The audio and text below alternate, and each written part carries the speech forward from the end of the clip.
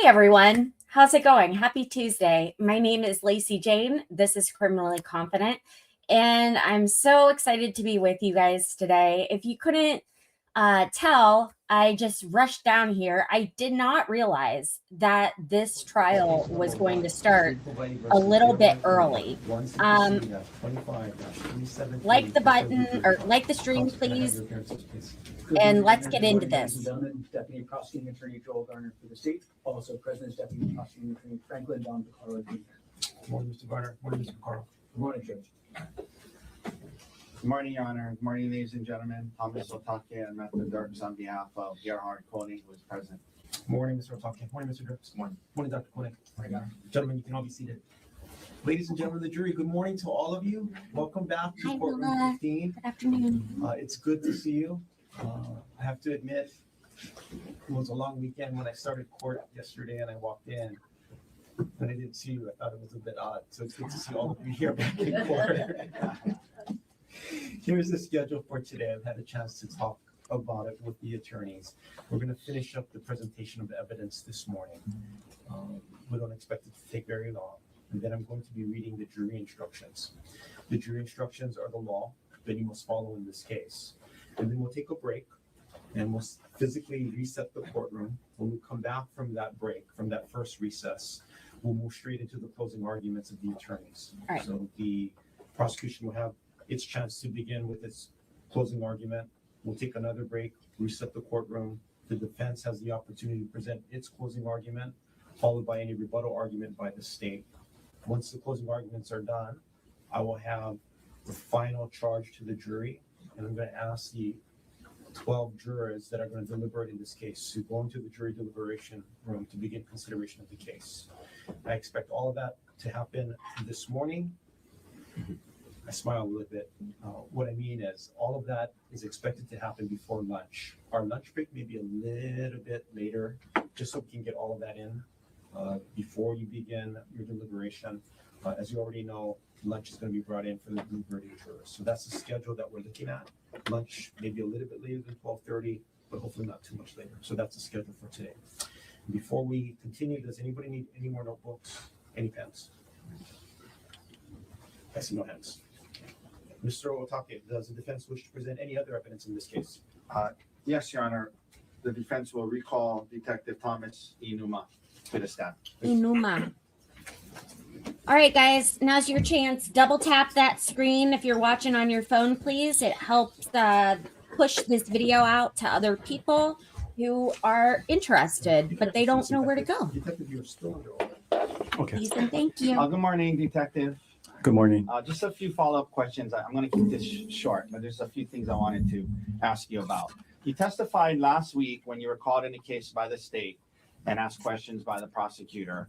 You testified about your search of Gerhardt's computer and how you went through a number of files that were seized pursuant to the search warrant, correct? Yes. You worked with Mr. Garner, the prosecutor, in preparing for trial in terms of going through the computer documents and your testimony, yes? I work with the lead detective, but as far as the exhibits, the prosecutor's office were in charge of it.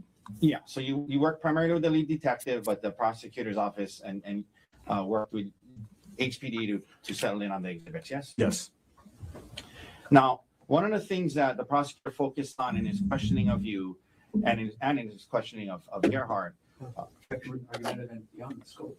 Oh, let him set up the question. And please ask. related to the files seized, one of the things you're asked about was the last access timestamp on the files. You remember testifying about that? Yes. And isn't it true, Detective, computer operating systems like Windows records when files were last accessed, yes? Yes. And then you use the Magnet Axiom software in this case to pull certain files that you're allowed to pull by the search warrant, yes? Yes. Axiom then report, amongst other information, what is called the last access time for those files, yes? Yes. And that's the last access timestamp generated by the computer system, yes? Yes. Now, Detective, isn't it true computers routinely access files on their own without human action, correct? Yes. For example, operating system processes sometimes access files, yes? Yes.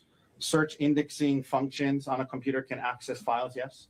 Yes, Antivirus or security scans can access files, yes? yes, Backup or sync programs can access files, yes?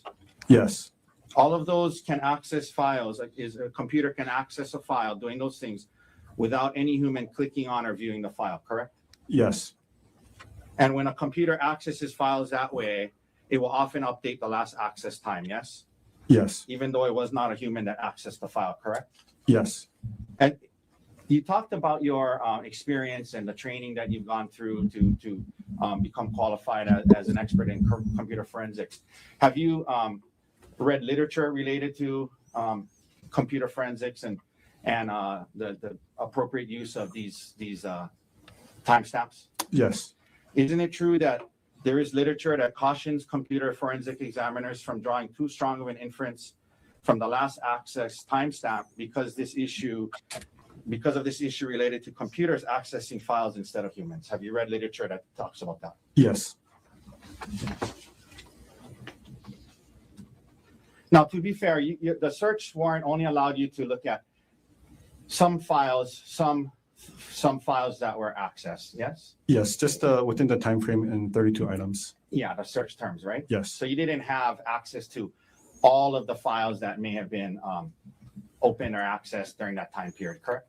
yes, And that being said, you cannot rule out with certainty that some of the last accesses you discussed last week may have been caused by automated processes instead of a human, correct? You cannot rule that out with any degree of certainty. Well- yes, that's correct. Based on the data I received, yeah, I cannot rule it out. Okay, thank you, Detective. No further questions. Okay. Coroner, any cross-examination? Yes. Please. I mean, that wasn't revolutionary by any Good morning, means. Detective. Good morning. Welcome back. All right. So you were asked just now about the computer opening up files on its own. Is that right? Yes. How does that apply to the files that you testified about last week? So for the files to open up automatically, so there's a thing called antivirus software, right? So how that program works is there's two options, right? One is if you want to do a quick scan, which would target specific files, which is known by the company where the malware or the virus might be hiding inside the computer. And there's also another a term we use is a full scan, which the antivirus software will scan the entire computer, right? Every files. How that works is if you do a full scan, it's going to look at every individual files and it's going to create a new access time. It's going to verify that these files does not contain virus.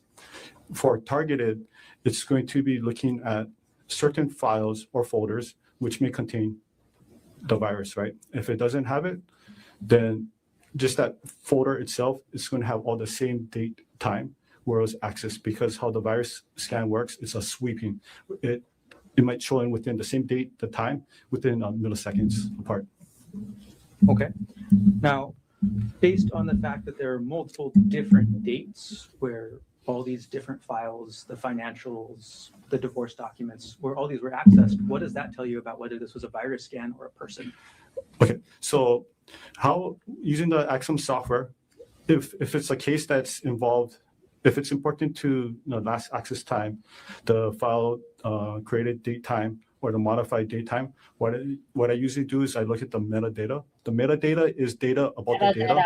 So for example, for photos or videos, right, it contains data such as created date time. It also have a modified date time. It's going to also show the last access time. It's going to contain GPS location data and the make and model of the device that was used to capture it. For files, it's going to contain basically the same thing. It might not have the GPS location data, but it might contain the author's name.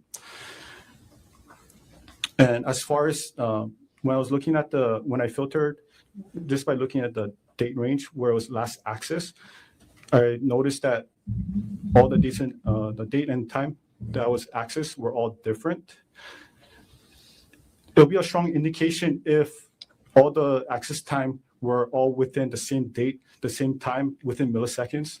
If it shows that there was over 50 files that were accessed at the same second, then that would be a strong indicator that was some kind of automated software that accessed all of them. And it's humanly impossible to open up 50 files within a second. Okay, so let's focus on the files from the defendant's folder that we talked about last week about I have no divorce. idea what he just said. Those files were accessed between December 2024 and February 2025. Is that right?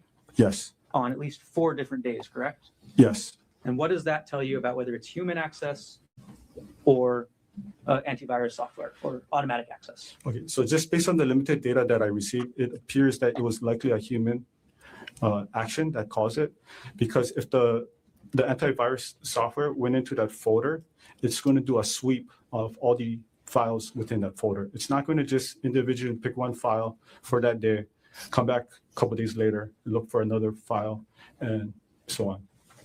So overall, the file access that you talked about last week, is that more consistent, or that file access that you talked about last week is more consistent than with user access than automated access, correct? Based on the data that I had, yes. This cop is so nervous. Detective, you said based on the data that you had, and you said based on the limited data I recovered, it appears more likely to be human. But you say based on the limited data because you didn't have all the data to look at what other files may have been open at that time, correct? Yeah, so yeah, correction. So based on the limited data, it appears that it was a human action, but I'm not certain because I will need the full access to the computer. Full Thank access. you, Detective. Full access. Nothing further. Any other questions for Detective Konig? No, thank you. Detective, thanks for coming back. Hey, Scott, are you listening? Mr. Otake, does the defense wish to present any other evidence in this case? Your Honor, at this time, the defense rests. Thank you. Mr. Garner, does the state wish to present any rebuttal evidence in this case? No, you are. Counsel, if I can briefly have you appear at the natural record. On record. Okay, so as I was saying when I jumped on here very fast, without warning, I am supposed to be going live at 3:45, not at 3 o'clock like I just did.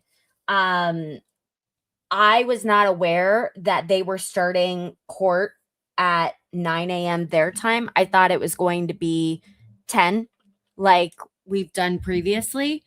So I had to skip on my shower and run in here. Okay. Run is a strong word. I did not run. And that's why I'm kind of still getting things together.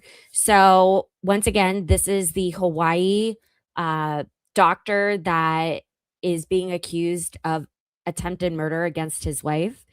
And the defense just rested with no rebuttal evidence from the state. So we are going to move ahead and get into some directions, like jury instructions, and then we're going to go to closing statements. So make sure to double tap that phone screen, give this a like. Time, ladies and gentlemen, I appreciate it. To read the jury instructions to you. Ms. McCallum is going to pass out to each of you one set of these jury instructions. So you're welcome to read along with me, but you're not required to do so. Because when you go into the jury deliberation room, each of you will have your own set of jury instructions.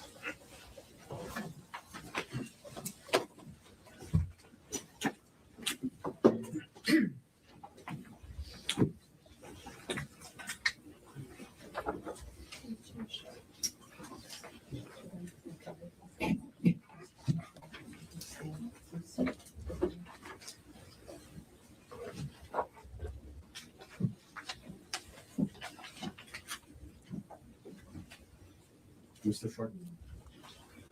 Also, there is a system-wide outage with StreamYard right now. That's across the whole platform, which is why I am a little bit laggy. I'm just happy I was able to get onto it. Okay. So, ladies and gentlemen, I will now instruct you on the law that you must follow in reaching your verdict.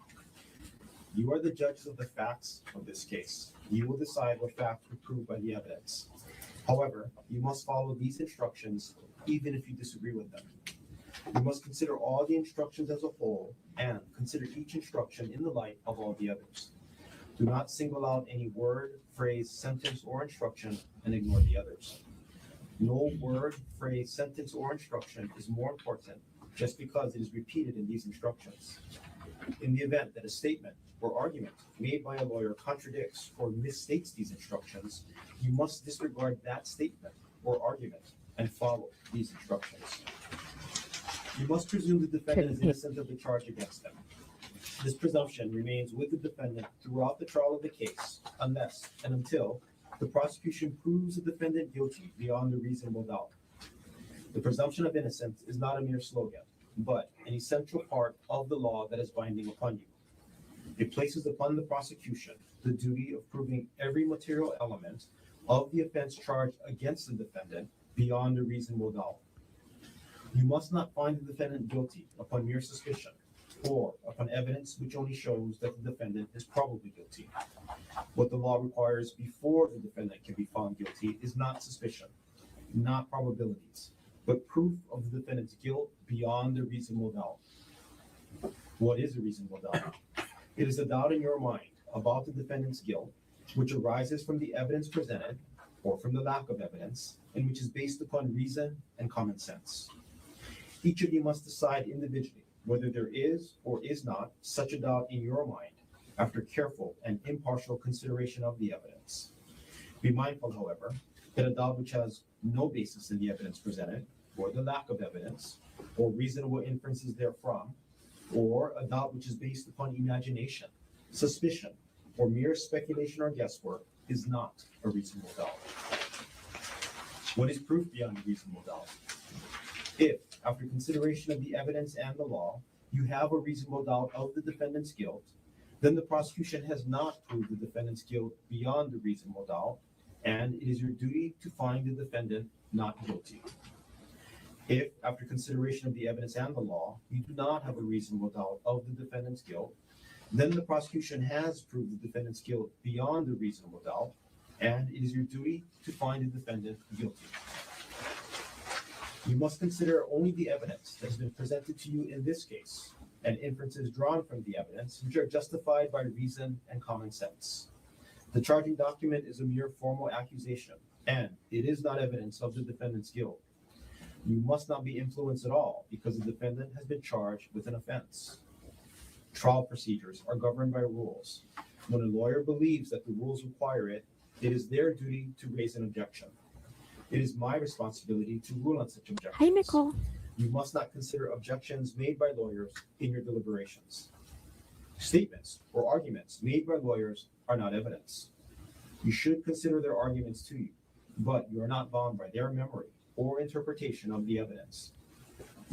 If I have said or done anything that has suggested to you that I favor either side, or if any of my statements or facial expressions has seemed to indicate an opinion as to which witnesses are or are not worthy of belief, or what facts are or are not proved, or what inferences should be drawn from the evidence, I instruct you to disregard it. You must also disregard any remark I may have made unless the remark was an instruction to you. You must not be influenced by pity for the defendant or by passion or prejudice against the defendant. Both the prosecution and the defendant have a right to demand, and they do demand and expect that you will carefully and impartially consider and weigh all of the evidence and follow these instructions, and that you will reach a just verdict. You must disregard entirely any matter which the court has ordered stricken. You may, but are not required to accept as conclusively proved any fact or event which the court has judicially noticed. You must accept as conclusively proved any fact to which the parties have stipulated.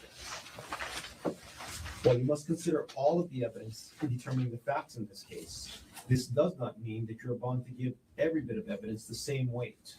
You are the sole and exclusive judges of the effect and value of the evidence and of the credibility of the witnesses.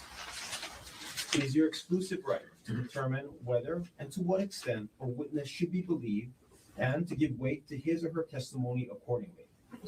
In evaluating the weight and credibility of a witness's testimony, you may consider the witness's appearance and demeanor, the witness's manner of testifying, the witness's intelligence, the witness's candor or frankness or lack thereof, He's the a witness's relation, if doctor. any, to a party, the witness's temper, feeling, or bias, if any, has been shown, the witness's means and opportunity of acquiring information, the probability or improbability of the witness's testimony, the extent to which the witness is supported or contradicted by other evidence, the extent to which the witness has made contradictory statements, whether in trial or at other times, and all other I need to go grab my purse. I'll be right back. Keep watching, guys. Thank you.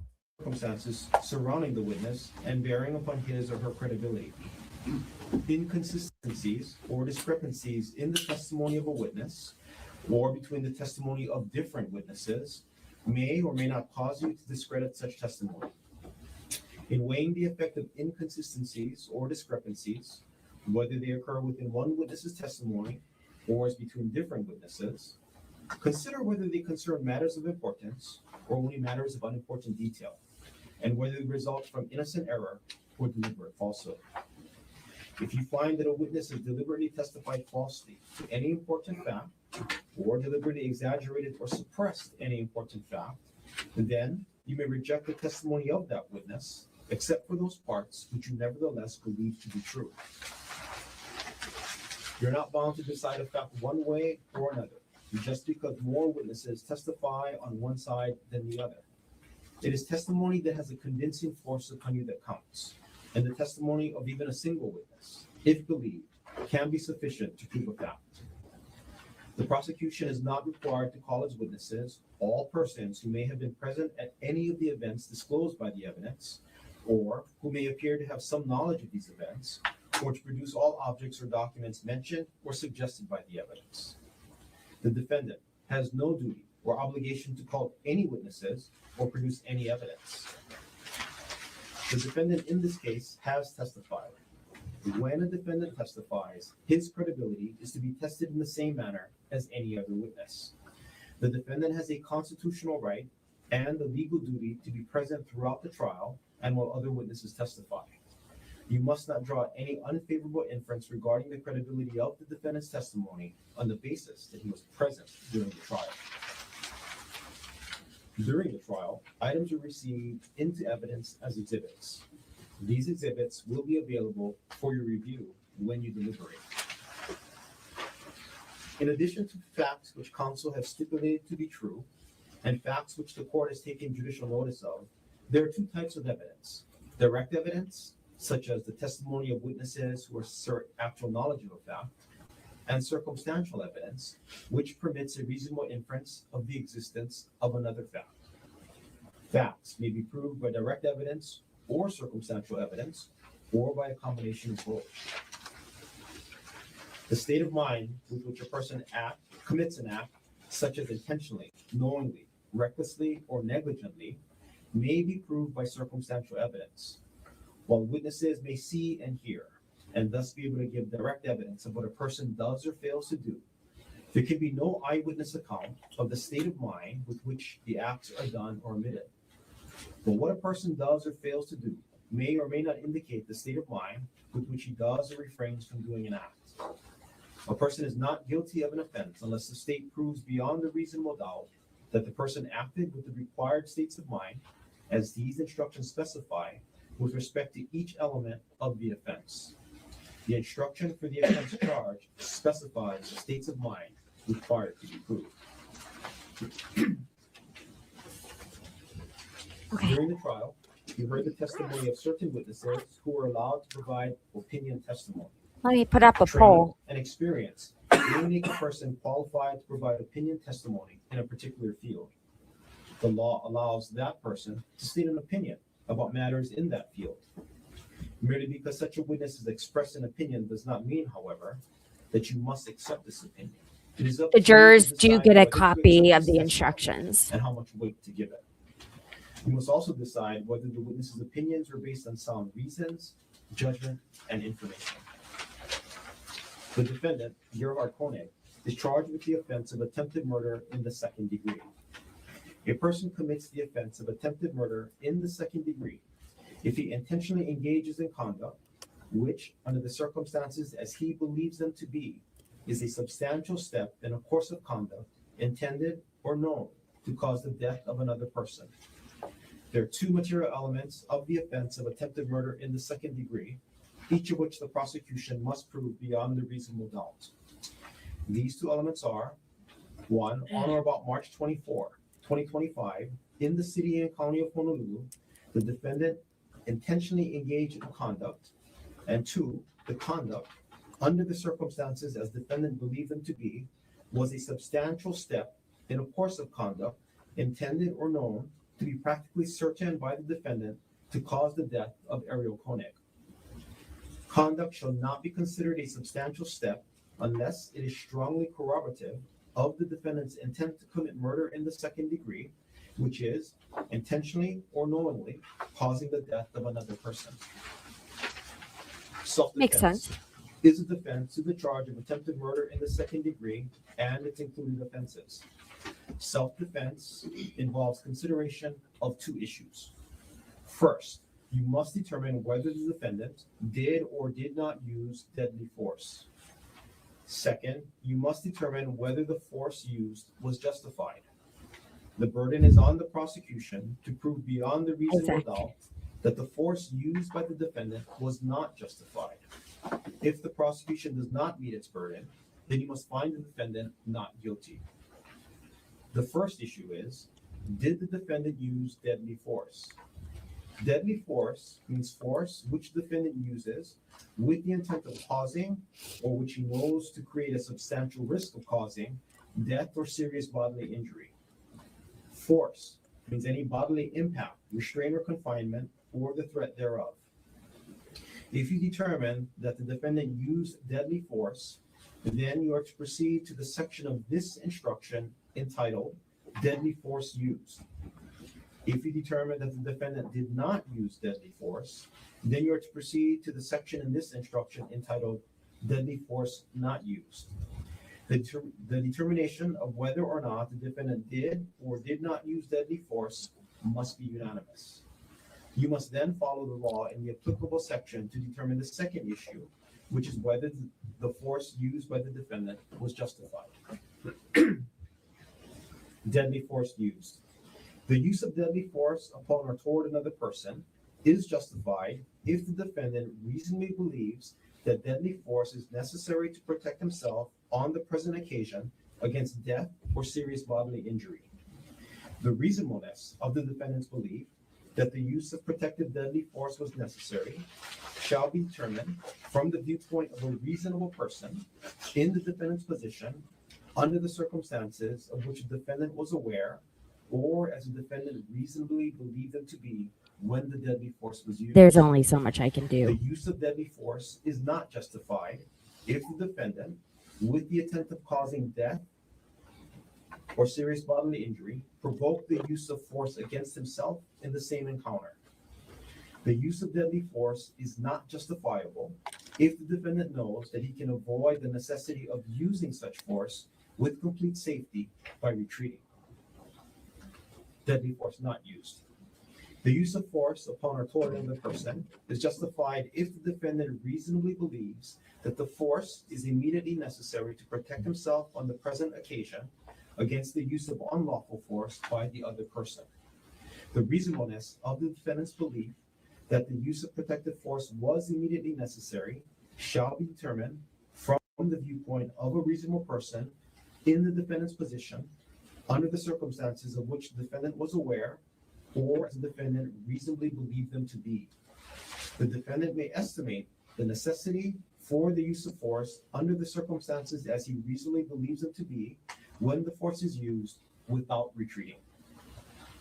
Unlawful force means force which is used without the consent of the person against whom it is directed, and the use of which would constitute an unjustifiable use of deadly force or force. A person cannot consent to the infliction of death, serious bodily injury, or substantial bodily injury. Self-defense is certainly not hope available not. for the included offenses of assault in the second degree by recklessly Thank causing you, substantial Josh. bodily injury, and assault in the third degree by recklessly or negligently causing bodily injury, if the prosecution proves that 1, the defendant was reckless in believing that he was justified in using deadly force or force against the other person, Or two, the defendant was reckless in acquiring or failing to acquire any knowledge or belief which was material to the justifiability of his use of deadly force or force against the other person. If, and only if, you unanimously find that all the elements of attempted murder in the second degree has been proven by the prosecution beyond a reasonable doubt, and you unanimously find that the defendant was not acting in self-defense, then you must consider the affirmative defense of extreme mental or emotional disturbance.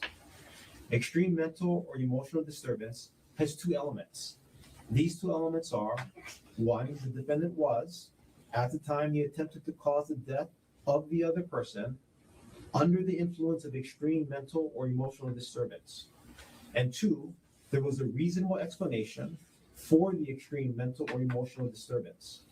The reasonableness of the explanation shall be determined from the viewpoint of a reasonable person in the circumstances as the defendant believed them to be. The question of the defendant's self-control, or lack of it, at the time of the offense is a significant factor in deciding whether he was under the influence of extreme mental or emotional disturbance. The defendant must prove an affirmative defense by preponderance of the evidence. This means that the defendant must prove that it is more likely than not, or more probable than not, that each element of extreme mental or emotional disturbance occurred. In determining whether the defendant has proven an affirmative defense by a preponderance of the evidence, you must consider all of the evidence that has been presented to you regardless of who presented it. If you unanimously find that the defendant has proven the elements of the affirmative defense by a preponderance of the evidence, then you must find the defendant guilty of attempted manslaughter based upon extreme mental or emotional disturbance. If you unanimously find that the defendant has not proven the elements of the affirmative defense by a preponderance of the evidence, then you must find the defendant guilty of attempted murder in the second degree. If you are unable to reach a unanimous verdict as to whether the affirmative defense has been proved or not been proved, then a verdict may not be returned on attempted murder in the second degree. If, and only if, you find the defendant not guilty of attempted murder in the second degree, or you are unable to reach a unanimous verdict as to this offense, then you must consider whether the defendant is guilty or not guilty of the included offense of attempted assault in the first degree. I greatly The appreciate person it. commits the offense of attempted assault in the first degree if he intentionally engages in conduct under the circumstances as he believes them to be, constitutes a substantial step in a course of conduct intended to culminate in his commission of assault in the first degree. There are two material elements of the offense of attempted assault in the first degree, each of which the prosecution must prove beyond a reasonable doubt. These two elements are, one, on or about March 24, 2025, in the city and county of Honolulu, the defendant engaged in conduct which, under the circumstances as the defendant believed them to be, was a substantial step in a course of conduct intended by the defendant to culminate in the commission of assault in the first degree. And two, the defendant engaged in such conduct intentionally. Conduct shall not be considered a substantial step unless it is strongly corroborative of the defendant's intent to commit assault in the first degree. The defendant commits the offense of assault in the first degree if he intentionally or knowingly causes serious bodily injury to Arielle Konig. If and only if you find the defendant not guilty of attempted assault in the first degree, or you're unable to reach a unanimous verdict as to this offense, then you must consider whether the defendant is guilty or not guilty of the included offense of assault in the second degree. This offense can be committed in one of two ways: assault in the second degree, substantial bodily injury, or assault in the second degree, dangerous instrument. As to the first alternative, a person commits the offense of assault in the second degree, substantial bodily injury, He if looks he rough. intentionally, Hold on. knowingly, or recklessly causes substantial bodily injury to another person. There are two material elements of the offense Yeesh. of assault in the second degree, substantial bodily injury, each of which the prosecution must prove beyond a reasonable doubt. These two elements are, one, on or about March 24, 2025, in the city and county of Honolulu, the defendant caused substantial bodily injury to Arielle Konig. And 2, the defendant did so intentionally, knowingly, or recklessly. As to the second alternative, a person commits the offense of assault in the second degree, dangerous instrument, if he intentionally or knowingly causes bodily injury to another person with the dangerous instrument. There are 3 material elements of the offense of assault in the second degree, dangerous instrument, each of which the prosecution must prove beyond a reasonable doubt. These 3 elements are: Let's keep 1, going. on or about March 24, 2025, in the city and county of Honolulu, the defendant caused bodily injury to Arielle Konig. And 2, the defendant did so with a dangerous instrument. And 3, the defendant acted intentionally or knowingly, as to elements 1 and 2. We are to consider each alternative of assault in the second degree separately. The fact that you may find one of the alternatives has or has not been proved beyond the reasonable doubt does not mean that you must reach the same decision with respect to the other alternative. In order to find that the offense of assault in the second degree has been proved, you must unanimously agree that the same alternative, or both of the alternatives, have been proved beyond a reasonable doubt. Proof beyond the reasonable doubt of one or both of the alternatives will result in the conviction of only one offense of assault in the second degree. If, and only if, you find a defendant not guilty of assault in the second degree, or you are unable to reach a unanimous verdict as to any of the alternatives, then you must consider whether the defendant is guilty or not guilty of the included offense of assault in the third degree. This offense can be committed in either of 2 ways: assault in the third degree, bodily injury, or assault in the third degree, dangerous instrument. As to the first alternative, a person commits the offense of assault in the third degree, bodily injury, if he intentionally, knowingly, or recklessly causes bodily injury to another person. There are 2 material elements of the offense of assault in the third degree, bodily injury, each of which the prosecution must prove beyond a reasonable doubt. These 2 elements are: 1, on or about March 24, 2025, in the city and county of Honolulu, the defendant caused bodily injury to Arielle Konig. And 2, the defendant did so intentionally, knowingly, or recklessly. As to the second alternative, a person commits the offense of assault in the third degree, dangerous instrument, if he negligently causes bodily injury to another person with a dangerous instrument. There are 3 material elements of the offense of assault in the third degree, dangerous instrument, each of which the prosecution must prove beyond a reasonable doubt. These 3 elements are: 1, on or about March 24, 2025, in the city and county of Honolulu, the defendant caused bodily injury to Arielle Konig. And 2, the defendant did so with a dangerous instrument. And 3, the defendant acted negligently, as to elements 1 and 2.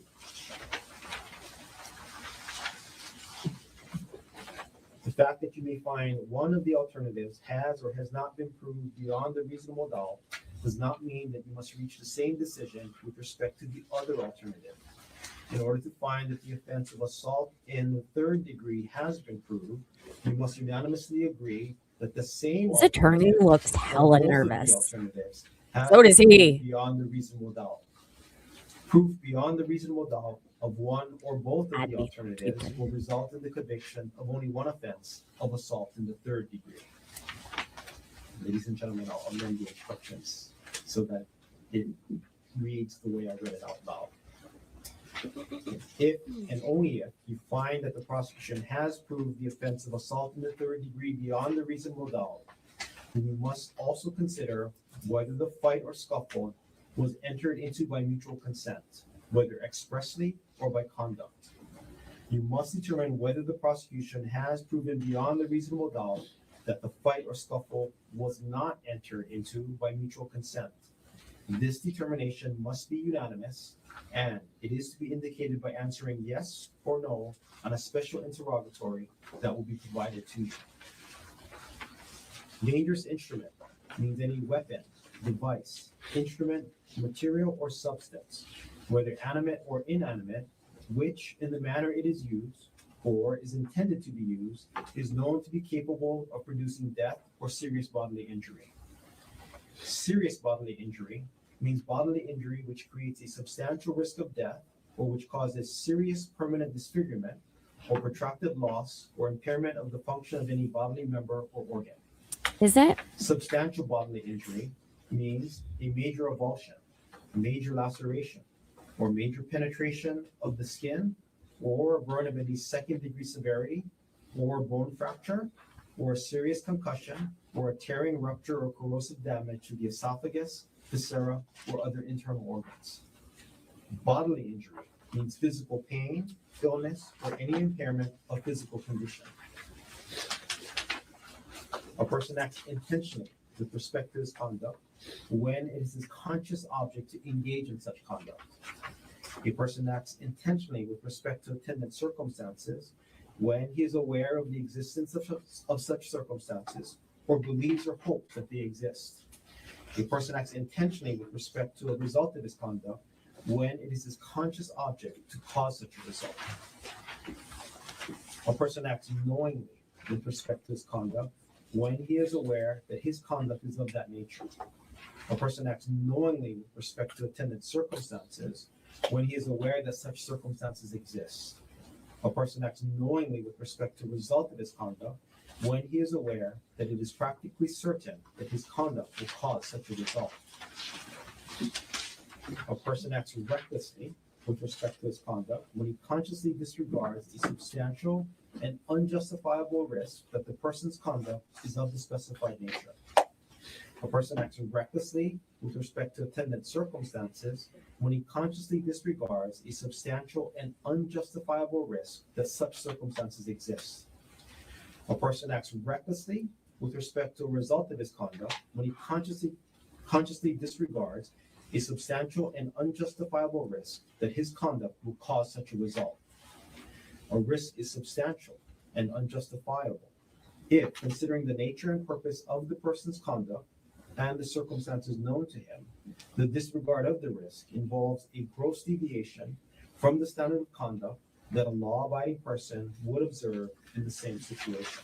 So is that like the pushing off the A mountain person part, acts or is that like the negligently running with from the respect to his cops conduct part? when he should be aware of a substantial and unjustifiable risk taken that the person's conduct is of the specified nature. A person acts negligently with respect to attendant circumstances when he should be aware of a substantial and unjustifiable risk that such circumstances exist. A person acts negligently with respect to a result of his conduct when he should be aware of a substantial and unjustifiable risk that his conduct will cause such a result. A risk is substantial and unjustifiable if the person's failure to perceive it, considering the nature and purpose of his conduct and the circumstances known to him, involves a gross deviation from the standard of care that a law-abiding person would observe in the same situation. The law allows the introduction of evidence for the purpose of showing that there is more than one path to prove an element of an offense or to disprove a defense. In order for the prosecution to prove an element of an offense or to disprove a defense, all 12 jurors must unanimously agree that the same act has been proved beyond the reasonable doubt. You must not discuss or consider the subject of penalty or punishment in your deliberations of this case. A verdict must represent the considered judgment of each juror, and in order to reach a verdict, it is necessary that each juror agree thereto. In other words, your verdict must be unanimous. Each of you must decide the case for yourself, but it is your duty to consult with one another and to deliberate with a view to reaching an agreement, if you can do so without violating your individual judgment. In the course of your deliberations, do not hesitate to re-examine your own views and change your opinion if convinced it is erroneous. But do not surrender your honest belief as to the weight or effect of evidence. Erroneous on all counts. Of returning a Name verdict. that movie. You have been allowed to take notes during this trial. When you begin deliberations, you must follow some important rules with regard to notes. You haven't missed closing statements. Notes may be used only by you to assist in refreshing your memory of the evidence. Notes are not a substitute for your own independent memory of the evidence. 2, keep your notes to yourself and do not share or read them to any other juror. 3, you must not give certain evidence more weight simply because it appears in your notes. Do not assume that your notes are accurate or complete. 4, some of you may not have taken notes. If you have not taken notes, you should rely on your memory of the evidence and should not be influenced by the fact that another juror took notes. Notes are not entitled to any greater weight than the memory of each juror as to what the testimony may have been. Anytime you leave the room during deliberations, leave your notes face down on your chair. Oh, 6, if you go home overnight without reaching a verdict, your notes will be kept by the court and returned to you at the start of the next day. Your notes will not be read by anyone. I 7, don't think after that'll you be a reach the verdict, problem. Your notes will be collected and destroyed. At the start of your consideration of this case, elect one of your members as foreperson to preside over your deliberations and be your spokesperson in court. You may take such time as you feel is necessary for your deliberations. You may inform the court if you have any questions about or do not understand the court's instructions. When you reach a verdict, the foreperson is to sign and date the verdict, an appropriate form for which will be given to you. When you begin your deliberations, and until you are through with your consideration of this case, or you are otherwise excused by the court, it is necessary that you remain together as a body. Court personnel will be sworn to attend you and take care of any personal problems you may have and see to your comfort. If you need to communicate with the court, send a note through the bailiff. Please do not attempt to communicate with the court except in writing. During the course of this trial, you have received all of the evidence you may consider to decide the case. You must not attempt to gather any information on your own, which you think might be helpful. Do not engage in any outside reading on any matter having anything to do with this case. Do not refer to dictionaries or other outside sources. Do not visit any places mentioned in the case. Do not in any other way try to learn about the case outside the courtroom. During your recesses from deliberations, when you are released to go home in the evening, you must not discuss this case with anyone or permit anyone to discuss this case with you. No, You must Josh. not read or listen to news accounts about this case if there are any. You must not discuss this If case with there any are person any. other than your fellow jurors.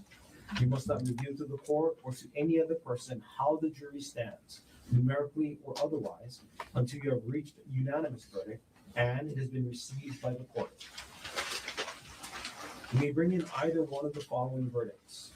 1, not guilty. Or 2, guilty as charged of attempted murder in the second degree. Or 3, guilty of attempted manslaughter based upon extreme mental or emotional disturbance. Or 4, guilty of attempted assault in the first degree. Or 5, guilty of assault in the second degree. Or 6, guilty of assault in the third degree. Your verdict must be unanimous. After a verdict has been reached and your foreperson has signed and dated the verdict form, you will notify the bailiff and court will be reconvened to receive the verdict. Hey guys, please remember to double tap your phone We'll take our screen. first morning recess. You leave your notebooks on your chair along with your set of jury instructions. As I indicated, the jury instructions, these 2 pages will be amended. So 2 pages will be replaced. So the written instructions that you have will be as I read them out loud here in court. And we'll take a recess. We'll take a 15-minute recess. Ms. McCallum will come get you at 10:10. When we come back in, we'll continue on or start with the summation or closing arguments of the parties. All rise. Let's go.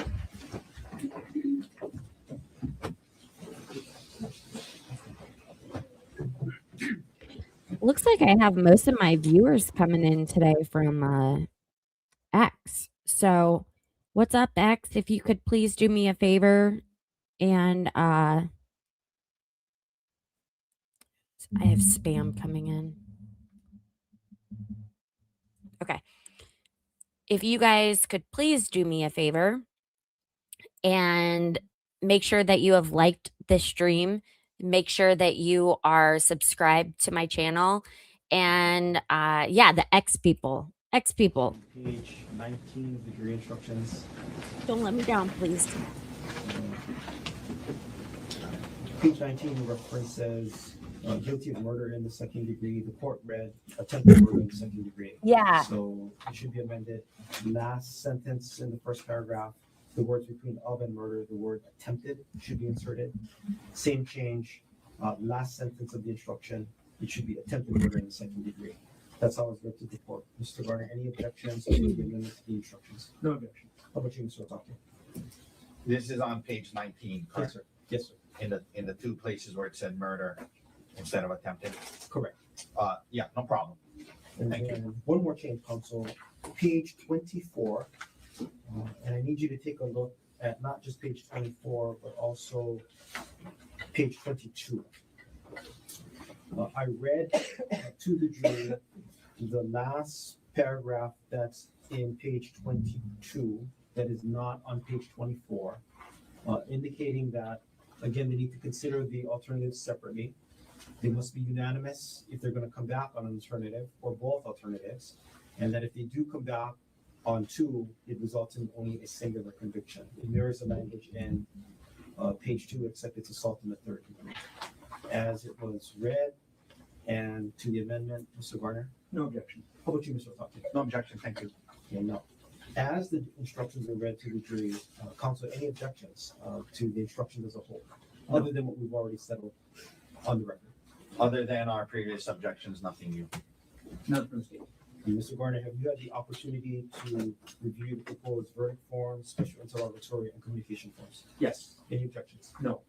How about you, Mr. Otake? No objections, I did review it. Anything we should take up before we take our recess? Nothing from the state. Just that we're gonna take a break after, I'd ask that I think we need to take a break after the state's closing, so I can set up and also show the state my PowerPoint at that point. That's fine.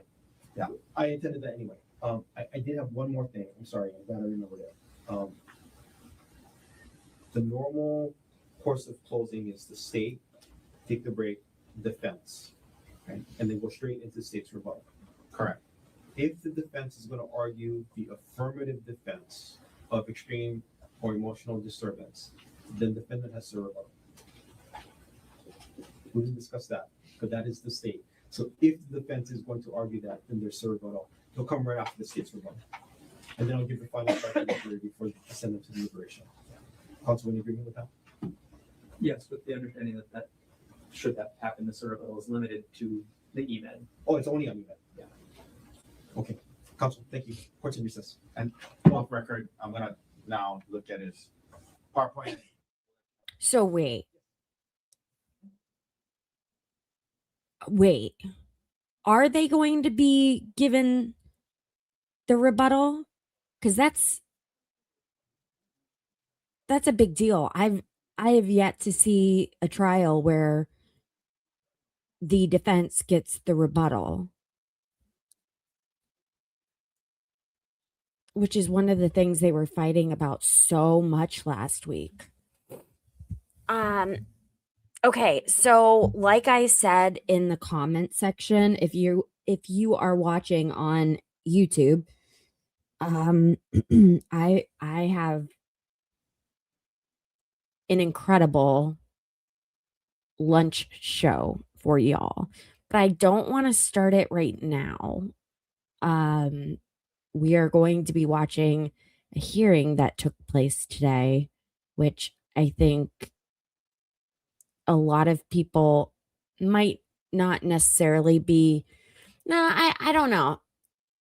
A lot of people are following this, and I think that you'll be interested once we start watching it.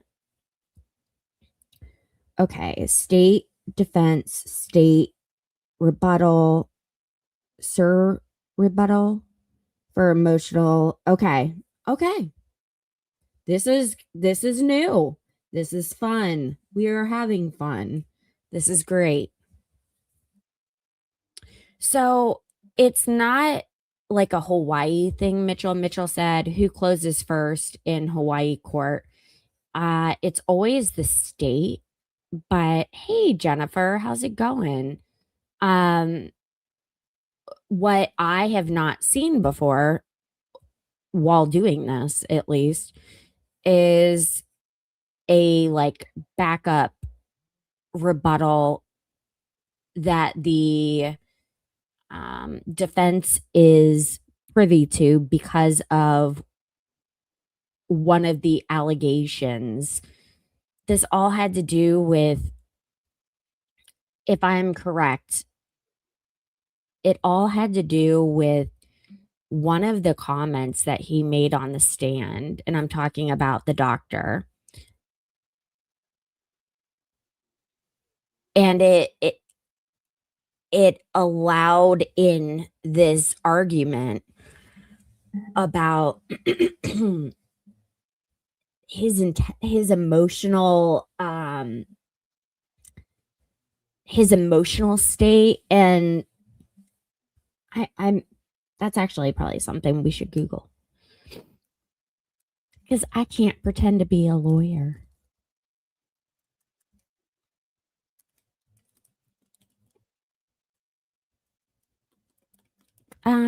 However, I'm Googling that, but I did want to kind of remind you guys of why we are all here. We have this case with a anesthesiologist from Hawaii, and they were visiting Honolulu to go to a puka in a mountain. Still don't know what that is. But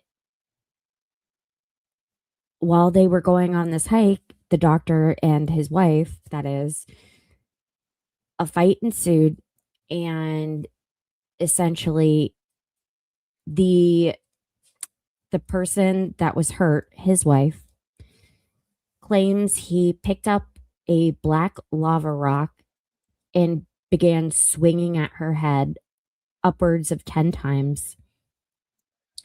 And the jury has seen the photos.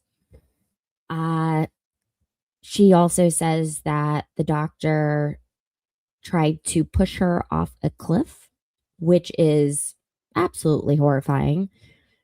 And the one thing that she has said that I have really shied away from sharing, because there was no evidence collected surrounding this claim, is that when he attacked her, he had a vial and a syringe, but he also, in that syringe, there was already medication in there.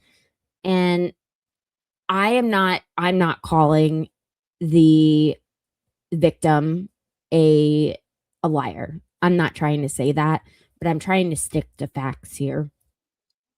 We had a guy in the chat last week from Hawaii Wood. That was his username. And he said that, yeah, if someone like chucked that over the side of the mountain, it could never be found. But she said exactly where she was, and they went looking for it. So it's kind of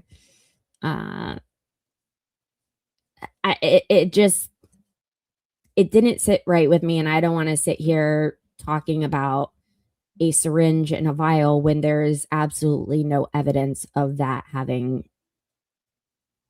been involved in this assault.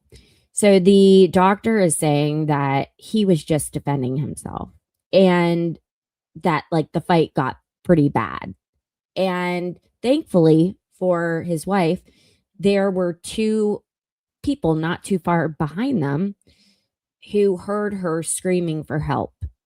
They were the first two people to testify. And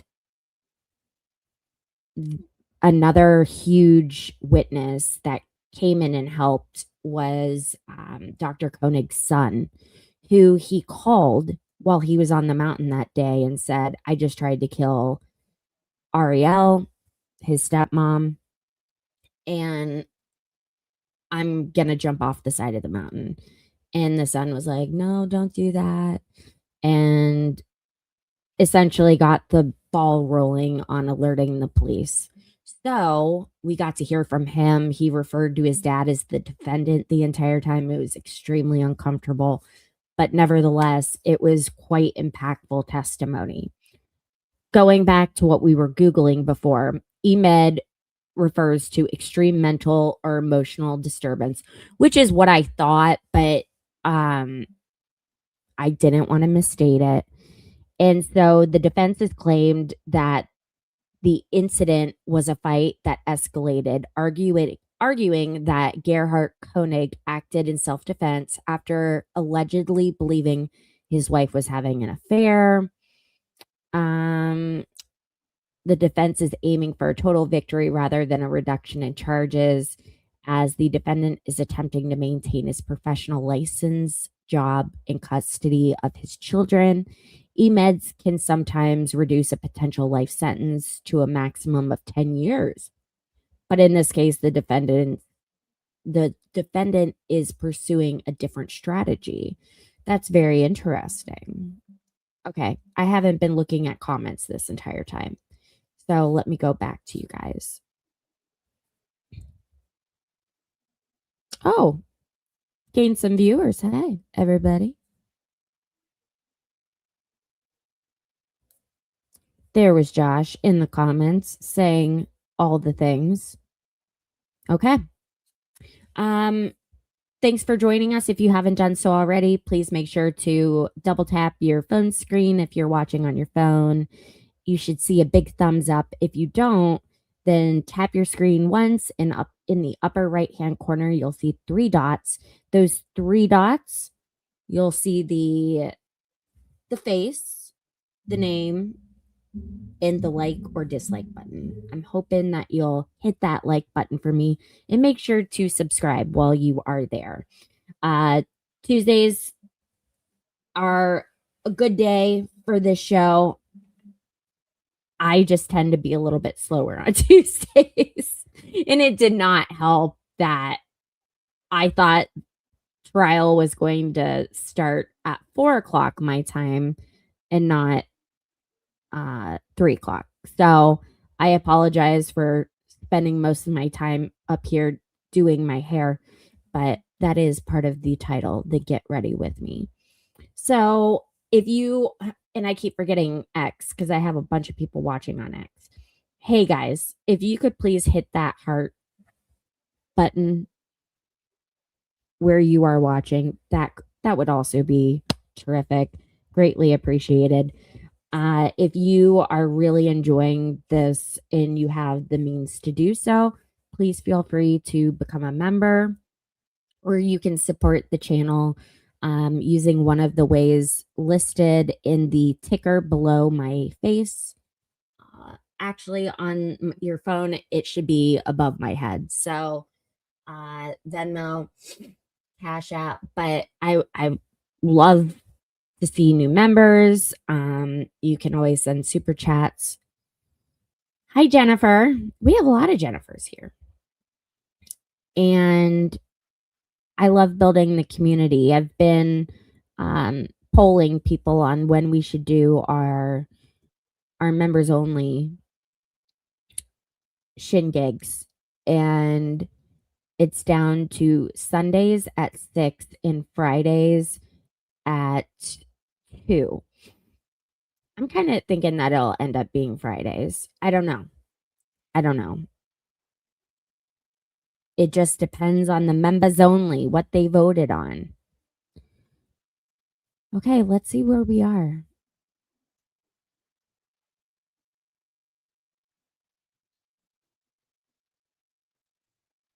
Oh. No.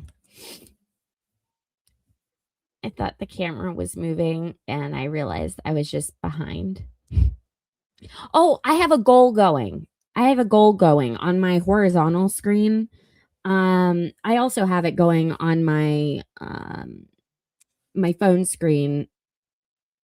$10 donos. I'm hoping to get 10 of those, so I can get to $100 today on stream. Everything goes towards my heart surgery that I'm having May 13th. So I greatly appreciate it. Oh, and look at Scott. He's posting my information. That's super helpful. Thank you. Okay. I'm about to show this daggone video. Where are you guys watching from? Let's start there. type in the chat with where you are watching from. Oh, I'm from Sweden.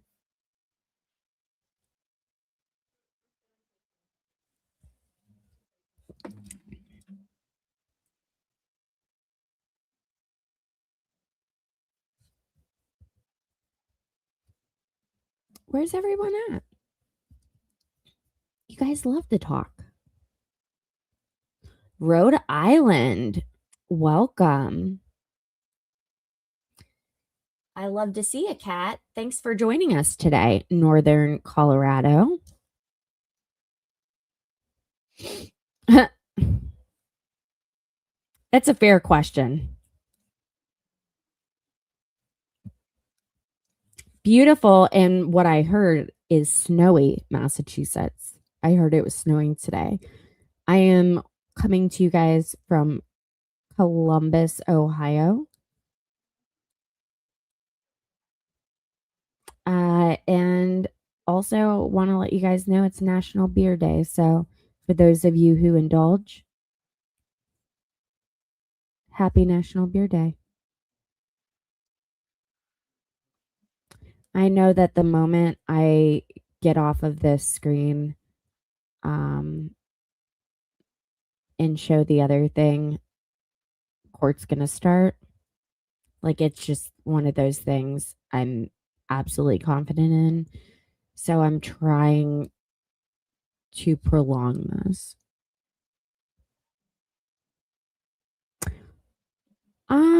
You know, I would, Jennifer, I would definitely check the statistics on that and who is collecting that information, because that oftentimes can skew results. But I'm not saying it's wrong either way, but I would be interested in seeing that that study. I had to I feel like Willett said something that made me realize, like, I feel like other countries are so much further into mental health and the issues that surround people who are struggling with mental health, and like recidivism in prisons. I think a lot more is done for those who have helped their country by serving. I think that homelessness is not nearly as much of a problem abroad. And yeah, it's kind of a shame to see that we treat our veterans with such little I don't want to say compassion, because when we find out that they're a vet, we oftentimes like want to give them the tools to help get themselves back up, but it's not until they've already done something wrong and they're like in the system. So it's really disappointing.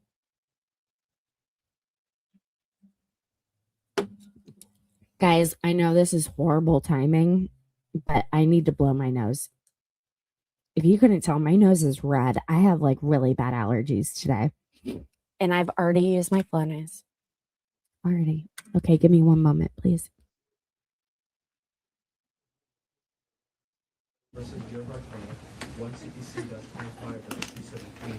Dr. Konig is present in court with all 4 points of record. All jurors are back in the courtroom. Ladies and gentlemen of the jury, the attorneys will now have Of course the that happened. opportunity to give you their closing arguments. Keep in mind, what they say is not evidence, and you're not bound by how they see or how they remember the evidence. You should consider their arguments to you, but again, you're not bound by how they see or remember the evidence.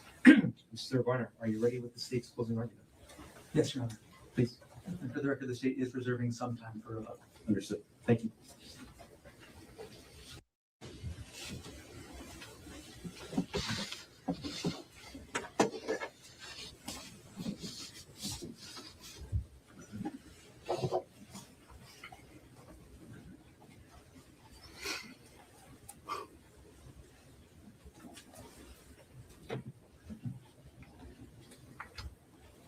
a motive,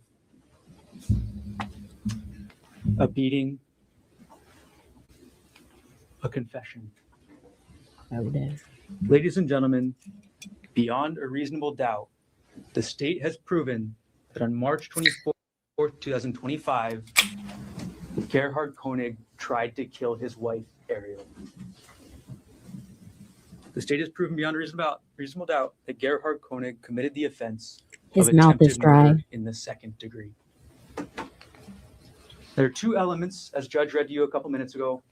Element number one, on or about March 24, 2025, that in the city and county of Honolulu, the defendant intentionally engaged in conduct. Element number two, we'll get back to in a moment. But the conduct, starting with element one, what is the conduct? What did defendant do? First, he tried to push her. That's the first conduct the defendant did. The second, the syringe. He tried to inject her with an unknown substance. Where is it? The beating with the rock.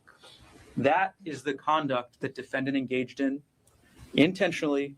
That is the conduct that we are here to talk about for the last several weeks and for today. The second element,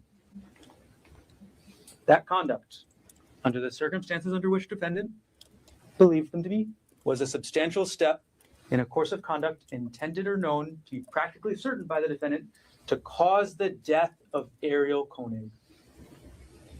So element number one, simple, it's conduct. Element number two defines what that conduct is, what it's meant to do. And the conduct in this case was meant to kill. The intent behind each one, plan A, the push, the intent was to kill. When plan A didn't work, the defendant moved on to plan B. Plan B, inject her with the syringe, knock her out, push her off the cliff. The intent behind plan B was to kill. Plan C, when the first two plans didn't work, beat her with the rock, knock her out, drag her over, or just simply kill her outright. The intent behind every single plan was to kill Arielle. Every plan, every backup plan ends in Arielle's death. The substantial step starts with the plan. The plan's in yellow because it's not a substantial step yet, it's just a plan. Next, the hike. Again, it's in yellow because he hasn't taken that last step. That last step to show he's committed to carrying out that plan, that shows he's committed to killing Arielle. The first time you get that is with the push. When the defendant takes his hands, tells Arielle, I'm sick of this shit, and tries to push her back off the cliff. That is the first substantial step the defendant took. That didn't work. Arielle went to the ground. Arielle protected herself. The defendant took the next substantial step. He took that syringe out and he tried to inject her. But Arielle fought back. Arielle fought back, fighting for her life, knocks the syringe away, and then the defendant moves on to plan C, his third substantial step, where he takes that rock, Exhibit 2, this rock right here, the same rock that you've all held, he takes this rock and he beats her with it again and again and again and again. Those three steps are the substantial steps the defendant took to carry out his plan to kill Arielle Konig. Before we get any further, what is not a defense? The result of the defendant's conduct. The severity of Arielle's injuries, you'll hear many times trying to minimize them. That is not a defense. The law treats somebody the same, whether they're successful or not. The law treats you the same no matter how good you are at executing that plan, no matter how good you are at actually succeeding in killing somebody. The law treats you the same. As an example, somebody who tries to shoot somebody, who points a gun and tries to end a life, but misses, they've committed attempted murder. the same way the defendant committed, in a similar way, in a similar idea as the way defendant did it in this case. You cannot look only at the results to determine intent. You have to look at everything together. And when you look at everything, it shows one clear answer beyond reasonable doubt, and that's that the defendant intended to kill her. Let's review how we got there. First, we have Arielle's testimony. She testified in 3 different areas. First, Arielle told you what happened on the Palipuca Trail on March 24th, 2025. She told you what happened when she went up the trail. She told you how she was afraid, how she was nervous about the heights. She told you how the defendant reacted. She told you what happened when she met up with the defendant later. That he pushed her, that she went to the ground, that he took the syringe, that she fought back, and that ultimately he took that rock, this same rock, But I think he did it. and hit her in the head again and again. Then Arielle told you what happened leading up to that day. She told you about their marital issues. She told you about her messages with Jeffrey Miller. She told you all of that. Embarrassing as it may be, she put it all out there. Well, not 10,000 And then texts Arielle that she told you about her deleted. treatment, Just saying. her medical treatment, her recovery. She showed you the scars that she carries to this day. She showed you the scars on her head where she will never grow hair again. And everything that Arielle said is corroborated. These are the credibility factors. These are listed in your instructions that you should be considering for every witness who testified. And I'm not going to go through all of them right now, but there's a couple that are relevant for Arielle here. First, appearance, demeanor, intelligence, candor, frankness. Arielle testified in a straightforward, coherent manner. She testified clearly. There were no histrionics, barely any tears. It was straightforward. This happened, then this happened, then this happened. I agree, Luffy. It was not over dramatized. It was not over exaggerated. It was straightforward and simple and coherent.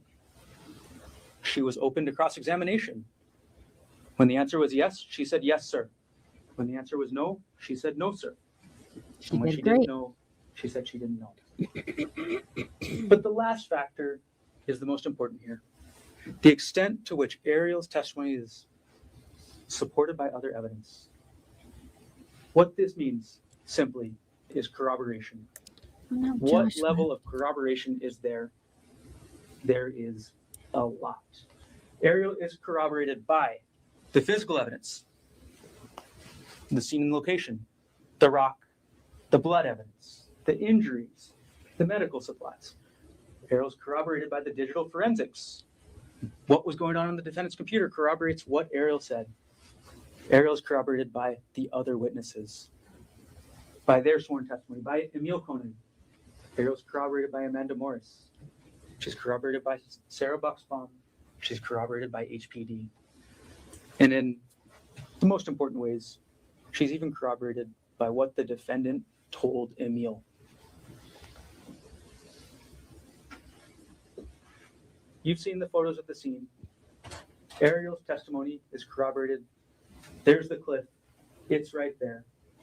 There's the bloody, the blood pool in the bush where the defendant was on top of her, where the defendant was hitting her.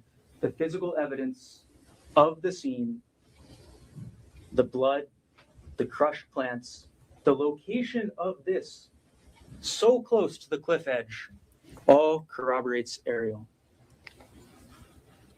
The physical evidence, the rock, corroborates Arielle. You've held the rock, you've seen it, you know how much it weighs, you know how sharp it can be on the sides. You've seen the photos of Arielle's blood and Arielle's hair on that rock. The rock corroborates what Arielle said. The DNA evidence. The DNA evidence shows two things very clearly. One, every single sample that was positive for human blood had a likelihood ratio of over 1 trillion for Arielle Konig. Every single one. The blood on the rock, the blood on the samples from the trail, the blood all over defendant's shirt and shorts. Every single one had a likely ratio of over 1 trillion for Arielle. Reason and common sense tells you all of that blood is Arielle Konig's, not the defendant's. Second, Arielle Konig's DNA was on both sides of the rock. And think back to how Arielle demonstrated what she did. She held up her hand. She held up her hand trying to block the defendant. She suffered defensive injuries from it on her fingers, on her thumb, and that's how her DNA is on that rock. Because she touched it.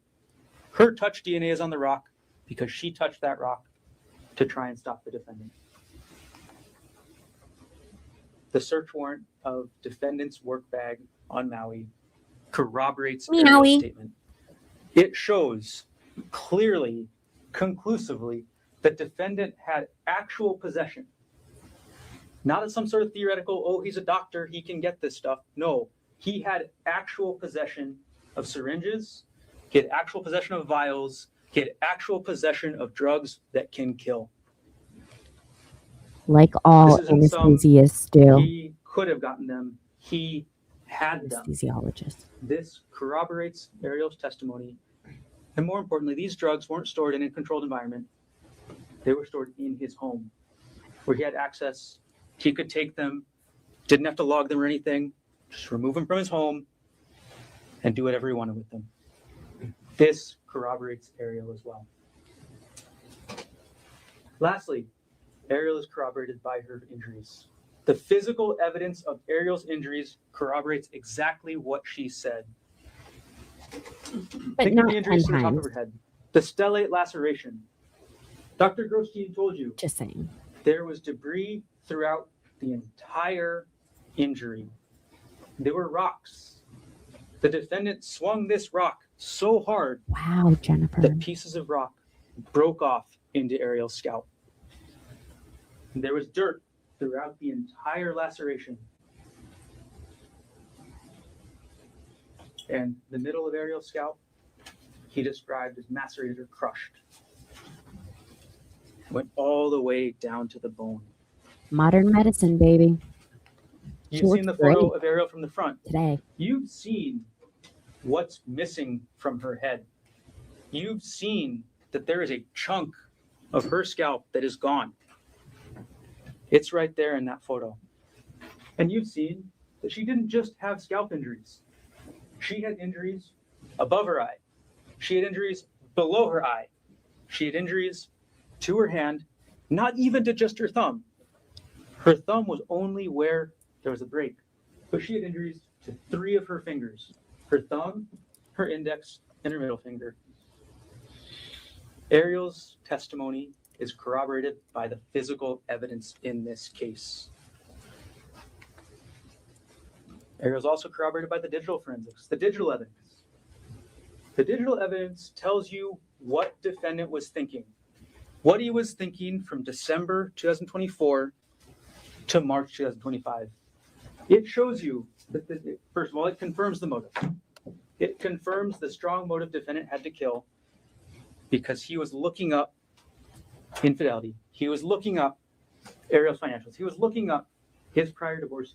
He was going into Arielle's hard drive to look up documents on her computer or from her computer about divorce. He even went to the point where he was buying a spy device to spy on Arielle. Who This shows hasn't? what was going on in defendant's mind. It wasn't some simple research. It wasn't taxes. It wasn't self-help. It was obsession. It was an obsession with Arielle. It was an obsession with infidelity. It was an obsession with going over those financials, and it was a plan for divorce. The second thing that the digital forensic shows, most importantly, it shows defendant's familiarity with that hike. It shows you what the defendant looked at before deciding the Polypuka Trail is the hike that he should be taking Arielle on.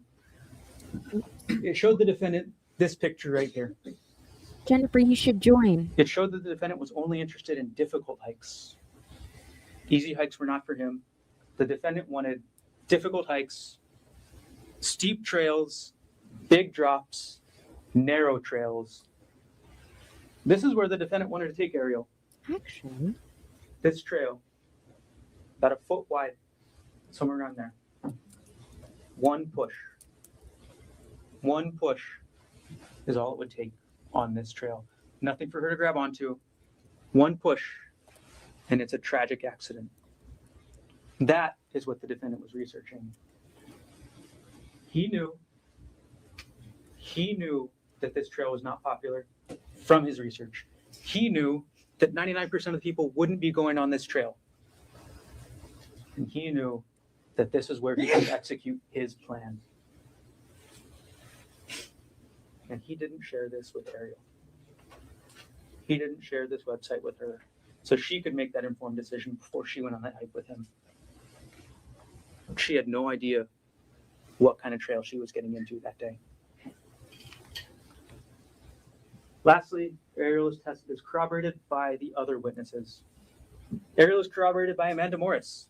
Amanda Morris, the first person on the scene. Amanda told you the sequence of events. 3 things. First, she heard a woman's voice screaming, "Help, help me." And she gets up the trail because she thinks somebody's fallen off. She knows it's dangerous, she thinks somebody's fallen. And she sees the defendant over Arielle.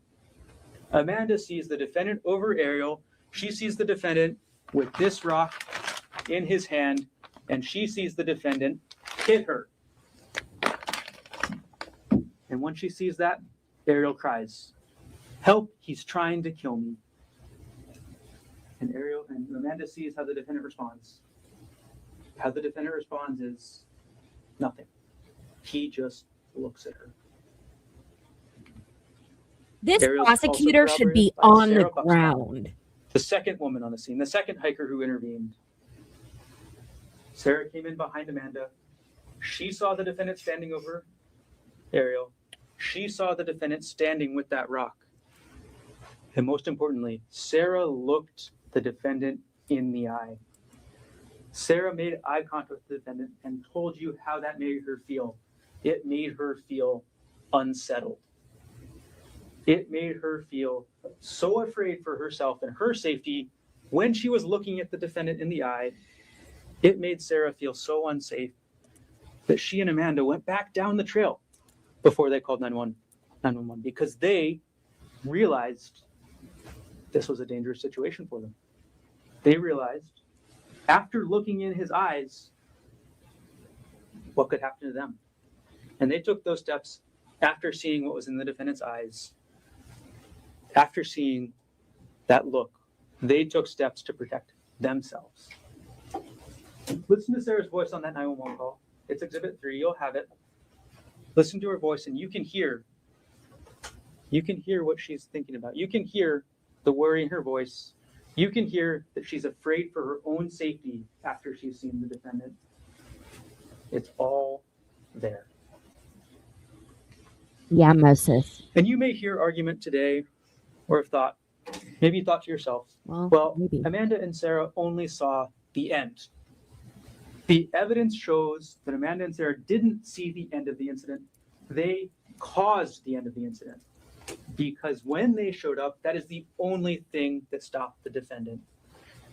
Arielle screaming for help didn't stop the defendant. Arielle fighting back for her life didn't stop the defendant.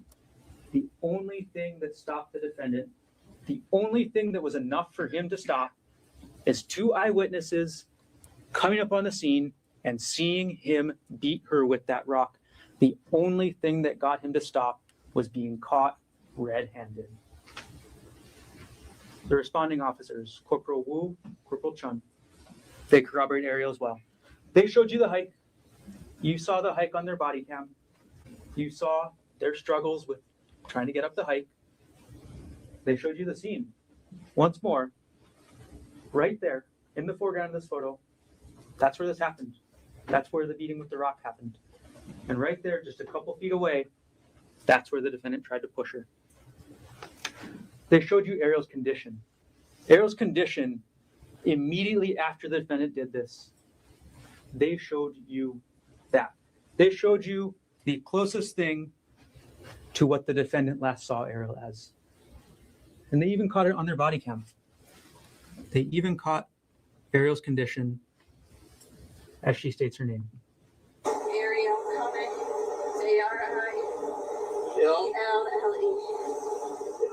Birthday is March 24th, 1989. You heard Arielle testify for hours,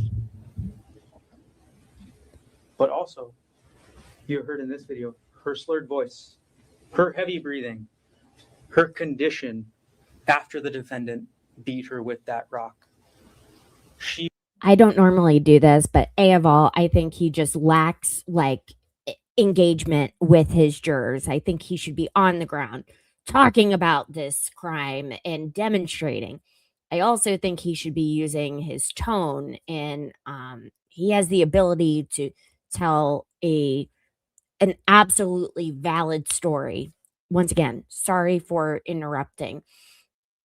I forgot the last thing. Oh, there is a policing aspect to this case that we're going to discuss at break. So keep going, guys. He was not okay.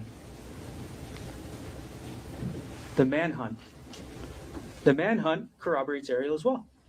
It took 3 different agencies, HPD, DLNR's DoCare, HFD, several different units from them, SED, SSD, a K9 unit, the major events unit to search with drones. It took 2 drones, 1 helicopter, and after 8 hours, or almost 8 hours, they were still not able to find the defendant. And that tells you one incredibly important thing. The defendant did not want to be found. The arrest corroborates Arielle just as much. Officers Nicola, Koki, and Borges approached Arielle in their vehicle. Officer Nicola testified he got within arm's reach of of the defendant before he jumped out the car. Objection, misstates his testimony. He got within an arm's length or close to an arm's length before he got out that car and tried to apprehend the defendant. He identified himself as police. And how did the defendant respond?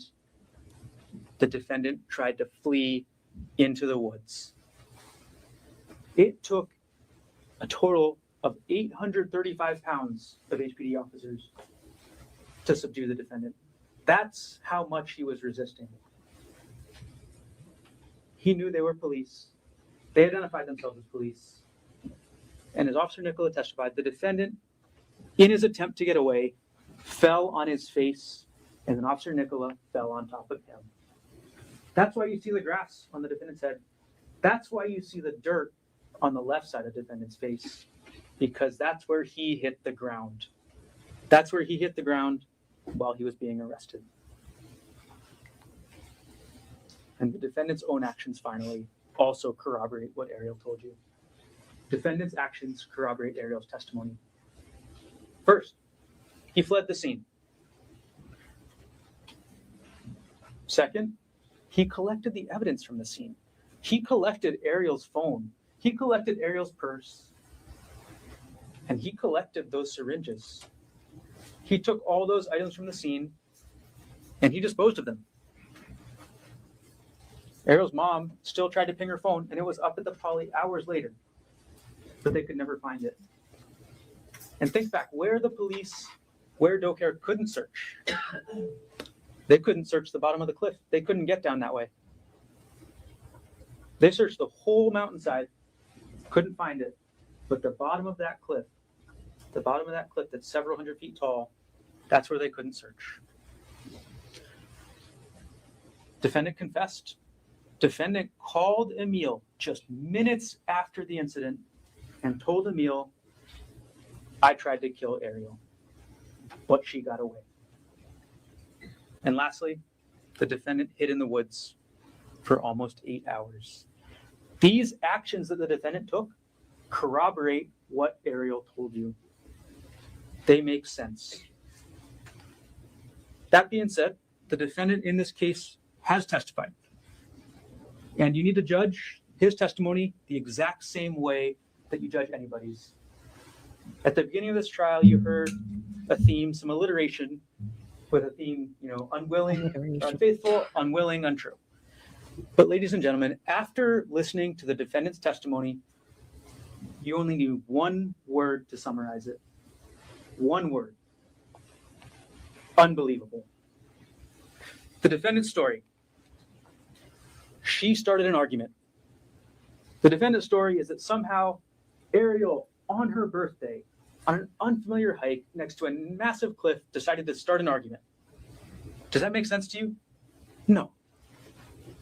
Arielle decided somehow to start an argument about she said she wanted to go back and continue to work with Jeff Miller. She wants to travel with Jeff Miller. Does that make sense that Arielle would bring this up on that cliffside? No. It contradicts common sense. It even contradicts the defendant's own testimony where he told you they don't talk about this outside of counseling. The defendant told you that, and that's what worked for them. And somehow Arielle's bringing it up, ruining her birthday on a hike. Ladies and gentlemen, it's unbelievable. The next part, the defendant's story, she pushed me. The defendant says he felt a hard push from behind, that he was looking out over the cliff. He barely holds himself on. He turns around, and Arielle's already 5 to 10 feet away. Ladies and gentlemen, unbelievable. Arielle was trying to push him off that cliff. She wouldn't be that far away. She would have been right behind him, trying to push him again. Defendant's story, she pulled me down on top of her. Think about how that makes sense. Defendant's story is that then he approached Arielle. That he grabbed her arms. And Arielle somehow responded by pulling him down on top of her and not letting him go. Defendant's bigger than her. Defendant's stronger than her. Ask yourself, what person would hold a bigger, stronger person on top of them as an act of aggression? You did a good job. It doesn't make sense. It's unbelievable. Defendant's story, she hit me first. Somehow while Arielle's sitting down, or while Arielle's underneath him, while he's in the position of power, while he's on top of her, the story is that Arielle held him down so he couldn't escape, grabbed his genitals, wrapped her legs around him, and then she picks up a rock and hits him in the face. And as the defendant told you, he said, she hit me one time really good, and that she keeps swinging. The same rock that defendant used to beat Arielle? Really? The same rock that defendant has told you he only used 2 times, that he only hit her twice with. Ladies and gentlemen, it's unbelievable. The same rock, no. You can tell it's different injuries. This is the photo of the defendant immediately after his arrest. This was the photo of the defendant almost 8 hours after the incident up on the trail, after the defendant tried to kill Arielle. Yes, there's a small dark spot on his cheek. Is it a bruise? Is it dirt? I don't know. This is Arielle. The idea that this same rock caused these different injuries is unbelievable, ladies and gentlemen. The idea that Arielle could hit him really good, and that's it, it's unbelievable. This is the defendant at the hospital that night, and this is Arielle at the hospital on the same day. Again, minor bruise, major laceration. The idea that these injuries were caused by the same rock, completely unbelievable. You can only see that by looking at the next day. Look at the defendant 1 day later. There's nothing. There's no more. Arielle's got her head wrapped up. She's still got these injuries on her eye. The defendant's story is unbelievable. And lastly, the defendant told you that he wanted to turn himself in.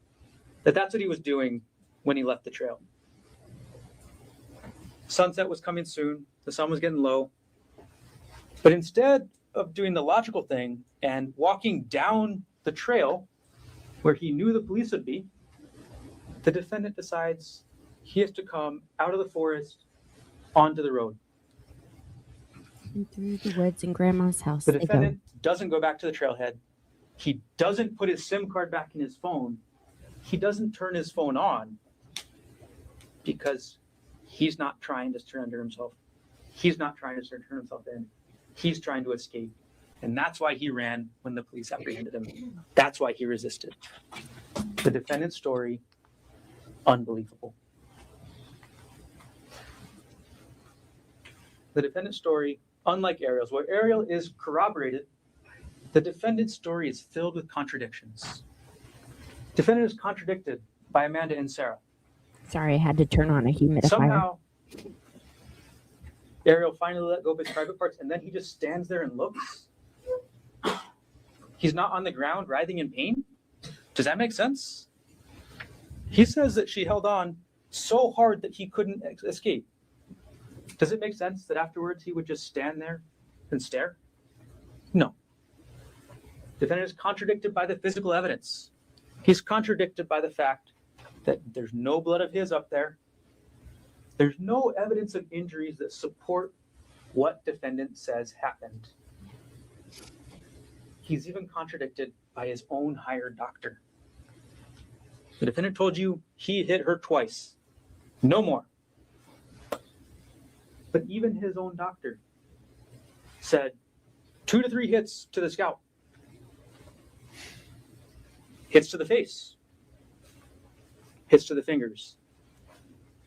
So even the defendant's own witness shows that he hit her more than twice. He hit her, add them all up, 4, 5, 6, could be any of those times.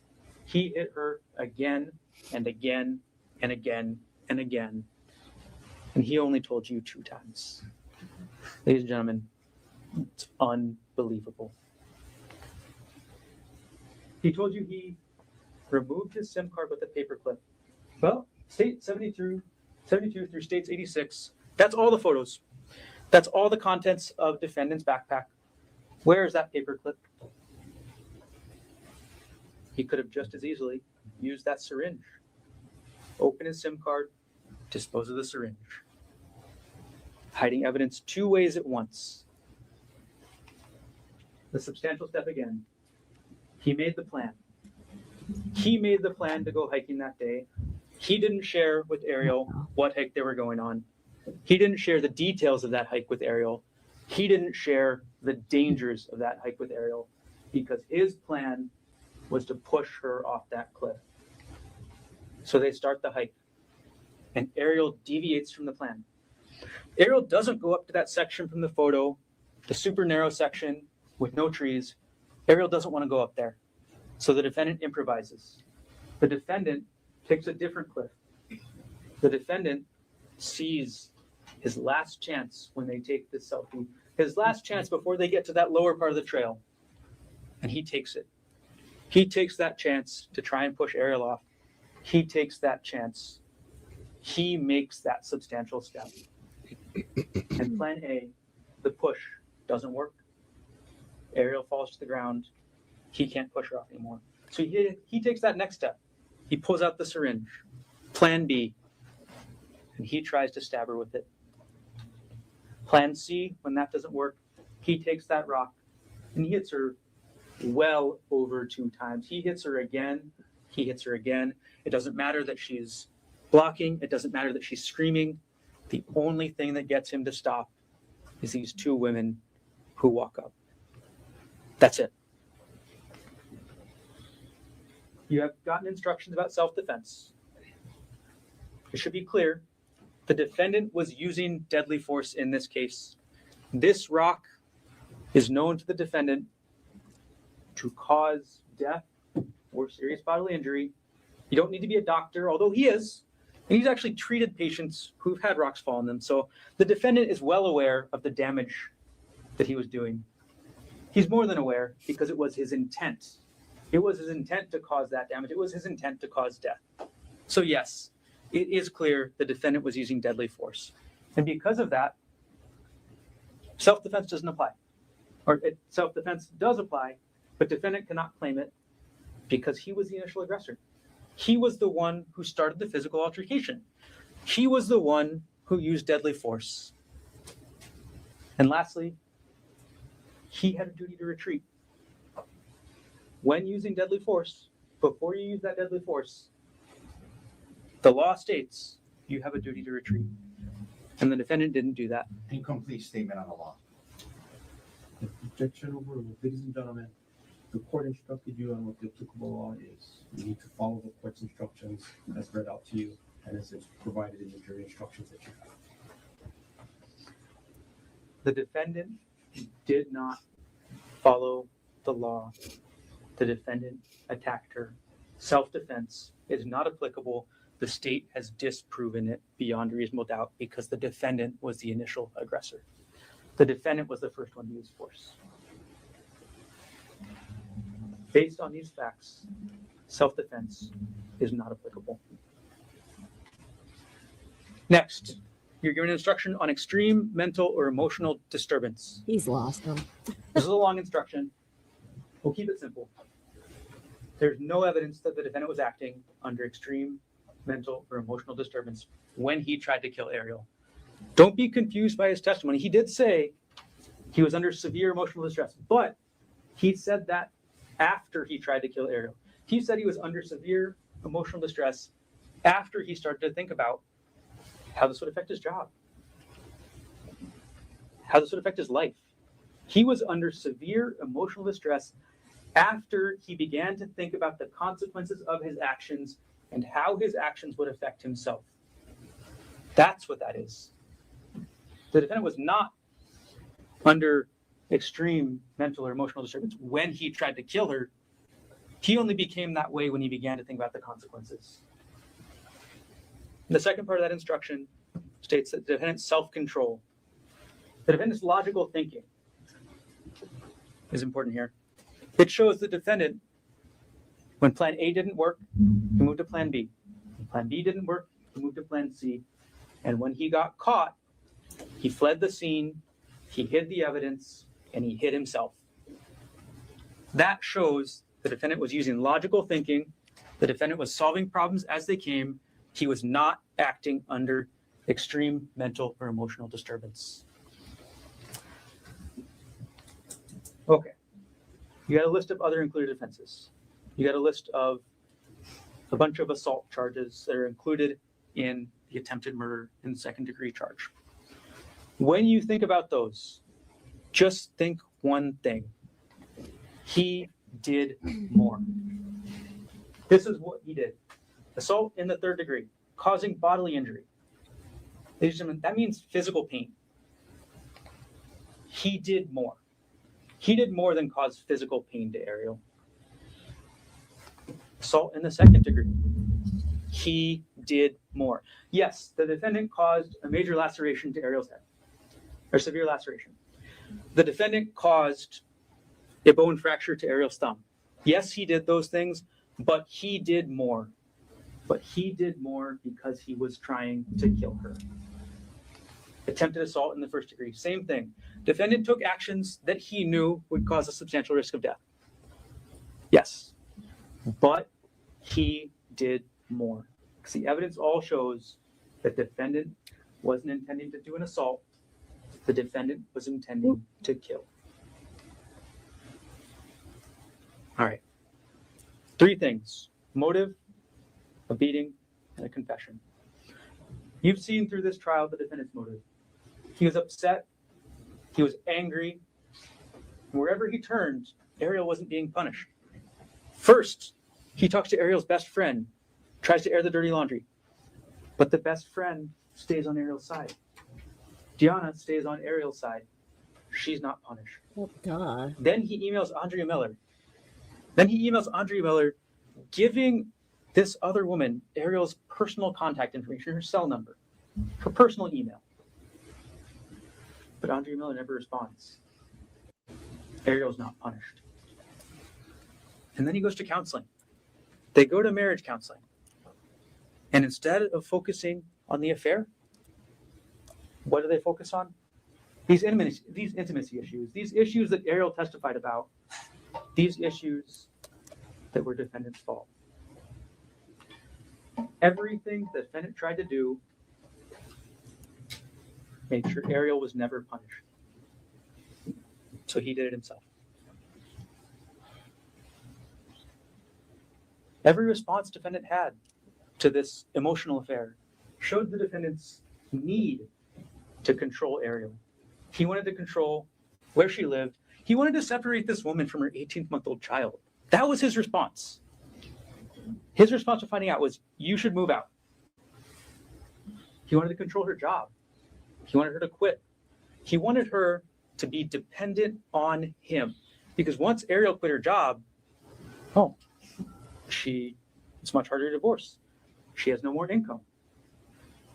She can't go find another remote worker, nuclear engineer job. The defendant knew how much a divorce would cost. He was looking at his own documents, his own records from his prior divorce. He was looking at his own records that showed how much he paid in his prior divorce, because that's what he was thinking about. He was doing that math.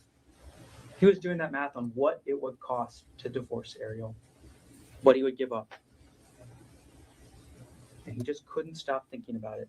He couldn't stop thinking about this emotional affair that he's built up in his head. And because he couldn't stop thinking about it, he made a plan. He made his plan to kill Arielle. The beating. Plan C, the third substantial step, the one that's the most visible, the one where she got these injuries. Oh God, do you guys hear the defense attorney sighing? He picked it up. He swung at Arielle again and again and again and again and again. That many swings shows that the intent was not just to hurt. It was not just to defend. The intent was to end her life. That's what the number of swings tells you in this case. Arielle's only relief, the only thing that stopped him, was the defendant being caught in the act. It was the intervention of Amanda Morris and Sarah Bucksbaum. That's it. Sorry, So I had to with look the up. confession. 10:42 a.m., just a couple minutes after this happened, the defendant calls Emile. It's a video call, not a phone call. So Emile could see what the defendant was saying. Right now. He could see the defendant's face. He could see the defendant's mouth moving. There's no gray area with this confession. As Emile testified, he has no doubt about what the defendant told him. There's no phantom gust of wind that came up. There's nothing like that. The defendant confessed to Emile. He told Emile that he tried to kill Arielle. He told Emile why. He told Emile that Arielle got away. He told Emile that Arielle was having an affair. That doesn't sound like a goodbye suicide message, does it? He told Emile that he was at the end of this rope. And think back to the last thing that the defendant told Arielle before he tried to kill her. He told Arielle, I'm sick of this shit. That's corroborated that he's at the end of his rope. Same idea. What didn't he tell the defendant? What didn't the defendant tell Emile? Nothing about self-defense. Nothing about Arielle attacking him. Nothing about what he testified to you. Is that reasonable? Does that make sense?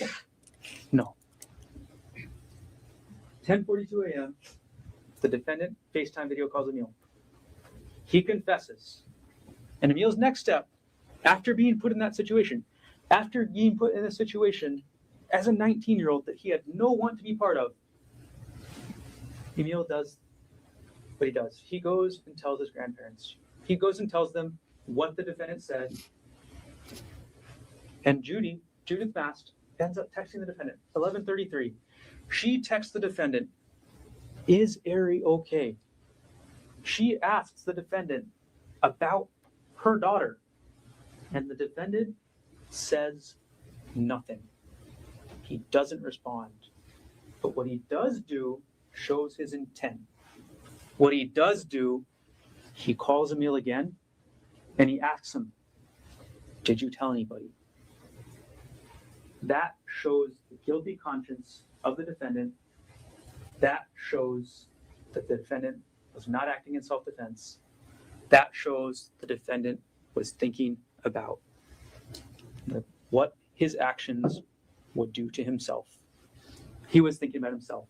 He wasn't thinking about Arielle. He wasn't thinking about her condition. It was only himself. So, ladies and gentlemen, there's one verdict and only one verdict that does these things. There's one verdict that holds the defendant accountable for what he intended to do, for what he tried to do to Arielle. There's one verdict that's supported by the physical evidence, the digital evidence, the corroborated testimony of witnesses, and the defendant's own confession. There's only one verdict that's corroborated that makes sense with all of that. There's only one verdict that the evidence and justice demands. And that verdict is that you find the defendant guilty as charged of attempted murder in the second degree. Thank you.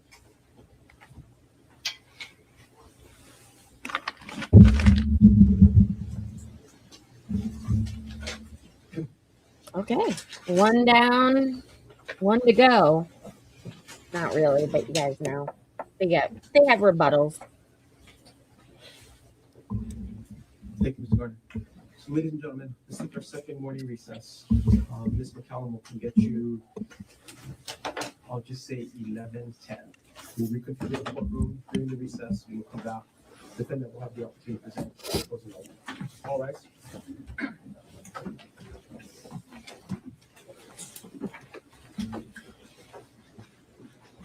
I don't know if you guys can see this, but those last 5 minutes, I had to have a family member make a eye doctor appointment with me because the things on my glasses, like where my nose is, it's super sore and it's really red. It's weird that it would just now start bothering me, though. That's kind of weird. Okay, going over the considering I've had the glasses for like 4 years. Let's go over your comments. The defendant's calls were so horrible. Didn't he threaten to off himself too? Super manipulative. Yeah, so he basically told his son, who I believe was 18 at the time, or 17 or 18, he said, I'm going to jump. And I've been struggling for a while. And Arielle, and by the way, it's my understanding she pronounces her name Arielle, not Ariel. So probably something someone should look into. But him involving his son in this was just not the move. I don't know what he was trying to glean from this, but not a good idea. And I see someone's asking, oh, my bad, sorry. Hello, friends. Okay, what exactly did this guy do? Can someone give me some more details so I can Google it, please? All right, Dana, this is the Hawaii v. Gerhardt Konig trial.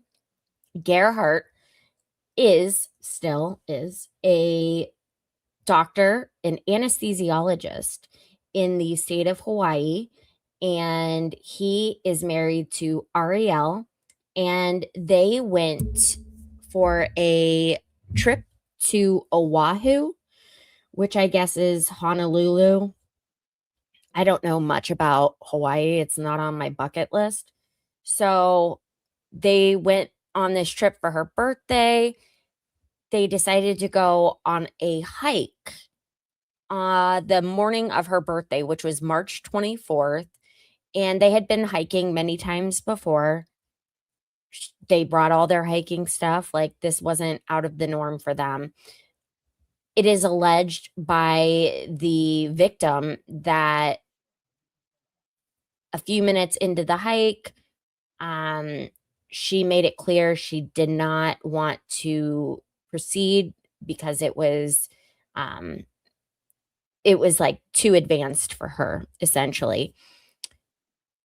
He gets mad and a fight ensues, and he uses a lava rock to beat her upside the head. And if you go back and watch the state's case, you can see how bad the video or the photos are of the victim. Also, this doctor claims that he was just trying to like defend himself. So there were also allegations about a medication syringe and vial being there, and him allegedly trying to poke her with it before trying to throw her off the mountain. But I don't know. They never found the syringe. They never found the medication. So in my mind, I haven't, like, I don't even consider that. It's not a fact to me. It's just an allegation. And I'm certain if any one of you guys were unfortunate enough to find yourself in a position where people were having to judge you on something, you would want them to judge you on the facts and not the accusations, right? So that's the way I've tried to look at this. Looking to see what all the comments were. What are you guys talking about with aerosol?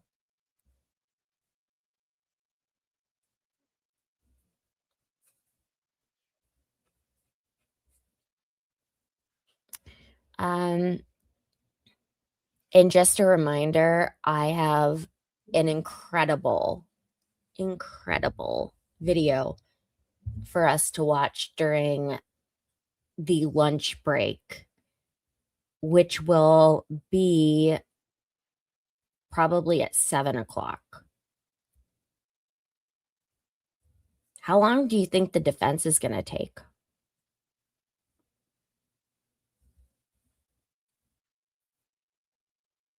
I bet he's going to go on and on and on. And then the state has a rebuttal, and then the defense gets to have their rebuttal because of the extreme emotional distress claim.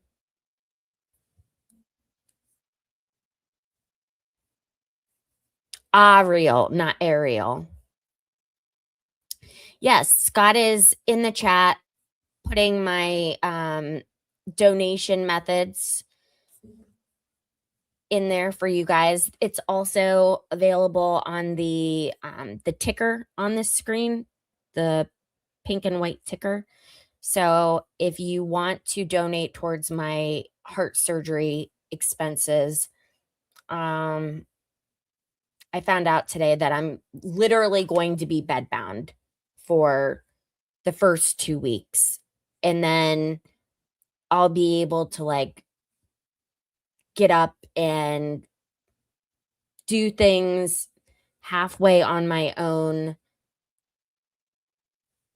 after the first 2 weeks, but for like 6 weeks. And then in 6 weeks, I begin like physical occupational therapy, and it'll be about 6 months, 6 to 8 months before I'm like totally back to normal. That's just, I was not expecting to hear that. I thought it was going to be much faster. Hi, Vay. Yes, and if you are watching on your phones, by the way, please double tap your screen and you should see a big thumbs up. If you don't see the thumbs up, tap your screen once, and on the upper right-hand corner of your phone screen, you should see 3 little dots. You click that and it'll show you like my face, my channel, subscribe and like. Make sure that you subscribe and you like so that you can join us every Tuesday through Friday beginning at 3:45 p.m. Eastern. I see we are back in the courtroom, getting ready for it. I have one of my goal today is to have 10 people donate $10. If you are in the position to do that, I would be extremely thankful. I only need 8 people. I've had a $20 donation today. So if you are interested in helping out, you can super chat that or become a member. That counts too. And or the other ways. In defense of marriage, is it okay to cheat on your spouse without consequence? Okay, well, I certainly don't think that physical consequences are appropriate in any situation. But I'm not comfortable with like the fact that she had 10,000 deleted texts. I don't like that. I'm sure you guys are questionable about it too. But I don't think she should be hurt. Mr. Garner, you wanted to take up objections to defendant's proposed closing slides. Yes, Your Honor. The first is on slide number 14 on page 5 of the printout that defense counsel handed both of us. It's a slide that says examples of deceptive behavior. I do believe this is impermissible argument that is essentially stating that Arielle has been deceptive in the past. It's an argument that is trying to make a 404 argument that says that she is deceptive now. That is the one reason under HRE 404 that you cannot use prior bad act evidence for, is explicitly stated that you are not allowed to use prior bad act evidence to show conformity with therewith. And that's exactly what this slide is attempting to do. So we strenuously object to introducing this, using this slide, using this argument that is against the rules of evidence. It's asking the jury to consider something evidence for an inadmissible purpose. So I do believe that's not appropriate. And that's the first objection. We'll start with Arielle. Your Honor, obviously her credibility is at issue, and there's been multiple examples in this case that has come up in the evidence about deceptive behavior, and it is critical, obviously, that we be able to point that out. So I've never heard of, we can't point out in closing how a complainant has been deceptive or dishonest. I mean, he just spent half an hour saying how Gerhardt was dishonest. So obviously that's fair game in any closing argument. Obviously. The issue is not commenting on the evidence. It's inviting the jury to not follow the law. That's the issue here. They are allowed to comment on the evidence that was introduced at trial, and I understand that. But what this is asking is not that. It's asking the jury to consider this evidence as, again, under the only improper purpose under 404B, conformity. State's objections overruled. The defendant will be allowed to argue the complainant witness's credibility. It might be inadmissible under 404 with no exception of 404B, but there is the avenue of admissibility to found credibility in specific instances of conduct in those 6 weeks. So the state's objections overruled. The other objection from the state is somewhat throughout the defendant's proposed closing argument. There appears to be snippets of transcripts, and they appear to have been, some of them highlighted, some of them not. As the court and everybody here is well aware, the jury will not have transcripts available when they go into deliberations. They won't, and these transcripts are purported to be of the testimony during the trial. So they're not transcripts that were identified as exhibits and introduced into the trial. They're transcripts of the testimony of the trial. Everyone's aware the first question the jury always asks after going to deliberations is, can we have a transcript of the witness's testimony? And the answer is always, transcripts are not available. So it's not fair to the jury. Where's Dana to saying put something? these, I'm confused. essentially unmarked exhibits into the PowerPoint. It does give undue weight to what that is, especially consider the jury is instructed to remember the evidence on their own rather than what the court reporter may have written, that it essentially gets around that instruction that the court gave to the jury. It puts undue weight on only these portions that the defense wants to put weight on. So I do believe it's not appropriate for transcripts to be referenced, trial testimony transcripts to be referenced in closing argument. Can we drill down on that a little bit more, Mr. Carter? The real Stop. objection Do is not bite the me. form with which they're This displayed. cat. If there wasn't question and answer, and it was just not even a paraphrasing, if it was Go just lay down. verbatim testimony without the Q and A descriptions, that would not be objectionable. That's correct. And that's why putting it in, this format with the new Courier font, when it's clearly a transcript written by somebody else, gives it undue weight. It takes away that. Sorry, it's not the font. Only we know it's Courier font, but it's the format of the Q and A. Yes. Coco? That's the main reason. Okay, Mr. No. Your Honor, I've done this in many trials. It's pretty commonplace. I've done it in civil trials. I've done it in criminal trials. We took the time and money to order the dailies, and it's what was said in court. It's the best evidence of what was said. And I'm just, whether it's in that format or another format, it's the same substance. There's nothing improper about doing this. I've done it many times in many courts. They have the option to order the transcripts and use their government resources to pay for it. They chose not to. And so this is what was said in court. And I'm not taking it out of context. I'm not going to argue it inappropriately. I'm not. I mean, it's just what was said. It's. I don't know. What font it's in or what. Like it's. So this is. It is what was said, and we chose to order it and pay for it, and I've done it many times. I'm not aware of any rule that says we can't do this. So I'm asking that the objection be overruled and we get on. It's just sitting here on this desk, swatting at things. Coco. Anything else you want to add, Mr. Carter? No.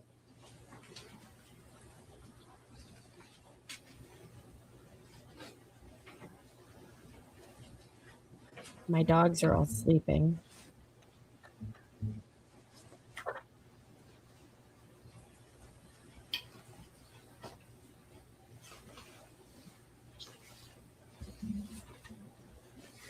I can't believe the judge is like, The slides with the transcripts and the other transcripts get down. are not, they're the actual transcripts as represented by counsel. It's She, not like, misrepresentation of it. Viper went after me there. Or paraphrasing of it. Well, I'm uncomfortable about the form. At this point in time, I'll overrule the objection and allow the parties to proceed. Thank you, Your Honor. What has been provided to court will be made part of the record to document the state's objections. It will be the court's exhibit 1 for trial. And be part of the record. And Your Honor, I did show the state some demonstrative. I would like, Dana, I don't believe that an objection, but it's going to be facing away from you, so I'll show it to you now. Please. This is the first one. Accurately describes page 2 of the instructions. Okay. And then, oh shoot. All right, Hi. this is the second one. He came for the cat. She gone. To these two demonstrable aids, no objections. Anything else we should take up before the jury? Hey, people over on X, please No. make sure to give this a heart and Actually, retweet. Thank you. Oh, Really quick. Sorry. On the record, it's fine. Off record? On record. thank you so much, Madalena. And you have done such an incredible job with your English here. I am very, very impressed. So thank you so very much for the gracious donation. I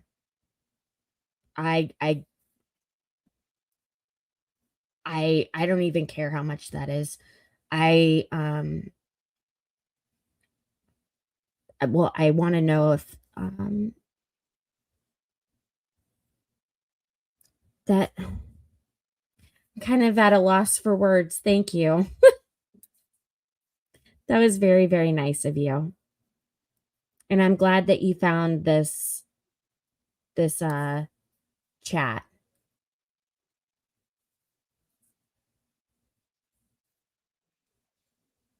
You guys are just so great. $10. Thank you. So we just need 7 more people. 7 more people. If you are able to donate $10, that would be so greatly appreciated. Wow.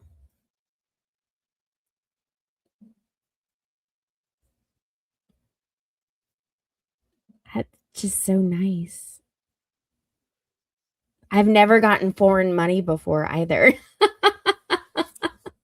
You are my first, Madalena, and that's such a pretty name. I didn't know how to react. Like, it's foreign money. Thank you. Hello, Ireland. And yes, God bless Madalena. And the fact that she's been in this chat in English is not her first language. Same with Jennifer. It's just like,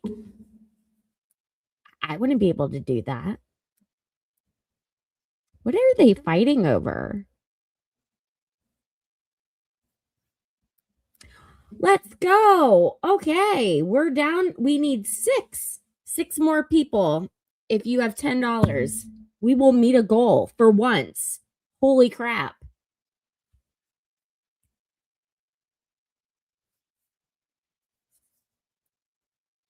Holy smokes.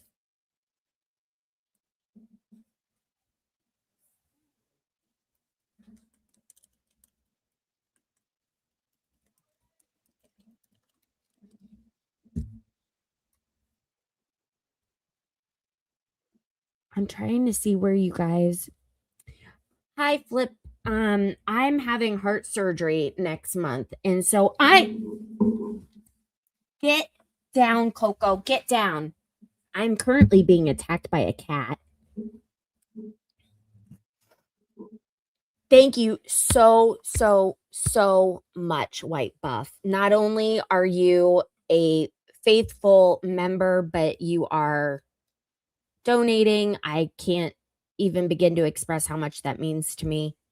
But to go back to answering that question, I am having surgery on an artery of my heart, and I'm going to be down and out for a while, Ladies and gentlemen, thank you very much. a lot longer than I had anticipated.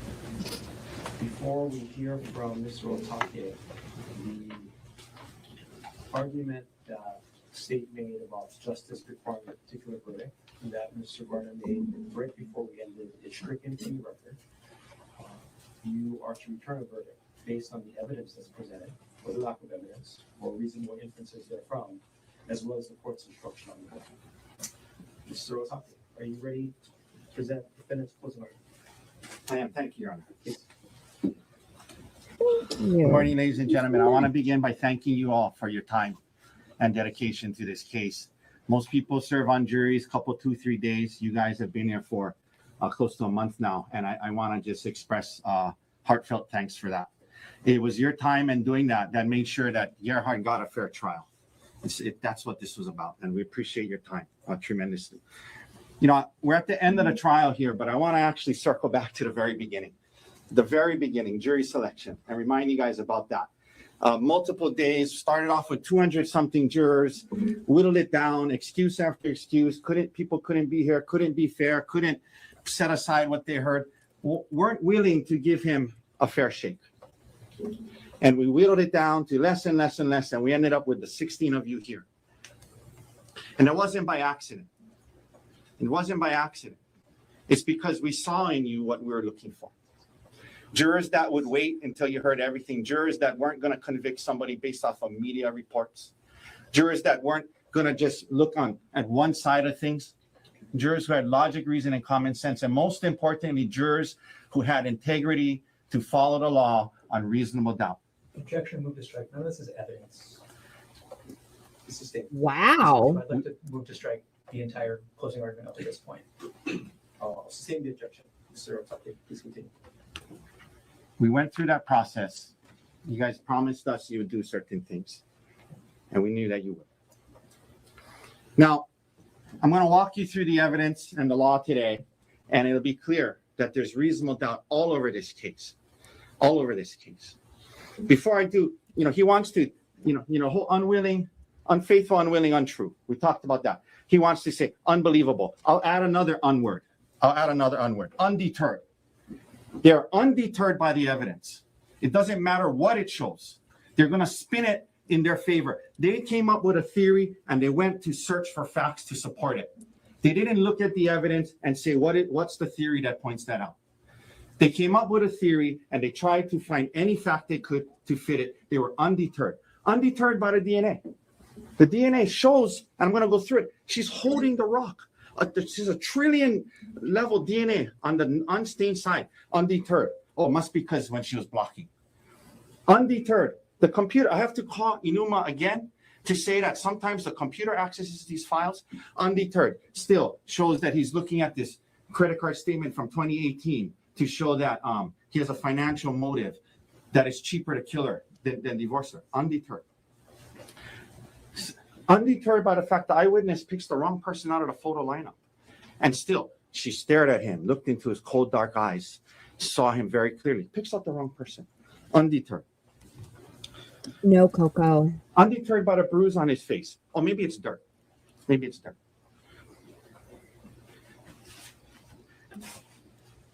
Someone's laughing. Evidence should lead to theories.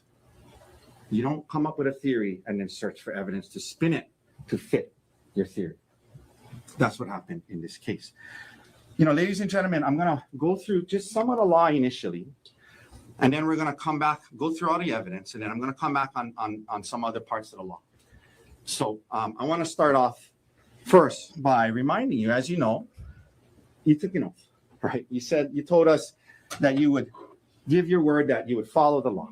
You'd follow the law, and we know that you will. I got to go feed I this want to cat. start. You can follow along in your instructions if you want. I'm just going to start on page 2. Page 2. I talked to you at the beginning about these 3 principles of justice and fairness that keep our system safe for all of us. Anytime the government waves its accusatory finger at anyone, these principles kick in, and it's a safeguard. It's a safeguard, and that's summarized on page 2. You must presume the defendant is innocent of the charge against him. This presumption remains with the defendant throughout the trial of the case unless and until the prosecution proves the defendant guilty beyond a reasonable doubt. The presumption of innocence is not a mere slogan. Not a mere slogan, but an essential part of the law that is binding upon you. It's binding on you. It places upon the prosecution the duty of proving every material element of the offense charge against the defendant beyond a reasonable doubt. Now, I'm a visual learner. I had this chart earlier to help you guys understand how that works. We talked about how The presumption of innocence, you don't start in the middle. You don't start in the middle. It requires that you start here. You start here. It requires that. And then there's a gap, and it's a proof gap. This has to be filled with proof beyond a reasonable doubt before you even step this way. Before you even step this way. If there's no proof beyond a reasonable doubt, you don't move. You don't move. And let's look what a reasonable doubt is.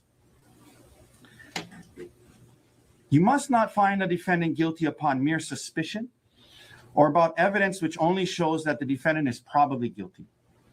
Probably guilty is not good enough under the law that you took an oath to uphold.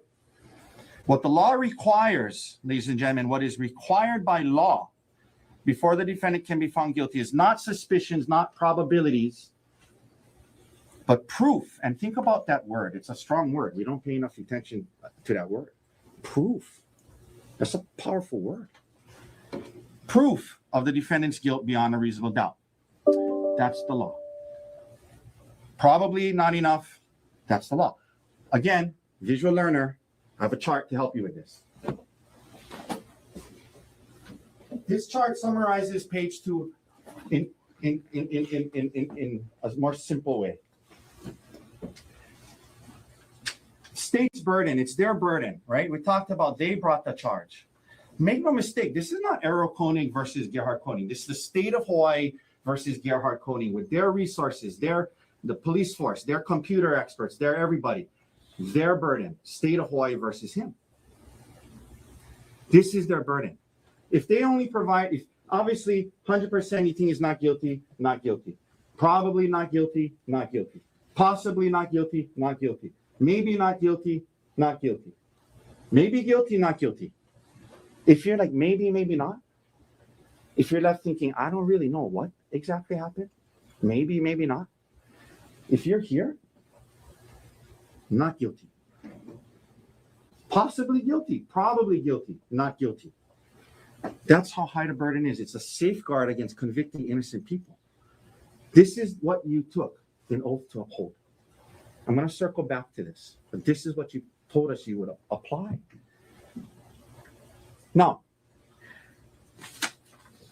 I'm going to go through more of the law later, but just very quickly, the law on attempted murder, the elements are on page 14. Page 14. Before we go through the evidence, page 14. Second paragraph. A person commits the offense of attempted murder in the second degree if he intentionally engages in conduct which, under the circumstances as he believes them to be, is a substantial step in the course of conduct intended or known to cause the death of another person. That his intentions was to kill her. That was his intentions all along. That's what they have to show. It goes down, paragraph 1, the elements. The defendant intentionally engaged in conduct. And 2, the conduct under the circumstances as the defendant believed them to be was a substantial step in the course of conduct intended or known to be practically certain by the defendant to cause the death of Arielle Konig. That's what they have to prove, more than maybe, more than possibly, more than probably. That his intention and his knowledge was practically certain he was going to kill her. That's their burden. That's what they have to prove. We'll come back to this. There is an instruction on self-defense. I'm going to talk about that at the end after we go through the evidence. They are the included offenses. I'll walk you through those as well. But let's now look at the evidence, and it'll be clear there is just massive amounts of reasonable doubt. So the first That thing, is a nice chart. one second here. I like a good chart. This Way issue more than a PowerPoint. about, was this planned? Okay. Was this planned? This big plan, he just went through this motive that Gerhardt Konig, you got to know him, that he came up with this plan in late December that it was going to be cheaper to kill her than divorce her. Was this plan? Let's look at the evidence. Is there a reasonable doubt about that? Let's walk you through that. First of all, she brought up the idea of going on a trip to Oahu. That was her idea. Why would that be the plan? If you're planning on killing somebody, you're an anesthesiologist, you have access to, as they fault him for being a doctor, I'm going to get into that a little later, having these things at home that he uses to save people's lives, that your plan is, let me not stay on Maui where there's probably 800,000 less people and more secluded areas. Let me sneak syringes through TSA onto an airplane, come to the busiest island there is in Hawaii, 1 million people, go to a place, a trail, a parking lot I've never been to, that I'm not familiar with, and in broad daylight, 4 minutes from a very busy parking lot, I want to try and kill her. That's the plan. That makes absolutely no sense. Logic, reason, common sense. Why would you do that? It even has colors. The life insurance issue. Well, this is the busy parking lot. So I apologize. You saw this in, Must have cost them $100. This was the plan to come here. With all these cars, all these people, he says 99% don't hike or whatever. He didn't know that. He put in here, this is the plan, according to them, that he's going to come to this unknown place with all these people, all these cars, and try to kill his wife instead of just doing it on Maui. That's the plan, according to them. The life insurance issue. Now, this shows two things. I mean, we're going to get into later about how he told her about it that morning, and she learned that morning if something happened to him, she would get $1.5 million. But it's relevant in another way. If in December and January and February, you're planning to kill your wife, why are you going through the process of obtaining $1.5 million on your life for her? That's not the sign of somebody plotting to kill somebody. That's a sign of somebody trying to work on, okay, look, we got to figure this out for our kids. And if something happens, there's, he's not planning to kill her. Now, the birthday card. He writes this morning. It's the only time she got emotional because she knows it was genuine. And I'm going to talk about that more later. He writes this. There isn't an obstacle in this world too hard for me to fight through for you. I would take on anything just to see your smile. You're one of the kindest, most giving and selfless people I know. Putting others before yourself. So much love. You're the heart of our family, fun, fearless, and a terrific mom. The kids and I hit the jackpot with you. He meant that. You don't write a letter like this because if you're planning to kill somebody 2 hours later. There was no plan. There was no plan. The Fed reservation. He made a reservation to go to dinner that night. He's not planning on killing anybody. There was no plan. This is from that day. They're having a great trip. They had gone through some rough times, but they were making some progress, in part because they weren't really talking about it. And that's why she felt comfortable. I'm not saying she was trying to hook up with Miller again. She wanted to travel for work. And that's why she felt comfortable bringing, hey, we've been making progress, but, I got to travel for work, No. And then she says, my mom can come with me. That's what Gerhardt told you about. So this is them on the trip right the day before. This so-called big plan. There was no big plan. Now, why are they committed to saying that there was this pre-plan and financial motive? Well, because of course, it makes no sense anyone would have syringes on this hike unless this thing was pre-planned from earlier. So they have to stick to that, even though it makes absolutely no sense. There was no plan. And I got to tell you, I got to tell you, okay.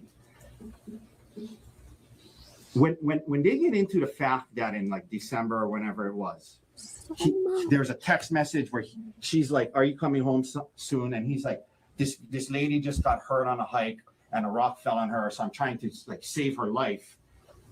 The fact that they're trying to say that at that time, the light bulb went on in his head and he was like, I got it. I can kill her on a hike with a rock. That's ridiculous. That's ridiculous. And I moved to strike. Oh my God, he just said that out loud. Okay. Well, okay. That's what he was pointing out. Objection against an improper argument. Sustain. The idea that he came up with this plan because he was trying to save a patient's life who was hurt with a rock on a hike is ludicrous.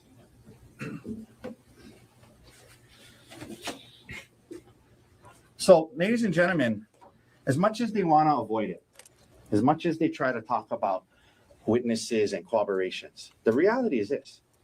What happened on the mountain before the hikers got there, it is essentially she said, he said. The witnesses told you. They didn't see much. One witness only saw one hit. The other didn't see a hit at all. One of them picks up the wrong person in the photo lineup. Okay. Everything before that, they told you they can't say what happened. They don't know how it started. It's she said, he said. Now, Thank you again so by the much, way, Clipper these Champ. witnesses who apparently stood there and stared at him for 30 seconds, looking into his deep, cold eyes, they didn't see no syringes on the ground. You know, the one she says she flicked out of his hand that landed right there? They're nurses. They didn't see that because it didn't happen. The point is, ladies and gentlemen, when it's your burden of proof, it's this high, and it is she said, he said. Your she said. Better not offend logic, reason, and common sense. Better not offend be contradicted by the physical evidence. Better not be highly motivated. Better not have examples of many times where she was deceptive to the police and to you. And all of those are present with her testimony. I'm going to walk you through that. Now, logic, reason, and common sense. The bottom line is Arielle Konig is not reliable. She's not reliable. We talk about credibility. The question is reliability. Okay? Logic, reason, and common sense. We don't ask you to leave that at the door. We want you to bring that in here and look at what was said. Let's look at what she said, right? I mean, basically she's saying she wouldn't take the selfie, and then he was like, I'm tired of this shit. Let me throw you off the cliff. And then he tries to stab her with a syringe as he's loading it first, and then he bashes her up to 10 times. That's her story. Okay. First of all, the way she describes it makes it sound like he had multiple arms, like an octopus. She says that she's covering, he's on top of her, covering her mouth, and then he has a syringe, and then he's loading he has a vial, and he's loading it, but he's holding her down.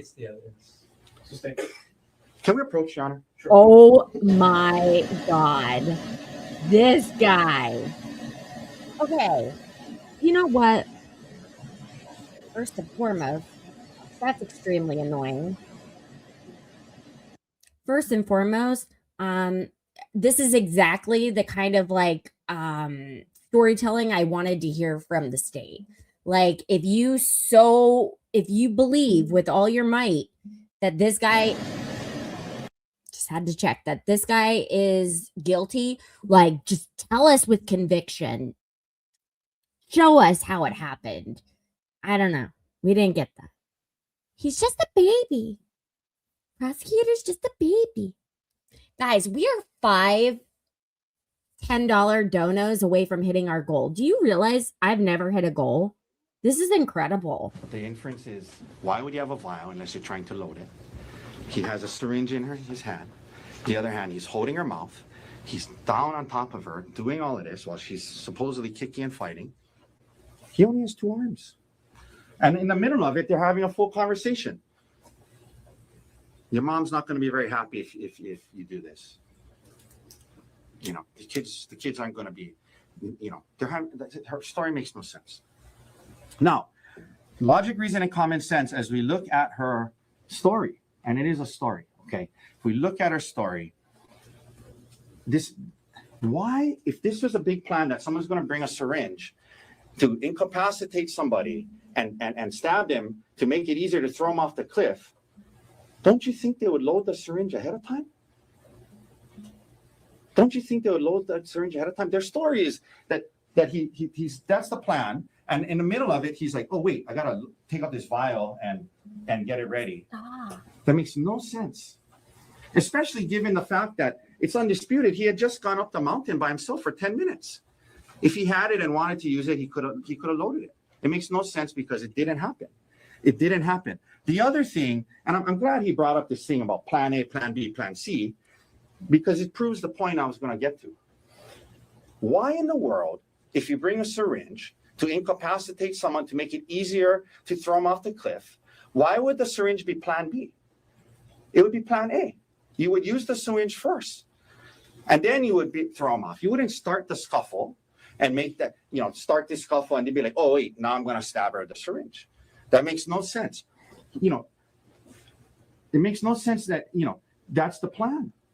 he knows they could, if something like that happened, he's a doctor, and toxicology report would show propofol in her thing, in her blood, you know, that this is. Objection, not evidence. It makes no sense that he would start the scuffle before using a syringe if that was his big plan, because it didn't happen. This idea that she could just flick the syringe out of his hand, he's holding it tight, according to her, just flicks it. None of that makes any sense. You know, this idea about, well, he hid evidence. The rock is found right there. We don't know exactly where because HPD should have photographed it before they moved it. But why would he get rid of the syringes and leave the rock? None of that makes any sense. Exactly. And then, White of Ball. course, we get into him leaving her on the mountain. Leaving her on the mountain. If this is the big plan to use this hike as an opportunity to throw her off and kill her, why would he walk away and leave her there alone thinking he's going back to the car? And they're trying to say, well, you know, all kinds of things about that. But the reality is this. All kinds of things about that. Even though it's not true, if he went off on his own, because if she said, well, it's too high, I'm getting a little scared, and his plan was to kill her, he wouldn't leave her. He would say, okay, you know what, that's fine, but let's just at least go over here and take a selfie and then try to throw her off, right? He wouldn't have left her for that reason. If he was planning to try and throw her, he would have stayed with her. And then her rationale, it went, you know, to get around the idea that undisputable that she clearly said when he got back, she told the detective that he said, oh, you're still here. He was surprised that she was still there. She says, well, he knew I meant I was going to go exploring in that area. Where was there to explore? We heard from witness after witness. It was you either go up or you go down. You don't go off and go exploring. That was her way to try and cover up. That it was clear he left her thinking she was going back to the car. What is he doing? Which you wouldn't do if you had a plan to kill somebody by throwing him off the cliff. PSA, we've all been through it. Sharp metal syringe objects, sharp objects, not going to work. Not going to work. Logic, reason, common sense that he has this intent to kill her, but then he lets her crawl away. He lets her go down to the witnesses. Doesn't come after. Doesn't make any sense. Her demeanor. They say, oh, she was very matter of fact and just told it. Ask yourself, if someone's describing what should have been the most horrific thing they've ever been through, bloody murder, someone's trying to stab you with a syringe, a monster's trying to throw you off a cliff. When you're recounting that, you might get a little emotional. Not at all. And she's not just someone who doesn't get emotional, because we saw her get emotional when we showed her the card. When she read the birthday card, she got emotional. I submit to you that was probably guilt, but whatever it was, she knew it was genuine, and she showed an ability to show emotion. That was real. The card was real.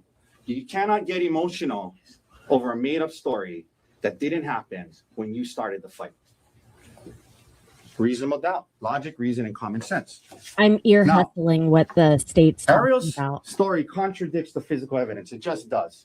And this is a huge problem for them. And they try to come up at the last minute with, well, maybe when blocking it, her DNA got on it. But let's talk about that.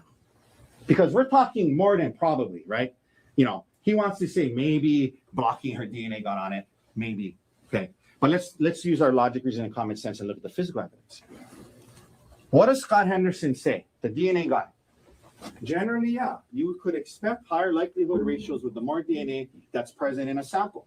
The more DNA present in the sample, you can expect a higher ratio, yes? Generally speaking, yes. The more someone's DNA is on the sample, the higher the number. Higher the number. He then goes on, we learn from him and Amarin, that, very important, the rock. Swabbing from the unstained area. There was a stained area that looked like blood, and there was the unstained other side. They swabbed the blood. They tested. Of course, it's Arielle's blood. I told you that in opening statement, right? The blood side was Arielle. The unstained side, they don't test for blood. They test for human skin cell touch DNA from people holding objects, they told you, okay? The unstained side had a profile for two people, Arielle and Gerhardt. Arielle's number was 1 trillion. His was 290. Let's go back to what Henderson said. The more Yeah, DNA guys, let's present on like the sample, you video. expect a higher ratio. Yes, yes. Please. 1 trillion to 290. The rock was in her hand. The rock was in her hand. The DNA shows that.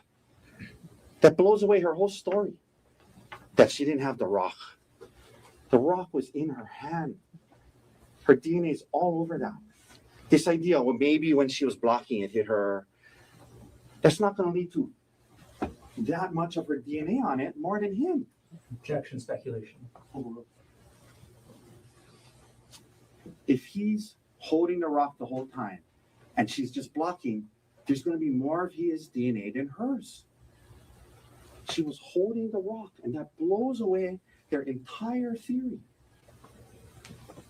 Scientifically, I asked Amaran, what about scientific evidence, Miss Amaran? And we talked about it. It's unmotivated. Scientific evidence is not trying to get full custody. His retirement.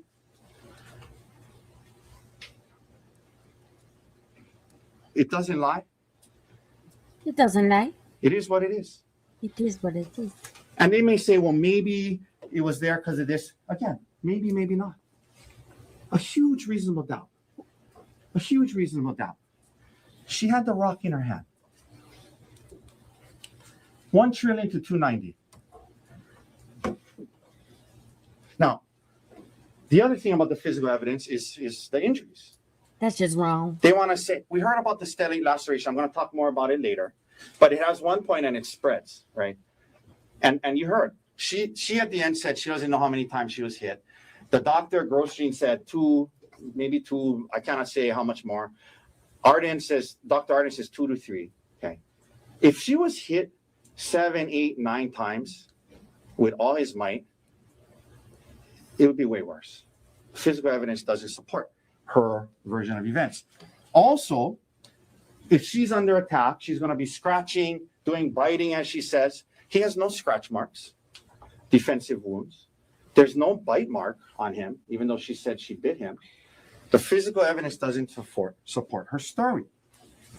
And that's a huge problem when it's the she said, he said, and this is your burden. Natasha That's does a not huge problem. agree. Further problematic is the examples of deceptive behavior that we saw through her.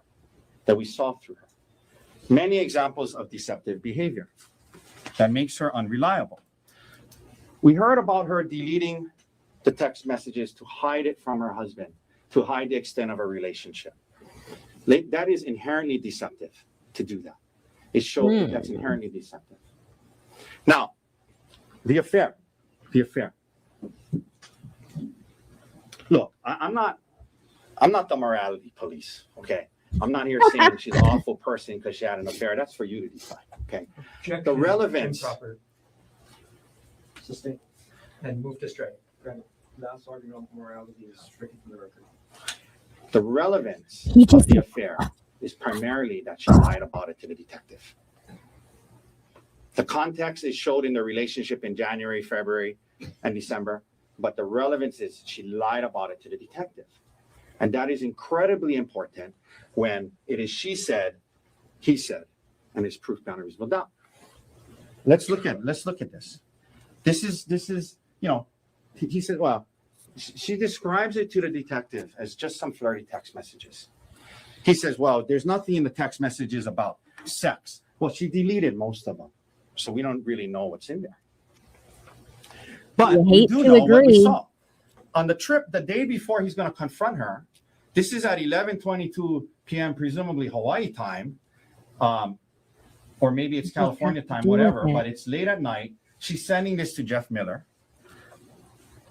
Jeff Miller is sending her this. They have a nickname for Gerhardt Konig, which is that radiology nuclear or whatever. Uranium. They call that's I have Konig. They have a code word to let each other know when he's around. She's listening to an audiobook, How to Help My Spouse Heal from My Affair. That's what she's listening to. He says to her, you're engaged and continue an elaborate secret affair instead of coming to me asking to work on our relationship. And her response is, if anything, I learned how stupid it was this time and I know how to make sure it doesn't happen again. Thank you That's her so response. much, Bob. Now, to the detective, no affair, just some flirty text messages. To you guys, no affair, just some flirty text messages. You saw 12/1, December 1st, all day long on a Sunday. Good morning, all day long, all day long, all day long, good night. And that's how she says it to the detective. She was misrepresenting, deceptive, lying to the detective. Further examples of deceptive behavior is what she does with her primary care doctor and the records. After the fact, she tells her primary care doctor in an email to add, can you add traumatic brain injury? I want to make sure the documentation is consistent between my care at Queens back here in Mount. And that's the important part. Why is that important? Because, number one, she says she doesn't recall reviewing the Queens records. The Queens records doesn't mention traumatic brain injury. Arden told you that, the two doc. Don't you think if traumatic brain injury was in a Queens records, they would have asked Grosjean or Carlton Whitney that? It wasn't in there. So this shows she is not just asking the primary care doctor to do this, she's deceiving the primary care doctor into believing that the Queens record said traumatic brain injury. So the PCP will be like, oh, okay, I'll add it. It's deceptive behavior. It's incredibly misleading. Now, she says she's surprised about the work bag. She's surprised about the work bag. Oh, I didn't know. She knew he had it there. She knew there was syringes and vials in there. She calls her attorney. And then they turn it in and say, oh, surprise, look what I found. She knew it was there. She knew it was there. She lied about that. She lied about her affair. She lied to her primary care doctor. There is I really like quotes. So there's an author, famous author by the name of Samuel Clemens. Most of us know him better as Mark Twain. Mark Twain was giving a speech once to some young people about the dangers of being untruthful. And what he said was, you ought to be very careful about lying. Because once caught, you can never again be, in the eyes of the good and the pure, what you were before. Objection to improper argument. Overruled. You guys come in here, you give people the benefit of the doubt. They come in here, you say, I'll hear them all. And then they lie about different things. They deceive. In the eyes of the good and pure of all of you, you can't look at her the same again. It's dangerous. It's dangerous. If she's going to manipulate her PCP doctor, if she's going to be deceptive to the detective, do you think for a second she would hesitate to be that way with you?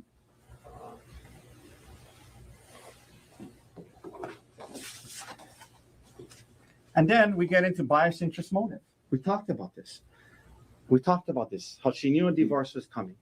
She wanted full custody, how they're using these allegations against him to get full custody, to make it where he can't ever see his kids again, to get half his retirement, to get all of the house, things that she might not get.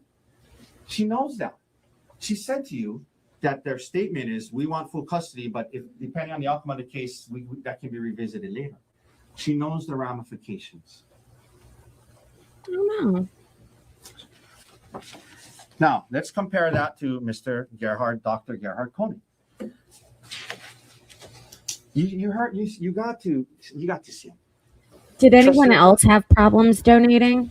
Trust what you know about people. Is he somebody that is a monster that came up with this plan to stab his wife and throw her off a cliff? Is that the sense you got from him? Ooh. Or was he a hurt human being struggling with infidelity but trying his best? They talked about his parents, how they moved from South Africa. Thank you. He was young. He worked really hard to become a doctor.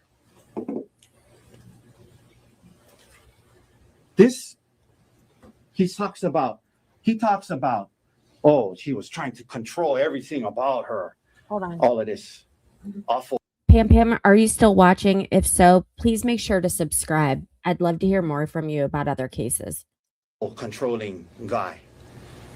What does she say? Prior to December, you generally describe your marriage as good, right? Yes, sir. This is what Arielle said. You don't describe your marriage as good if somebody is a controlling, coercive, violent person. There's a lot embedded in this. You don't describe it as a good marriage if somebody's, unless they're a good dad. Look, domestic violence is horrible. Hold on. There's some awful. I don't know what happened there. Okay. All right. We're okay. Men out there that use their power, control, financial means to control women in improper ways. This is not him. That's not him. She wouldn't say it was a good marriage if he was like that. His version of events, they fault him for wanting to see her phone and things like that. The audiobook said that's what it takes. This is Arielle. I asked you earlier, you understood the audiobooks you're listening to by these professionals says to give up privacy, give up access, get them to trust again. She says yes. They're faulting him for the professional advice, what is said. White Buffalo's right. He's not trying to deprive her of her career. He's trying to stop her from seeing the guy that she had an affair with. He was fine with her getting another job. That's a very human thing. Why would you be okay with her going back to work with the guy that she had an affair with? Now, he went into detective mode when he found out about the affair. That's a very human reaction. Very human. He was on the computer looking up Reddit and infidelity and getting some advice. It's not easy when your partner cheats on you. He's struggling with it. They're making some progress in January and February because counseling, she turns it not about the affair, but about other issues. But they're making progress. They're kind of heading in a good direction. They go on this hike. And it makes sense that at that hike, she brings up this issue. You guys really got me thinking. But hey, I got to travel for work. Okay, I got to travel for work. And this is a detail that you just can't make up, right? He says, then when they're fighting about it, she said, well, my mom can come with me to chaperone.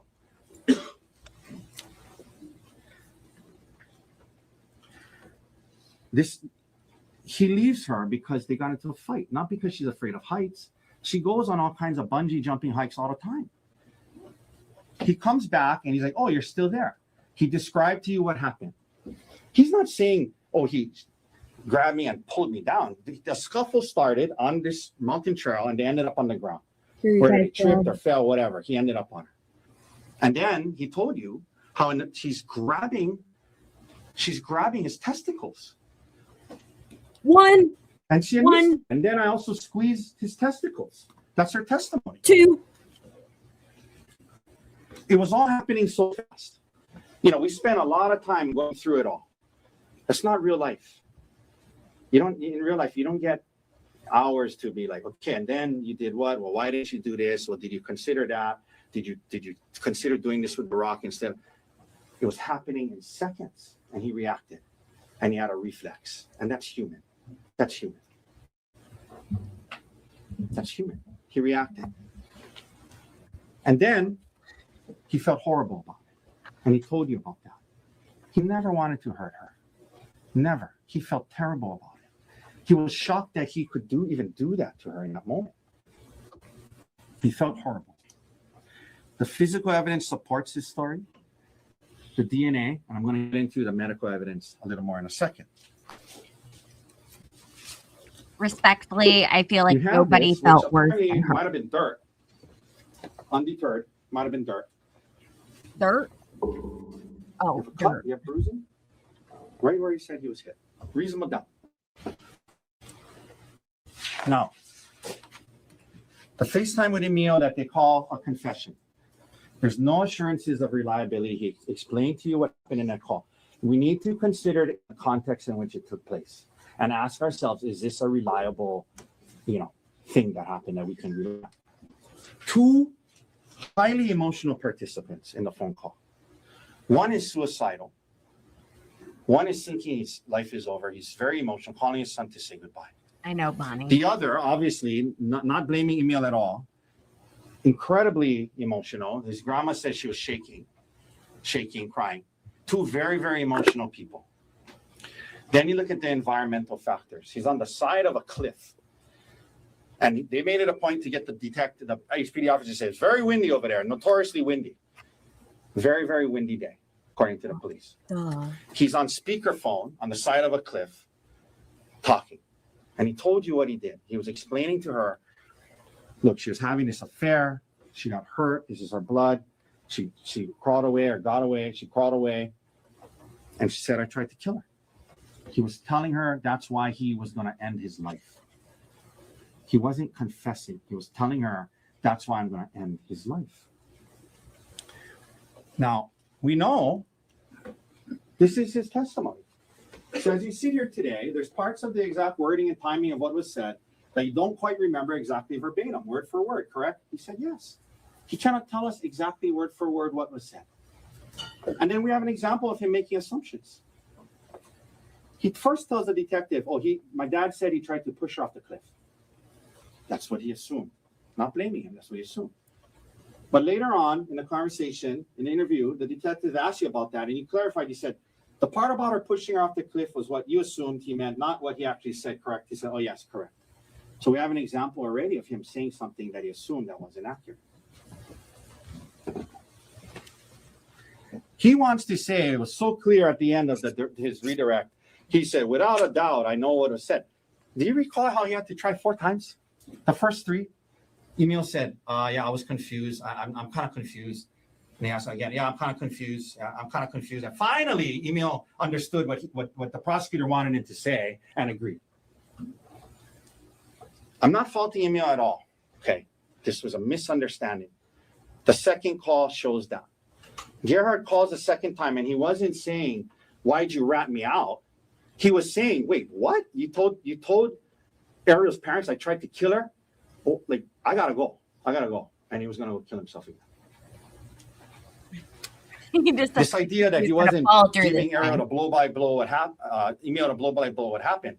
He was trying to say goodbye to his son. This is not a confession they're making it out to be. I just point out to you, it's not his fault. He's lived with Arielle the last year. He wants to be on Maui. He likes it here. He knows the only way he can stay here is living with her. We talked about her and her actions with the detective and the primary care doctor. He understood what the prosecutor wanted him to say after the 4th try. I also didn't like the primary care physician. Gerhardt's actions after the incident, they want to say it's consciousness of guilt. I say it's conscious. It's proof he's human. He went into deep despair. He couldn't believe that he could cause that kind of harm to the person that he loved. And that can coexist with defending himself in the moment, in that reaction. He felt horrible about it. He went into where he was suicidal. What he was saying to Emil on the phone was, I gotta go. I don't want the police to find me. It's because he wanted to keep open the option of killing himself, which was turning to be harder than he thought. He didn't want to get caught at that time because he was still thinking about jumping and killing himself. He wasn't evading the police for the purpose of, I don't want to get caught. He wanted to be able to kill himself and have that option. And we'll talk about when he turned himself in later. And that's why he did what he did with the SIM card. He didn't want the police to find him because he's thinking about killing himself. And this idea that in the middle of this suicidal place of being super emotional, that you open your SIM card, you bend a paperclip, open it, and you're going to take the time to put it back where it was instead of just leave it over there.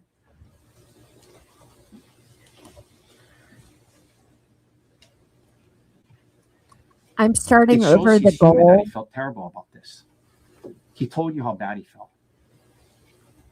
And that can coexist Maybe in not. self-defense. Now, this idea that he was fleeing from the cops, first of all, the officer didn't say we pulled up right next to him. Very clearly, they said we pulled up.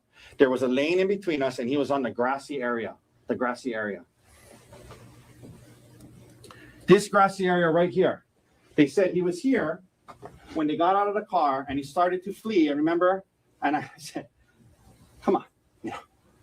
How the heck was he not going to get in the bushes if that were the case? And then, shockingly, the prosecutor asks him, well, you played D1 football, right, officer?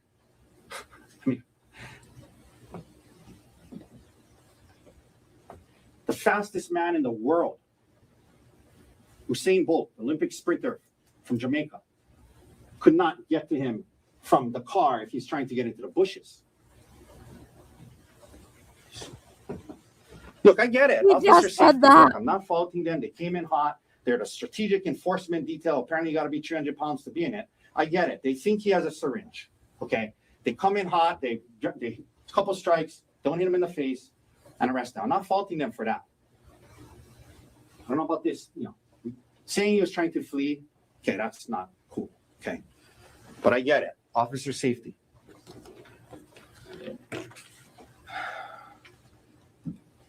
He has an injury. Look at this. It's dry blood and it's bruising. It's the kind of purple bruising that takes place hours later. When you first get an injury, it doesn't bruise. This happened earlier. Dry blood, purple bruising. That takes time to get to that point. A theory and search of facts. I talked to you guys about this. To try and use a computer to manufacture financial motive without telling us last week that sometimes, I'm sorry, how much time is that? Thank you. That sometimes the computer opens files and shows it was access. Don't you think that would have been fair to tell you guys that? Instead of leading you to believe that 100% Gerhardt looked at all of these things? Look, make no mistake, he said 80% of it he looked at. He's not hiding that. He's just, when he's up here saying, like, I don't remember at 3 a.m. looking at a 2018 Amex credit card statement that was in my old divorce file. And, but undeterred. It shows he had a financial motive. He was looking up how much his divorce costed him in the past. What? He makes a lot of money as a doctor.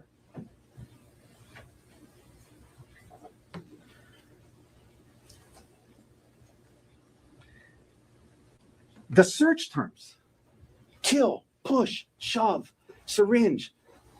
They're looking for the smoking gun. They have had it with his computer. Looking for the smoking gun. What do they find? No smoking gun. Just some search about hikes that you would search if you were truly just going on a hike. Again, maybe, maybe not. They're looking for a smoking gun. They don't find it. So what do?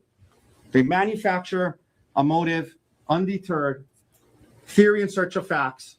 Oh, no smoking gun. But you know what? It shows he's looking at financial documents. He has a financial motive. What Maria just said. It's not fair. I submit to you that whatever they found on that computer, they would find some way to spin it. Just takes Whatever one. they found, they would find some way to spin it. That's not fair. Life ain't fair. The work bag. And this, I gotta say, he uses these tools and materials to save lives. And they want to fault him for having it? He's a doctor. He talked to you about why he has it on Maui, not on Oahu. He uses these things to save lives, not try and somehow poison his wife. And she knew he would take it from work every day. Now, self-defense, first thing you got to decide is whether or not this was deadly force that he used. We know it wasn't. And we're going to get into that in a second. But it doesn't matter either way because it's the same rock that she hit him with. So even if it was, even if you say it was deadly force, it was the force that was used against him. So it doesn't matter. It's the same rock. The only thing it does say about it, and this is the part that was incomplete, about the duty to retreat. It says, the use of deadly force is not justifiable if the defendant knows he can avoid the necessity of using such force with complete safety by retreating. You only have to retreat if you can do so safely. She's holding on to his testicles, hitting. 3. And it just talks about being reasonable. He used the same force that she used against him. And they want to say, well, look at the difference. How could it be the same rock? Obviously, if one gets hit cleaner than the other, the same rock can do that. You know, like I could throw something at a baseball at someone's head, and one it hits them in the face, and one it hits them in the arm. It's gonna cause you know, obviously it can be depending on how the direction, how hard the landing was. He stopped. He didn't keep going. What amount of force was used? We know, like I said earlier, we know what Arielle says she doesn't know. I don't know the exact number. They are downplaying what she said because they know it doesn't make sense. They're saying, oh, up to 10 times. So what does that mean? 6, 7, 8, 9? Doesn't mean 2. But now they know that doesn't make sense. She was hit 8, 9 times. And oh, maybe she meant less. She doesn't know. Grosjean says possibly 2, maybe more. I cannot tell you. Arden says 2 to 3. He says 2. Grosjean talks about, oh, there's rock in there or dirt. He's not a forensic pathologist. He didn't test the material to show like what it was. You know, her condition after. You saw her walking. She's walking on the hill. Okay. But more importantly, this is her talking after. And I'm going to ask you to do something with me now. If you could help me out here, either close your eyes or don't look at the screen and just listen to her voice.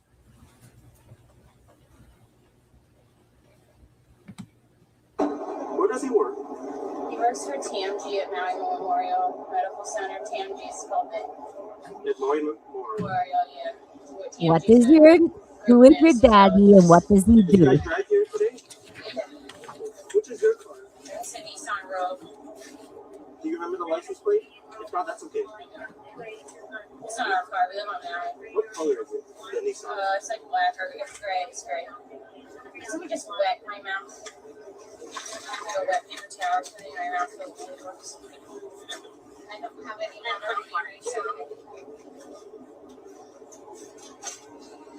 Sorry, I know. No, you're an angel. Trying to stop the bleeding until they get me. I know. I'm 24. What was Gerhardt wearing today? Wearing like a light gray shirt and Okay. Does she sound like she has a traumatic brain injury too? She sounds okay. Look, I'm not saying it wasn't a bad cut. And look, I'm not, you know, nobody wanted her to have that cut. I'm not saying it's not, you know, I'm just saying the level of force he used, you can see. It was, he talks about chunks missing from his scalp. No doctor said that. It was soft tissue. You heard from Dr. Arden, very credible man, that apparently for 14 grand is going to sacrifice his integrity. Obviously, he's not going to do that. He told you the blood is not a good indication of the severity. The blood is not a good indication of severity. No skull fractures, no soft tissue. The tip of her thumb, he said it was just the very tip. And sure, after the first hit, he puts her thumb, it hits it, just the tip is fractured. We heard about that. All 3 doctors agree. No substantial risk of death and no serious bodily under the law. All 3 said that. We talked about the stellate laceration. The Glasgow coma score was 15 out of 15. Triage, they waited a few hours outside because she wasn't in that serious of a condition. She had a bad laceration. They sewed it up. She went home the next day. And I don't mean to. He feels terrible that happened, but he wasn't trying to kill her. That's about the amount of force that was used. Now, her eye. Let's look at this photo. The orbital is the most fragile area there is. And he said, very fragile bone. If he hit her with that rock, it would have broke bones. There was a scuffle. They landed on the ground. They're fighting. There's elbows. He's going for the rock. They're fighting for it. There's no doubt her eye got hurt in this thing. But he didn't smash her eye with the rock the way they want you to believe.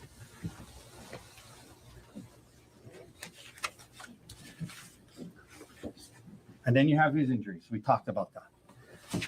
Now, it's the state's burden to prove to you this wasn't self-defense. More than probably. That it wasn't under the circumstances, that he reacted as a human when she was doing these things to him and hit him. They have to prove to you it doesn't apply. It was a reflex. It was a reaction. It was a human reflex and reaction to defend himself in the moment. And that can coexist with him feeling terrible about it after. Oh my God, nuh-uh. This happened extremely fast, and then he stopped. Now, we talked about the elements of attempted murder. He had no intent to kill her. You see on the bottom, and self-defense applies. They have to disprove those two, self-defense. Then there's something that takes you down to the others, right? The other offenses. If and only if you find the defendant not guilty of attempted murder, then are unable to reach a verdict, unanimous verdict, then you must consider these other included offenses. None of them apply. Self-defense is a defense to all of them. If you think that they didn't disprove self-defense, it goes all the way down. But you work your way down through these things. I'm just going to go through it quickly because I don't have a lot of time. The next one is attempted assault in the first degree. That he took a substantial step in conduct intended to culminate in the commission of assault in the first degree. That he intentionally or knowingly was trying to cause serious bodily injury. Let's look at the definition of serious bodily injury. Hey guys, if you are on your phone, Serious bodily injury double means tap that bodily injury which screen. creates a substantial risk of death or which causes serious permanent disfigurement or protracted loss or impairment of the function of any bodily member or organ. The doctors say she didn't have that. He wasn't trying to do that. And This doesn't apply. viewers, please make sure to Self-defense, like and no intent to retweet. cause serious bodily injury. You go on to assault in the second degree. God bless you. Again, no intent to cause serious bodily injury. Self-defense applies to all of this. So you work your way through, self-defense applies to all of it. Her motive to try and get custody and conviction of any of these things helps her with that. Assault in the third degree. For improper instruction in the law. So should be substantial. Ladies and gentlemen, we have the instructions of the law. That's the instruction that you follow. Then you get to assault in the third degree, bodily injury or negligent use of a dangerous instrument. Again, self-defense. He wasn't negligent. He was reacting. Reasonable doubt as to every one of these included offenses. So you just work your way down. And then there's something after that called a mutual affray. If this was a mutual affray. Reasonable doubt as to all of these.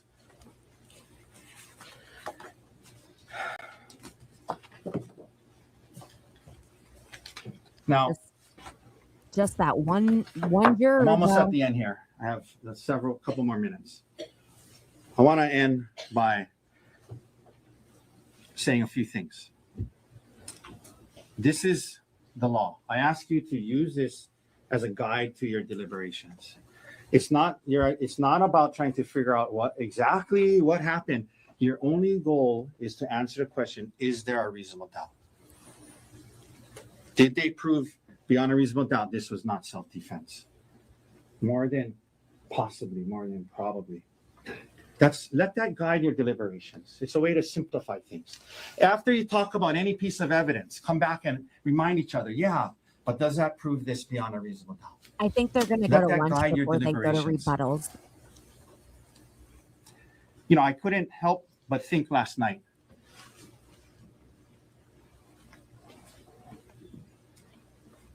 When they moved here to the United States, there's these constitutional rights that we all have. They didn't know it at the time, but it was for a moment just like this. When a jury of his peers would come together and follow the law and follow through on the oath that you took. I want to end with a quote. There was a politician back in the day who was giving a speech, and it was to other politicians, but I think it applies pretty well to jury service. Who is it? It says, "For those to whom much is given, much is required. And when at some future date, the High Court of History sits in judgment on each of us, recording whether in our brief span of service, we fulfilled our responsibilities to the state. Our success or failure will be judged by the answer to 4 questions. First, were we truly men and women of courage? Second, were we truly men and women of judgment? Third, were we truly men and women of integrity? And finally, were we truly men and women of dedication? I ask you to keep those 4 things in mind as you deliberate. Courage to follow the law and do what's What I right, thought. even if it may not City be upon a popular. Hill speech from John F. Kennedy. Judgment to see through some of this ideas that he had a financial motive, that it was cheaper to kill her. Common sense judgment. Dedication to these principles and our Constitution. Dedication to it. Uncompromised dedication to the presumption of innocence and reasonable doubt.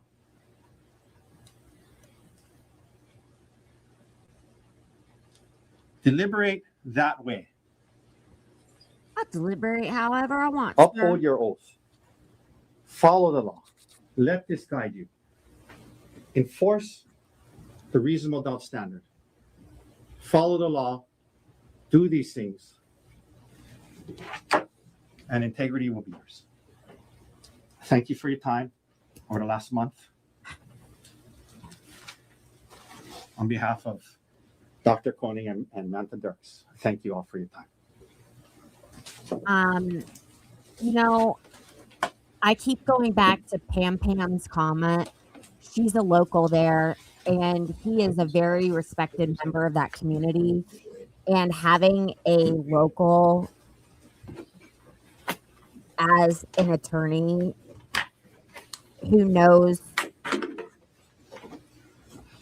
the culture and knows the way to hit people the way that the state might not can go very far. And I've seen it happen before. So it'll be interesting.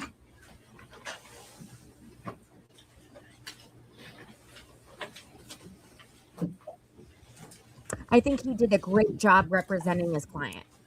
Whether you like him or you don't, and most people who don't like him or think something bad about him, you've never needed a defense attorney in that case, because he did exactly what he was paid to do. He took on a seemingly impossible case. Am I wrong? Did we actually think that we would be questioning this? Please, Lamb, don't bleat too Mark softly. Twain also said, if you tell the truth, you don't have to remember anything. Think back to defendant's testimony. Think back to every time he was asked on cross-examination something that made him look bad, something that made him look like he had a motive, something that was incriminating. Think back to every single time the defendant was asked something like that. And what was his answer? I don't recall. Arielle Konig was able to sit here and testify in front of you for 3 reasons. First, she had her intuition. She saw the defendant looking at her feet on that trail. She saw the defendant tracking her every move. She saw the defendant making sure he saw where she was. And that's what made her feel uneasy. It was her intuition. Second, she fought back. She fought for her life that day. And defense wanted to characterize it as a full conversation, but it was Arielle begging for her life from the defendant. It was Arielle saying, think about the kids. It was Arielle saying, nobody's going to believe this was an accident. This is Arielle trying to reason with somebody who is trying to kill. And the third reason, and the most important reason that Arielle was here to testify to you, is Amanda Morris and Sarah Bucksbaum hearing a call for help, going forward, looking at what they saw, and helping Arielle out. because the evidence shows that is the only thing that stopped the defendant that day. The only thing that stopped him from continuing to beat Arielle with that rock, from continuing to hit her, from continuing to try and kill her, was Amanda Morris and Sarah Buxbaum catching him in the act. He's such a baby. He's such a baby. Defense wants you to think about the life insurance. But you should think about it differently. This is a couple who's going through it in their marriage. Why is it time to renew life insurance? Does that make any sense? Yes, it's always time to renew it. What the life insurance is, what many of defendant's actions are, is the defendant covering his tracks. The cover-up proves the crime. Defendant had control of the scene when he was done, so he took the evidence with him. He didn't need to take the rock. In fact, he knew that he was seen with the rock. He knew that Amanda and Sarah saw him with the rock. Why take it? I guess I can take down And what this. reason would Arielle have to make up the syringe? None. Think about what Arielle knew. Arielle knew that he had tried to push her. Arielle knew they were right next to a cliff. Arielle knew that people walked up as she was being beaten with that rock. She had enough already. There's no reason to make up the syringe. Defendant's attorney said something. These are the facts you just can't make up. And that's what the syringe is in this case. It's a fact you just can't make up.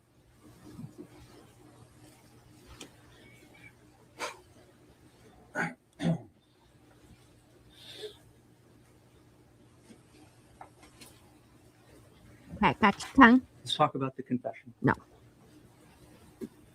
Emil told you he has no doubt about what the defendant told him.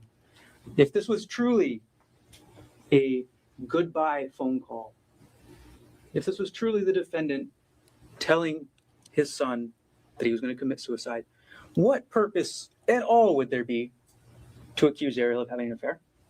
What purpose does that serve in saying goodbye? That makes no sense. It's just trying to throw dirt on Arielle. That's all it is. It's trying to throw dirt on her. It's trying to make her look bad. It's trying to justify his actions because he knew from the minute he did it, and he knew from the minute he planned it, that it was wrong.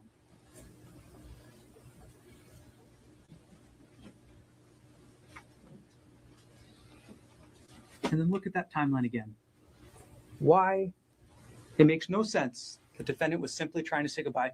It was simply a miscommunication between himself and Emil. If it was a miscommunication, why wasn't it cleared up? Why wouldn't he just tell Emil in that second phone call? Why would in neither of the FaceTime calls the defendant say anything about self-defense? Why wouldn't the defendant say anything about Arielle supposedly attacking him? Because in that moment, he was confessing. In that moment, he had a guilty conscience. And that's why he did what he did. That's why he hid. That's why he tried to run from the police. Think about the list of people that would have to participate in this, what essentially is being alleged as a massive conspiracy. Oh my God, this sounds like Karen Reed You have to disbelieve 2.0. You have to disbelieve Emil. You have to disbelieve Amanda. You have to disbelieve Sarah. You have to disbelieve the medical evidence. You have to disbelieve the doctor that the defense hired. And you have to disbelieve what you saw with your own eyes. That's why the defense asked you to close your eyes when they played that video. They wanted you to ignore what you see. That's what this case is about. That's what they're asking you to do. Open your eyes, make a decision based only on the evidence, and the decision is clear. The defendant tried to kill her. The defendant tried 3 different ways, and he learned out multiple times that day. It is harder to kill Yeah, Kyle. than you may imagine.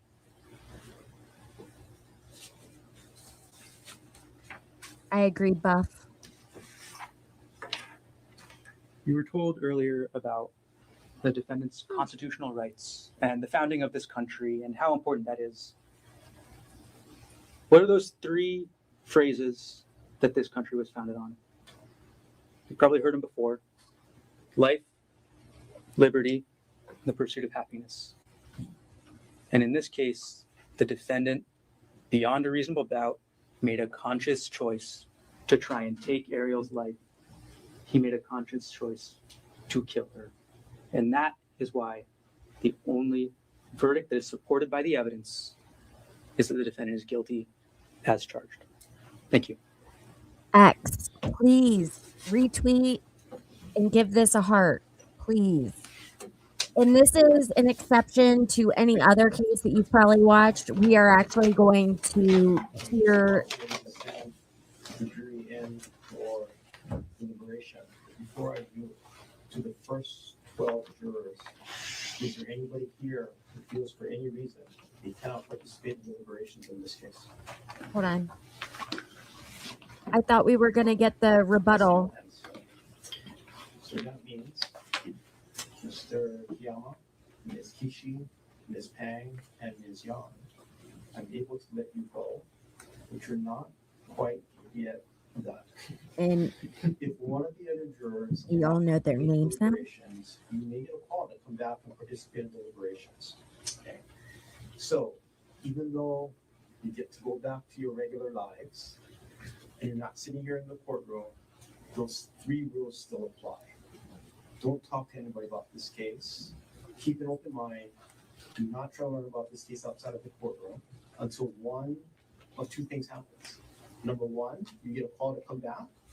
Or number 2, you get a call letting you know that deliberations are complete and the case is done. So unless or until you get one of those 2 calls, those 3 rules apply. Don't watch any media, just in case you might have to come back and do further jury service. On behalf of the parties and the rest of the judiciary, thank you very much for your time and your service. I talked about Gold Star jurors early on. You were weathering the 2 storms to be here, and all the flexibility and perseverance that all of you showed. That still remains true today as more storms come our way. So again, thank you very much for your dedication, your perseverance, and your service. If I do not have a chance to talk with you later on, I hope you and your families remain safe during this upcoming storm. And again, you have our gratitude. Thank you very much for your service. Feel free to leave the courtroom.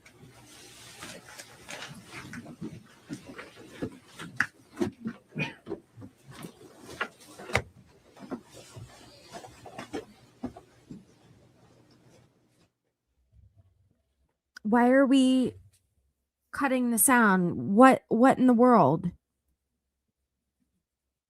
Oh man. Thank you for seated. It's gonna get really loud in here. Ladies and gentlemen of the jury, as you already know, lunch is going to be brought in for you while you're in the jury deliberation. I do have a couple of final instructions before I send you in. Your deliberations take place during what I call banker's hours. Aloha. So I'll be deliberating up until 3:45 today. If you're unable to reach a verdict, I ask you to come back, start again at 9 o'clock. And the reason why if you ask why is it so early, because if there is a verdict, there is a time needed to assemble everybody to receive the verdict, and it won't happen before the end of the day. So that's why I released jurors at 3:45. Have you come back at 9 o'clock if you don't reach a verdict today. You will have communication forms along with the verdict forms that will go into the jury deliberation room along with the exhibits. One note about the communication forms. If you do send a communication to the court asking a question, it does take some time before an answer can come back to you. Sometimes it takes up to 45 minutes, sometimes an hour. Okay. If you're waiting for a response, if you can continue on with the deliberations, please do so. A couple of other things. You will not have the opportunity to ask for any additional information that you think is helpful. So you have all of the evidence that's available to make your decision on this case. Also, there are no transcripts available for the testimony of the witnesses. So you have to rely on your collective recollection as to what the testimony may have been. Before I send you in, Ms. McCallum, Ms. Alva Fisher, will you stand and raise your right hand? Guys, don't leave yet. That you will take this jury in charge, that you will not communicate with them, except by order of this court, that you allow no one to communicate with them, and that you'll conduct them into court again whenever so requested by them or by order of the court. I love this. So ladies and gentlemen, This. I ask that you take your notebooks, take your jury instruction packets, and all your personal effects as you go into the jury deliberation. All rise. That was adorable. Okay, guys, I have something ready to watch, but I need to go back and I need to listen to what he just said.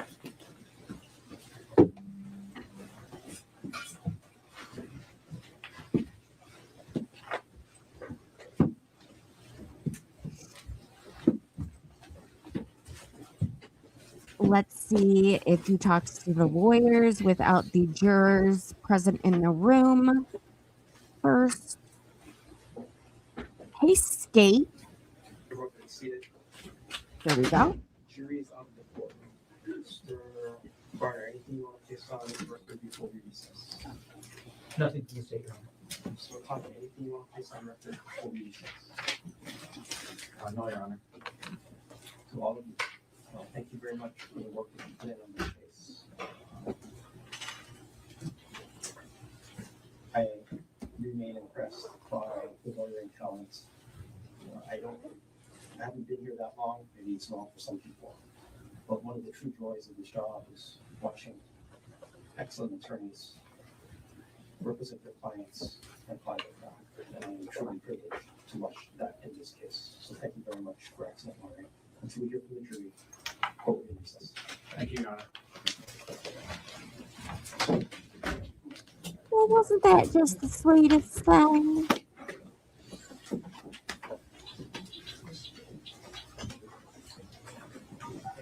You are muted.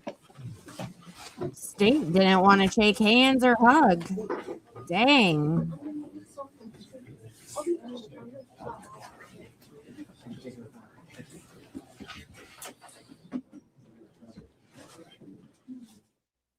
Okay, before you guys go anywhere, don't, because I have something queued up to show you.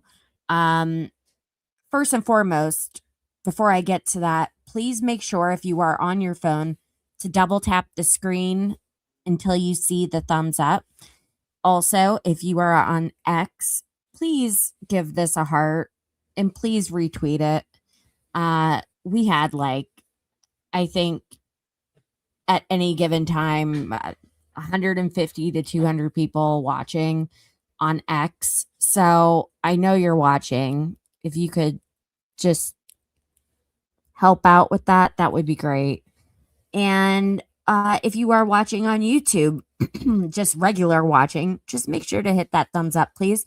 And as with all different platforms, I would really appreciate if you give me a follow on X or a sub on YouTube. It's free. But if you do want to support the stream, you can always become a member. We had 5 memberships given away tonight by the incredible White Buffalo. And all of the proceeds from that go directly towards the expenses of having this channel and my surgical expenses, which I know are going to be insane. I'm having surgery May 13th, and I am going to be completely down and out for 2 weeks. So anything helps, and you can say I'm a grifter. That's fine. I am who I am.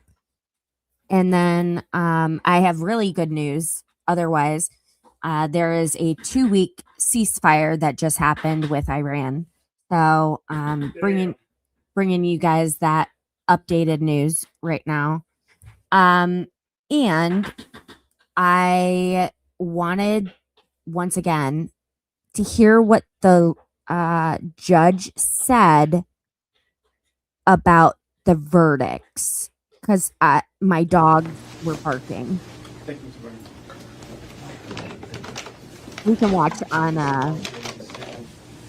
and then we'll get to the other video. Before I do, for the first 12 jurors, is there anybody here who feels for any reason they cannot participate in deliberations in this case?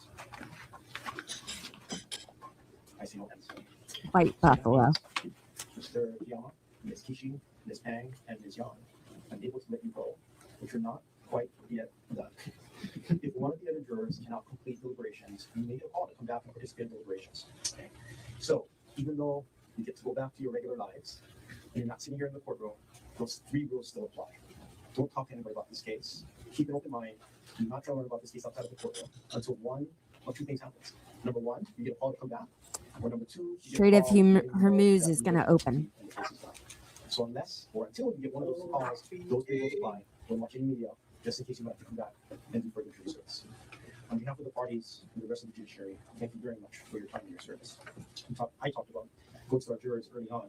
We were weathering the 2 storms to be here, and all the flexibility and perseverance on you showed that still remains true today as more storms come our way. So again, thank you very much for your dedication, your perseverance, and your service. If I do not have a chance to talk with you later on, I hope you and your families remain safe during this thunderstorm. And again, you have our gratitude. Thank you very much for your service. What thunderstorm? That didn't seem like a metaphorical thunderstorm. That seemed like there was actually a storm. Honolulu. Oh yeah. Thank you for taking this today. So ladies and gentlemen of the jury, as you already know, lunch is going to be brought in for you. Okay. While you're in the jury deliberation, I do have a couple of final instructions before I send you in. Your deliberations take place during what I call banker's hours. So you're allowed to deliberate up until 3:45 today. If you're unable to reach a verdict, I ask you to come back, start again at 9 o'clock. And the reason why, Okay. if you ask why is it so early, because if there is a verdict, there is a time needed to assemble everybody to receive the verdict, and it won't happen before the end of the day. So that's why these jurors. Okay, so basically the jurors, if they haven't come to a verdict before 3:45, they will have to come back tomorrow because court operates in banker's hours. So they need time to bring everyone back to the courthouse, so on and so forth. So that makes sense. Okay. In the meantime, let's go ahead and I'm going to mute myself, but let's show this video. Okay. It's 12:47 in Maui, in case in case you guys were wondering. So they essentially have 3 hours to go. All right, share this screen instead. All right, so what I'm showing you guys is the court hearing over the protective order in the Frankie Taylor Paul case. This is the woman from the show Secret Lives of Mormon Wives. And before you're like, oh, that's so lame. Okay. That might be the case. But she was also the Bachelorette. And like less than a week before she was supposed to have the season, like season start on, not a finale, the season premiere of The Bachelorette, they axed it. And it was a $130 million production. Like, that's what I read. That seems like an insane amount of money. But she's also gorgeous. Yeah, she's gorgeous. And any man that says that she's a mid is like straight up lying. So let's see what this crazy bee is up to, right? And I guess I'm assuming that even if that were denied, you want a hearing on that as well. Of course. Okay. So maybe Hold we on, can let me- schedule that for the I same. was There listening were to it earlier. documents yesterday. I think it was yesterday by Dakota, maybe a little earlier, and then today from Taylor. That's right? correct. I believe Dakota filed his large dump of exhibits on Thursday, Oh, wait. and Mr. McDonald filed a handful of exhibits. If the verdict comes back, we're going to be having tomorrow's show anyways. So I do my show Tuesdays through Friday at 3:45 p.m. Usually until around this time, but we're going to go until 3:45 p.m. Hawaii time tonight. And yeah, so just make sure to turn on your notifications. When you go to my YouTube, you'll see a little bell there and it says notifications. Turn it to all so that you are notified when I go live. Because if I go live outside of those hours, it's because we have a verdict. So otherwise, I'll see you tomorrow at 3:45 regarding that trial, unless they come back tonight. All right, I had to say that before we continued. Sorry. It's on behalf of the Guardian ad litem office yesterday. I did see the Guardian's exhibits as well, And Your Honor, which just was to largely clarify- related, I think, to the Can I show you guys the former video criminal codes? matter. Okay. And Your Honor, just to clarify, what was filed by Dakota yesterday was a correction on the exhibit list that was I did see previously that as filed, well. that a date was corrected on. If you guys just a wanna see the description change, video? right? Okay. Good night, All right, everyone. So my office, we filed our exhibits for today Europe. about an hour or two ago. I saw that. And importantly, we did also file a request for a protective order on behalf of my client about an hour ago. Figured we'd What update is the, that? Is there a temporary order on that yet? Has that gone through? not that I'm aware of. It's Okay. pretty hot We're off the gonna do presses. that. All right, so that'll go through Commissioner Olson. He screens those, Okay. makes the determination as to whether the temporary order will issue on that. And then, given that I guess I'm assuming that even if that were denied, you'd want a hearing on that as well. Of course. Okay. So maybe we can schedule that for the same time on the 28th, was it on the 30th of April? That's why I brought it up now, because that might be the easiest way to address that. Have a showdown on the Okay. 30th. All right, so hopefully it won't. Here we go. And just so you guys know, this does show domestic violence. So if that's triggering for you, just step away for 4 minutes, please. Yeah, look at you. Look. Yeah, look. This is called physical abuse. Yeah. Yeah. See, Taylor, this is all you do. It's the only thing you know how to do is hurt me. Huh? And you think this is okay? Not okay. Your daughter is right here. Oh my gosh. Oh my. You're unbelievable. No, you. Stop. Throwing stuff and help your daughter. Season 22 of The Bachelorette canceled on ABC after The Secret Lives of Mormon Wives star Taylor Frankie Paul is seen on video obtained by TMZ throwing bar stools at her ex Dakota Mortensen during a brutal fight in 2023.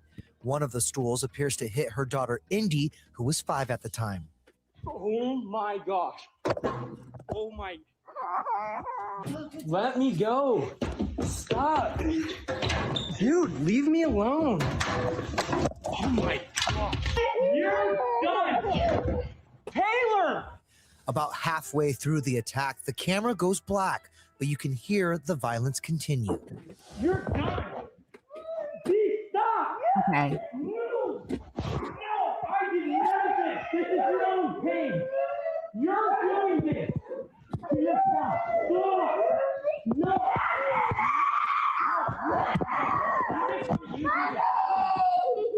Your daughter just got hit in the head with a metal chair. No, you. It is not. Go and help your daughter. Now. Are you okay?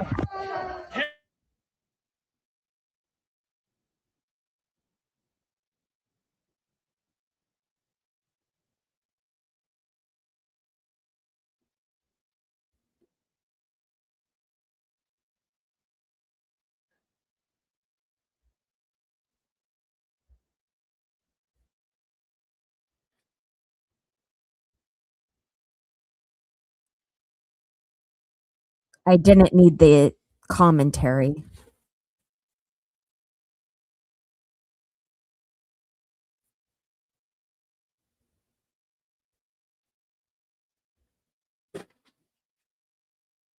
Okay, so now you guys have an idea of that attack. So she was throwing chairs at one of her baby daddies. She was divorced like in 2020 after she decided to in her marriage, like she and her husband decided to start swinging and not chairs, if you know what I mean. And the relationship between her and the male in the other couple that they were swinging with became romantic. And so that led to her divorcing her husband.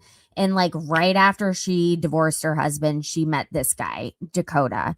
This is the guy that you saw in the video that was yelling. I will say that when I started watching this show, that was the first thing that was discussed on the show, is that Taylor was going through some legal issues because of an assault that had transpired. I mean, she was part of a swinging scandal, and there was no confusion about that. Like, they were completely open about the fact that this had happened. But where I think this was lost in translation is that I don't think producers saw this video. And so when it came to The Bachelor, like, this is to be a woman in America and to be asked to be on the Bachelor is like, that's like huge. And even though I think it's a bunch of like spreading cooties, if I were single, would I do it? Absolutely. I would absolutely do it. But you guys can hear me, right? Okay. Hey, hold on one second. There is a lot of noise around me, so I was asking if the noise making was almost done. Okay. So, the lagging thing, by the way, that's a StreamYard problem. That's not a like resolution or me using filters and my face trying to catch up. Like, this is a system-wide problem. Okay. So Dakota and Taylor, he is a former addict. He has been able to stay away from addiction.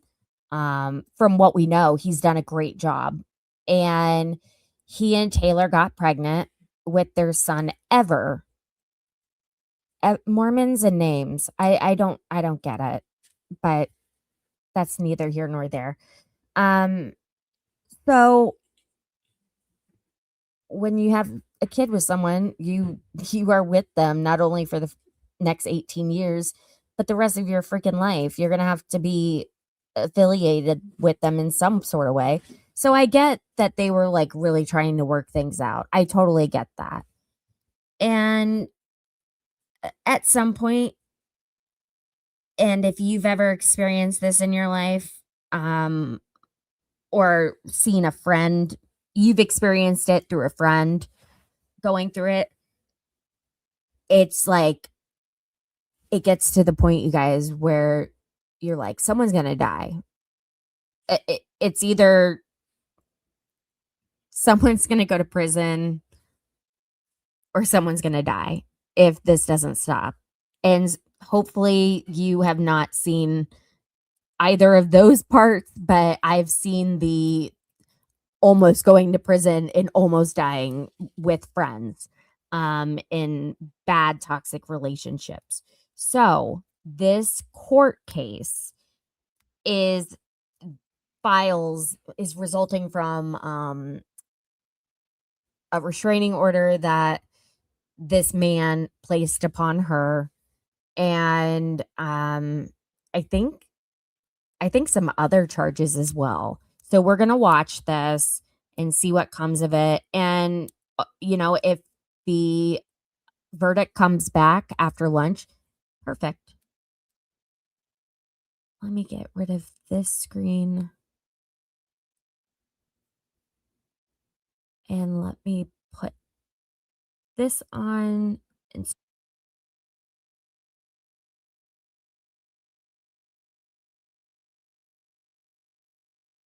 Ow.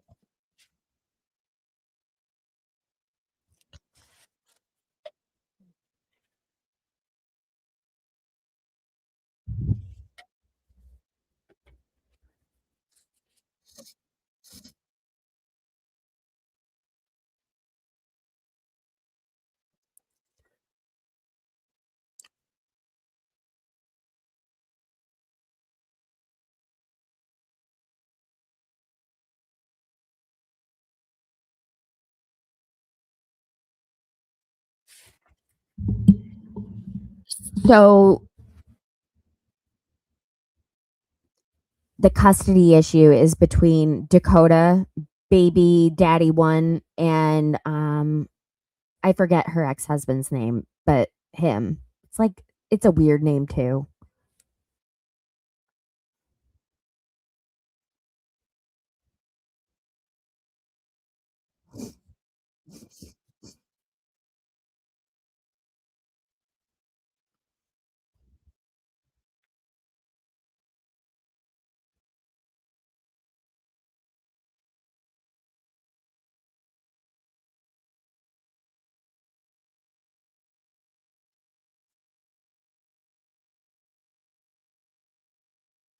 I heard that.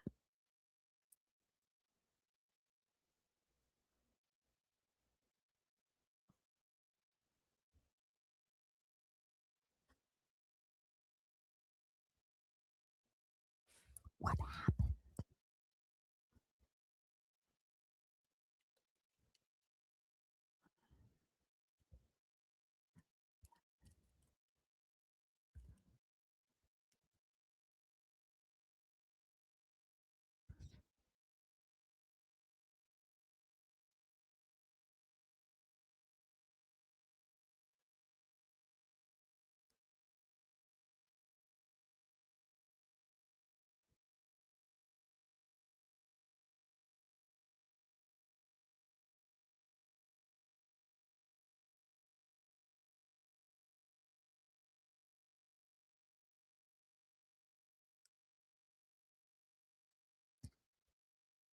Who? For what?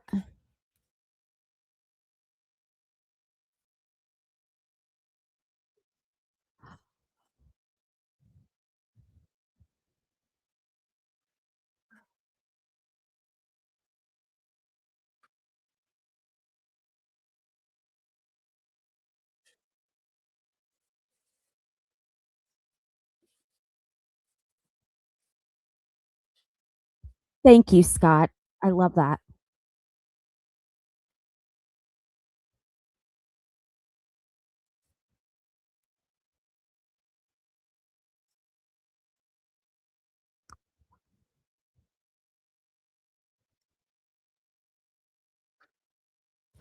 Good night, Jennifer. See you tomorrow.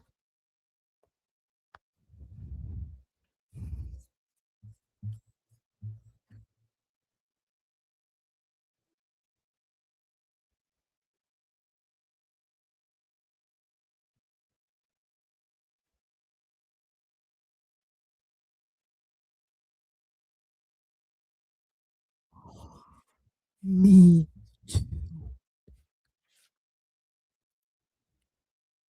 I have to pay attention.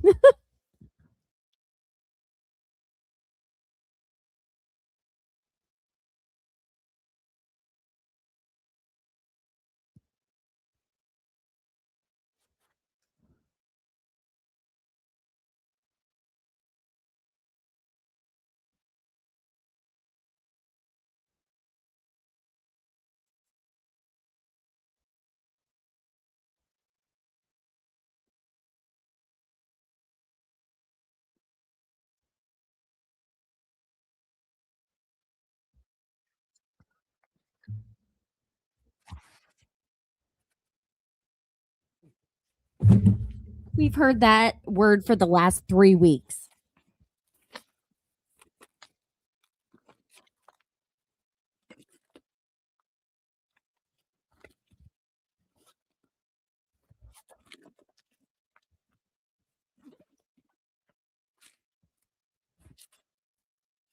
You can, but I'd rather you not.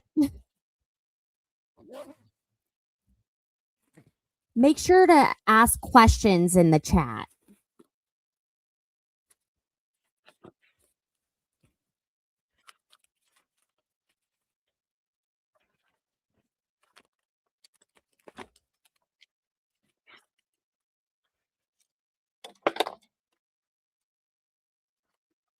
Enlighten us.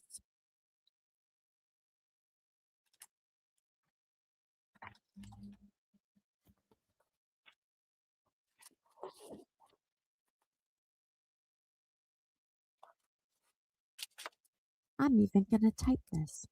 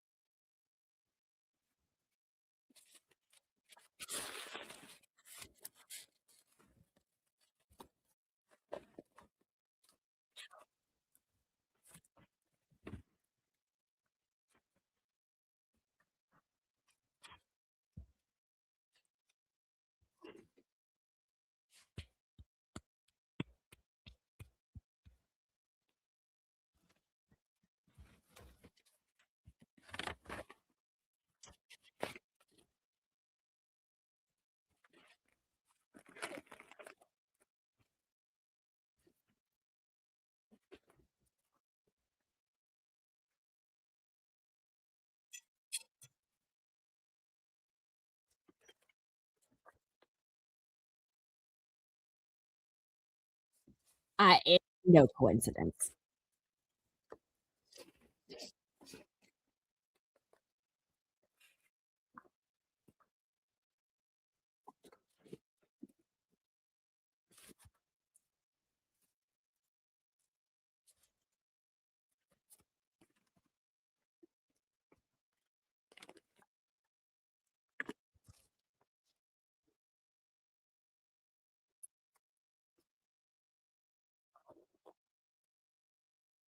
Tate, thank you.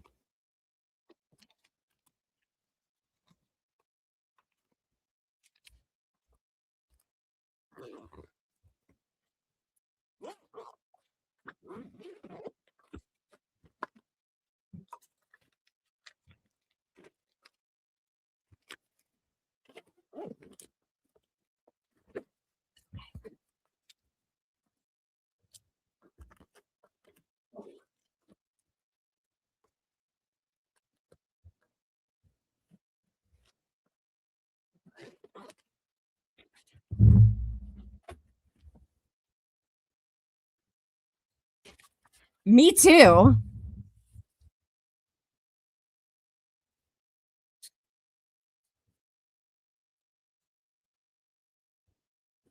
Okay. Okay. Hold on. Hold on. You guys are. Do you have sound from me? Can you hear me?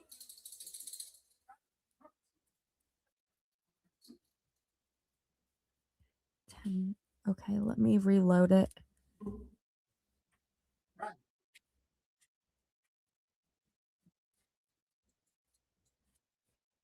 Can you hear?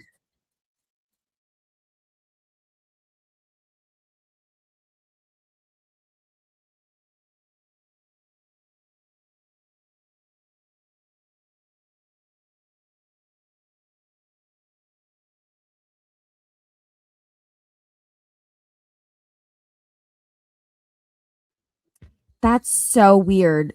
You guys, I'm worried that this happened to me with another stream the other day.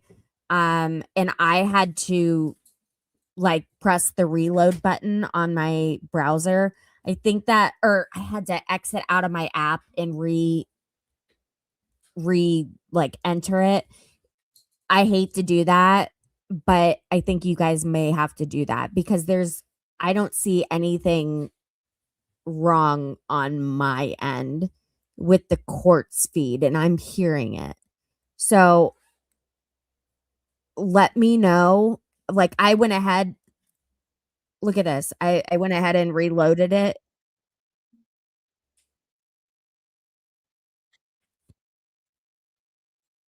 So I recommend leaving the app and coming back in and letting me know if you can hear. Capiche? Okay.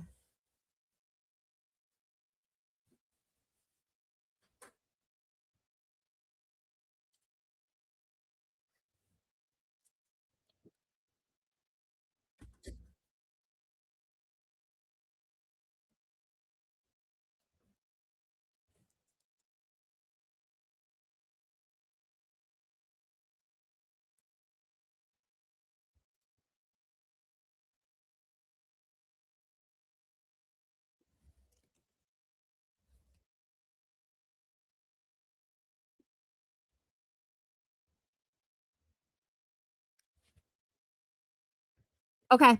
Okay. Okay. All right. We're going to watch another feed. We're going to see if that helps.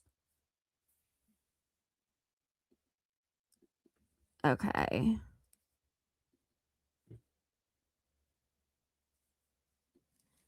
Frankie, Tella, Paul, hearing today.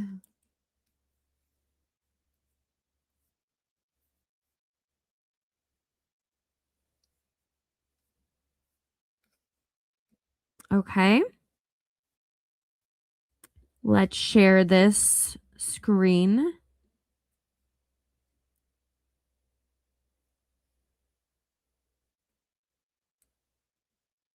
Okay.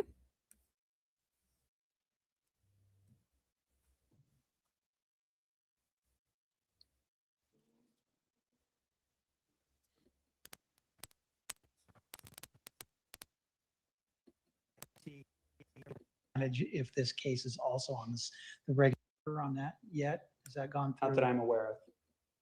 I'm trying to get back to where we were. Taylor Frankie Paul, case number 264901444. Now that's scratchy to me.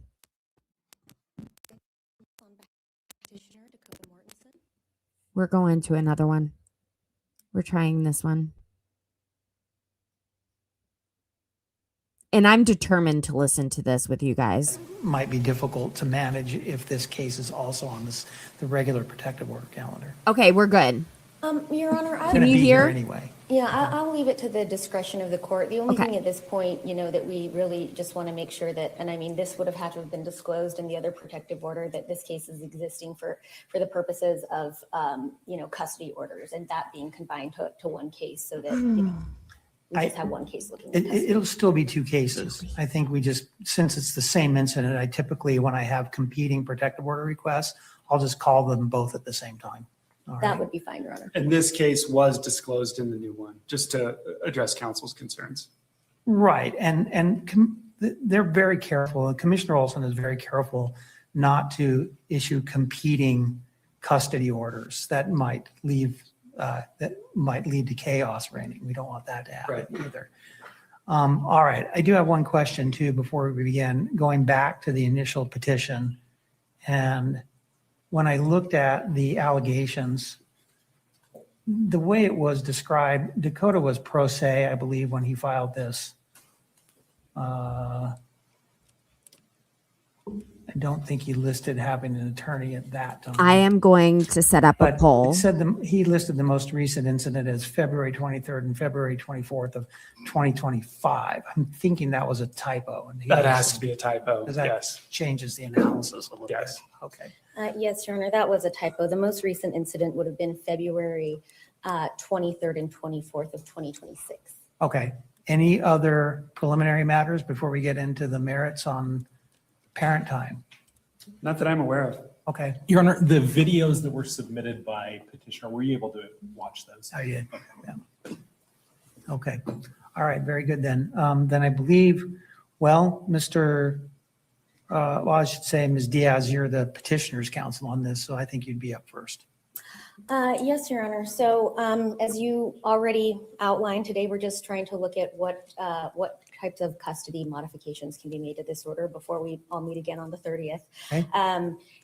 Given the evidence that's been submitted in this case, the allegations in the petition, we would like to see visitation be supervised, and we'd like to see it preferably by a facility. That can act as a go-between between the parties. We do not believe that it would be safe for my client, for the parties to communicate directly with each other about this. It's also my understanding there aren't really any other options at this point either. And based on the evidence that has been submitted here, I think it's appropriate for safety, given that this is a DB case. Can I ask one question about this? I even before it was filed with the court, I'd been reviewing, I'm also assigned to the domestic matter. So I did notice that even after the allegations that led to the criminal charges in 2023, they had come to a resolution. They settled their custody case. And I'm gathering this kind of maybe blows that up to a degree, but how do you? So my understanding with the reconcile custody that? case is that a resolution was reached and a stipulation was signed. Never but entered. It was never entered. There still haven't been financial documents submitted, I believe, by the respondent on that case. Mrs. Paul, it hasn't submitted them. And so that's why it hasn't been entered. And so, I think that the very nature of a protective order is right. Like these things could still be negotiated and dealt with in the custody case, and another agreement could be reached. It hasn't technically been entered, but even if it had, it could have been modified. So let me ask this too: Is he alleging that she's ever done anything that was aimed at the children, directly at the children, or it was incidental, her actions towards him, that where the children happened to be present, or one or more child happened to be present? Your Honor, we're alleging both.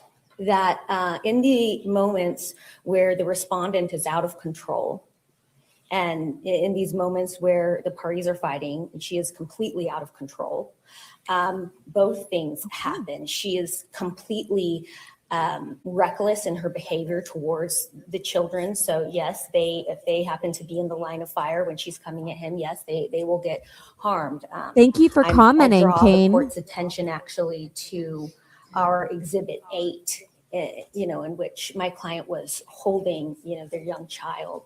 Well, my question is really more where the anger was directed. And we believe also that this is a case that as we look deeper and deeper into the evidence, that you'll see that there's a lot of sort of coercive control happening. And that does involve sometimes, acting violently around or towards or slamming the doors of the child's room, trying to disrupt and involve the child in the violence in order to get my client to react. Okay. All right. Let's hear the response, and then I'll go to the guardian ad litem. We'll work our way back. Is this echoing for anyone else? So you want us to go now, Your Honor? Please. Can I approach? You can. Anything you're handing me that hasn't already been provided? It's already been provided to counsel? Yeah, exactly. Filed with the court, counsel has courtesy copies of it. So maybe you need that, maybe you don't. Already. Okay. Wanted to draw the court's attention to a few different aspects of this case. We're requesting today that the parties return to the status quo as outlined in their August 2025 settlement agreement in the custody action. There is a little bit of procedural back. Okay, apparently they noticed the problem and they had to turn off their cameras. Ability of Mr. Mortensen. I understand that today is not the, you bristled when I used the word showdown, so I'm not going to use that again. I know that today is not the final protective order hearing that's tentatively set for the 30th, but we do have to, I think, dip our toes into the water a little bit to understand the dynamics here between these parties. Then I'll end my argument by looking at the statute, because I just don't know that it automatically triggers supervised parent time for my client in this particular case. The provisions of the temporary protective order that give us heartburn, to put it mildly, would be paragraphs 15 through 17. This is a total suspension of my client's interactions, contact with their 2-year-old son. Now, I'll add that ex parte order is exactly that. It was made without your client having been given yet the opportunity to be heard. Yeah. My point in bringing this up, it's obviously not unheard of. We see this in certain. If this sounds familiar, it's because they are literally, they just like rewinded the tape when the echoing started, and we're listening to this one more time, but we're getting there. I'm really anxious to hear what happened in February. In certain cases, it is appropriate. Makes no sense here, and I think it speaks to how vindictive Mr. Mortensen is. He's not asking for today, at least for suspension of parent time, right? He's asking for We supervision. learned That's that. We learned that today. You're correct. Okay. Also important to note in this case, Your Honor, that he has not actually asked for supervision in his pleadings, but I'll come back to that in a moment. These parties, very small background here, Your Honor. These parties' relationship began in, I believe, 2022, could have been 2023.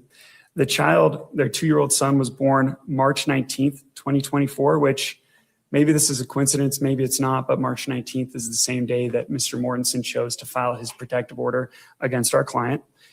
I'll say something very uncontroversial, and that is that these folks have had a tumultuous relationship, lots of fighting. This course over the course of today's hearing, as well as the next few weeks, we'll see that both sides have a lot of allegations against the other that are going to be lobbed against the other in this case and in the new protective order filing. So is Mr. Taylor. Mortensen, as the court pointed out, filed a custody action on June 25th of last year, and that case was settled August 22nd Because of he last wanted year. money. I think those dates are pretty important because, as the court already indicated, 8 of the 11 exhibits submitted by Mr. Mortensen predate his settlement agreement, which again, I think calls into question, not absolutely, but I think it would call into question the relevance of these exhibits for purposes of custody and supervision. Where I think it comes into play is that the statute specifically states that the passage of time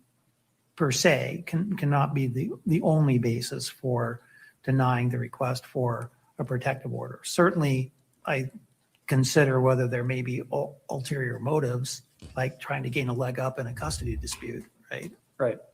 Nope, I'm with you, Your Honor. Importantly, in the custody case, he didn't ask for supervision there at any stage that I'm aware of. And like I mentioned, they That was said before the February incident. yeah, but also after 8 of the 11 incidents. And, you know, I'm excited to talk about February because I think that is critically important to look at today. So we'll get there in just a moment. This was settled August 22nd. Both had lawyers. Mr. Mortensen was represented by Mr. Hansen. Taylor was represented by our office with Mr. Ficklin running point on the case. And the result of that settlement is Taylor has custody of this child.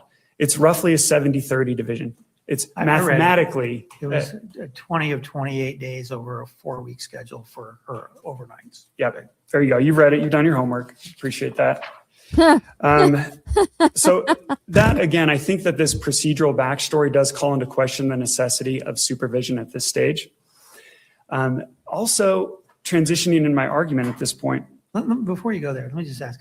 We don't have video, do we, of the February incident at all, right? Everything that I've seen is the aftermath. Right. People talking to each other, recorded text messages that happened after the fact. For this February incident, I don't think there's any video evidence. So at least I haven't seen it yet. That's my understanding. And I don't believe Mr. Mortensen has provided anything related to February. Okay. Either party. All right. And that's your second question about February. So I'm skipping ahead to February because I think that is obviously important for the case. And I can come back to a couple of things that I also think are important for the court. As for February, this is a perfect data point in this case to evaluate Mr. Mortensen's credibility or the lack of credibility, as is the case here. And I understand Mr. McDonald will want to talk about 2023. Mr. Mortensen will, of course, want to talk about the 2023 incident, the well-publicized 2023 incident. Mr. Mortensen has already raised the 2025 incident. I get that, and we can have a separate discussion about each of those.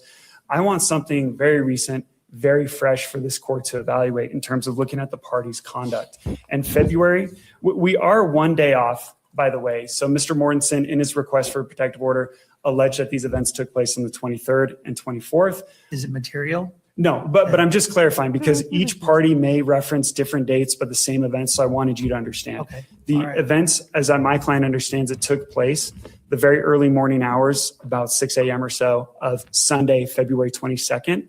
And then the following day after midnight on the 23rd. So 2 separate incidents, 2 separate interactions. And I'm looking at, for purposes of today, I'm looking at the 23rd, or what I call the truck tussle. Essentially, both parties allege that they were having, that Dakota came over to Taylor's house to... I think it was For people asking about the trial, the Hawaii trial, they are currently at lunch and they are not deliberating during lunch. But once they return in the next, I guess, like 4 minutes, they are going to begin deliberations. They will have 2 hours to deliberate. And then if they don't reach a verdict by, what did I say, 3:45 their time? So that's 3:45 in the next 2 hours. If they don't reach a conclusion in the next 2 hours, they have to come back tomorrow. So we're on verdict watch right now. Mods, if you're able to type that next time, that would help. I will try as well. Thank you. Most of the incidents, right, where she lived, I'm trying to go through that, but that's okay. You keep going. Yeah. So essentially, they've had obviously a tumultuous relationship, and there's been a very well documented history of Dakota trying to re-engage and re-enter and resume the relationship. And one such example took place on February 23rd of this year, early morning hours, soon after midnight. Before the violent episode, right? Before the incident. Yeah. Yeah. This is that incident, the truck tussle. So kids are sleeping inside, the 3 children that my client has, 2 with her ex-husband and 1 with Mr. Mortensen. They're sleeping inside her home in Draper. Mr. Mortensen comes over and my client decides, fine. Why did he come over? Talk about the relationship. Not to pick up the kids? It wasn't his turn? No, middle of the night. It wasn't related to the invited children. over, or did he just show up with unannounced? I think it was by invitation. In other was a words, booty she call, sir. acquiesced to his coming over. Okay, all right. Kids are sleeping. She doesn't want it to escalate and turn into an argument. So she says, fine, I'll talk, but let's do it in your truck. So they go in and they sit in the front seat of the truck and things immediately start to escalate. They are on He Zoom. drives away with her in the truck against her objection. And then something happens. Okay. I say something because this is where there's a huge divergence in the stories. You've read the request for protective orders supplied by Mr. Mortensen. He says, Taylor went crazy and she threw a drink and I don't know. She assaulted him essentially What at do his you mean court. you don't know? You're a Taylor lawyer. alleges that he grabbed her head during the course of this argument and slammed it into the dashboard, and in the ensuing chaos also struck with his fist her knee and her elbow. In that binder in front of you, Your Honor, you'll see exhibits E and F. E shows the progression of a bruise on her forehead that she took. Kind of yellowish in the picture. Gets yellow. Yeah. The first one was taken hours after the incident. So not really yellow, but it's discolored. There's a bump. And then the additional pictures within that exhibit show the progression, how the color changes of the bruise. Exhibit F shows something similar. It's a bruise on her knee from when he struck her in the truck. My client would testify Who that took the photos? What's the foundation? my client took the photos. On the day of the incident? The first one was taken, I believe, within hours. So think under 10 hours or so after the incident when the bruise formed. Were these photos provided to law enforcement? I don't know what photos were provided to law enforcement? enforcement, Your Honor. Right. You don't know whether they took their own photos? I am not aware of that. And we don't have a report yet, right, on that incident. No. All I've heard from Draper City is that they do not intend to pursue charges against either party.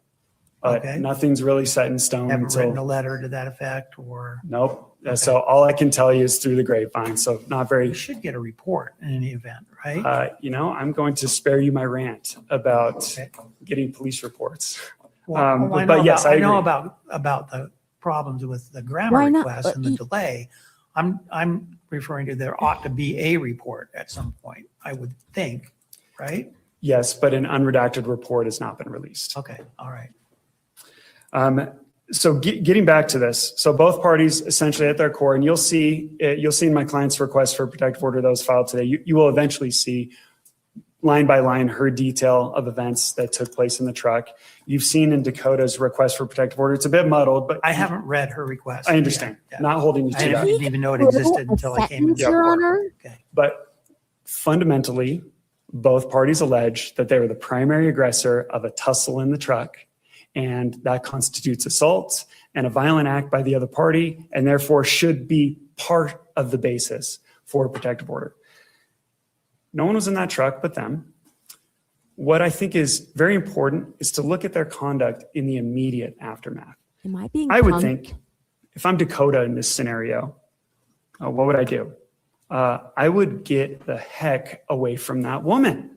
If we believe his request for a protective order, why would he be in the same room as her? He would need to get as far away from her as he possibly could. How long have they been separated?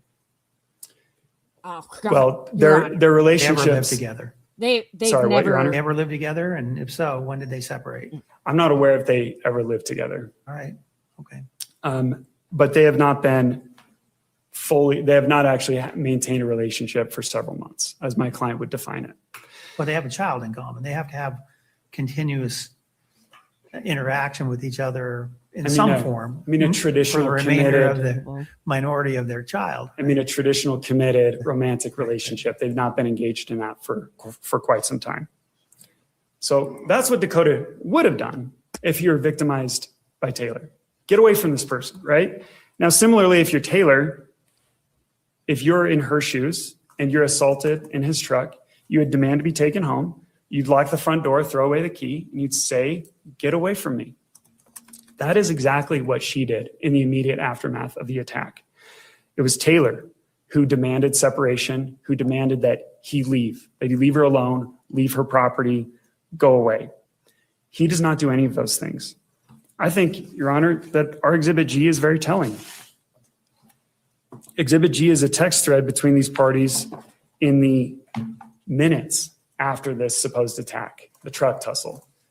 The most recent season of, since this judge is interrupting every friggin' sentence, I'm just going to go ahead and put my 2 cents in now.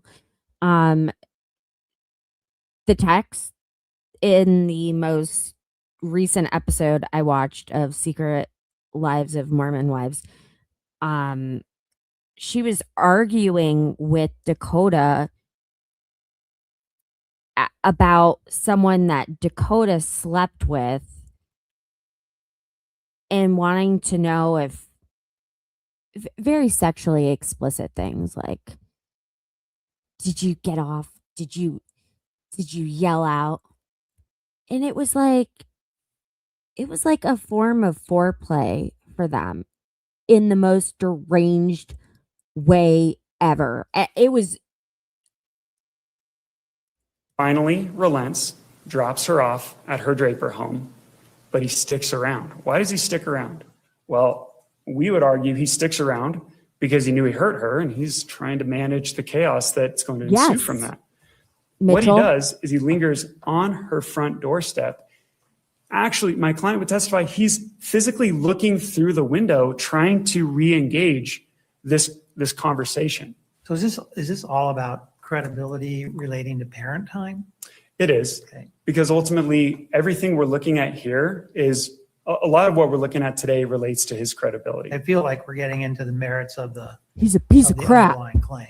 And I'm almost off She's this point. crazy. He's not a But if we look at Exhibit G, he's telling her, open the door, I'll watch the kids, let me help, open the door. And then he just comes right out and says what he's looking for.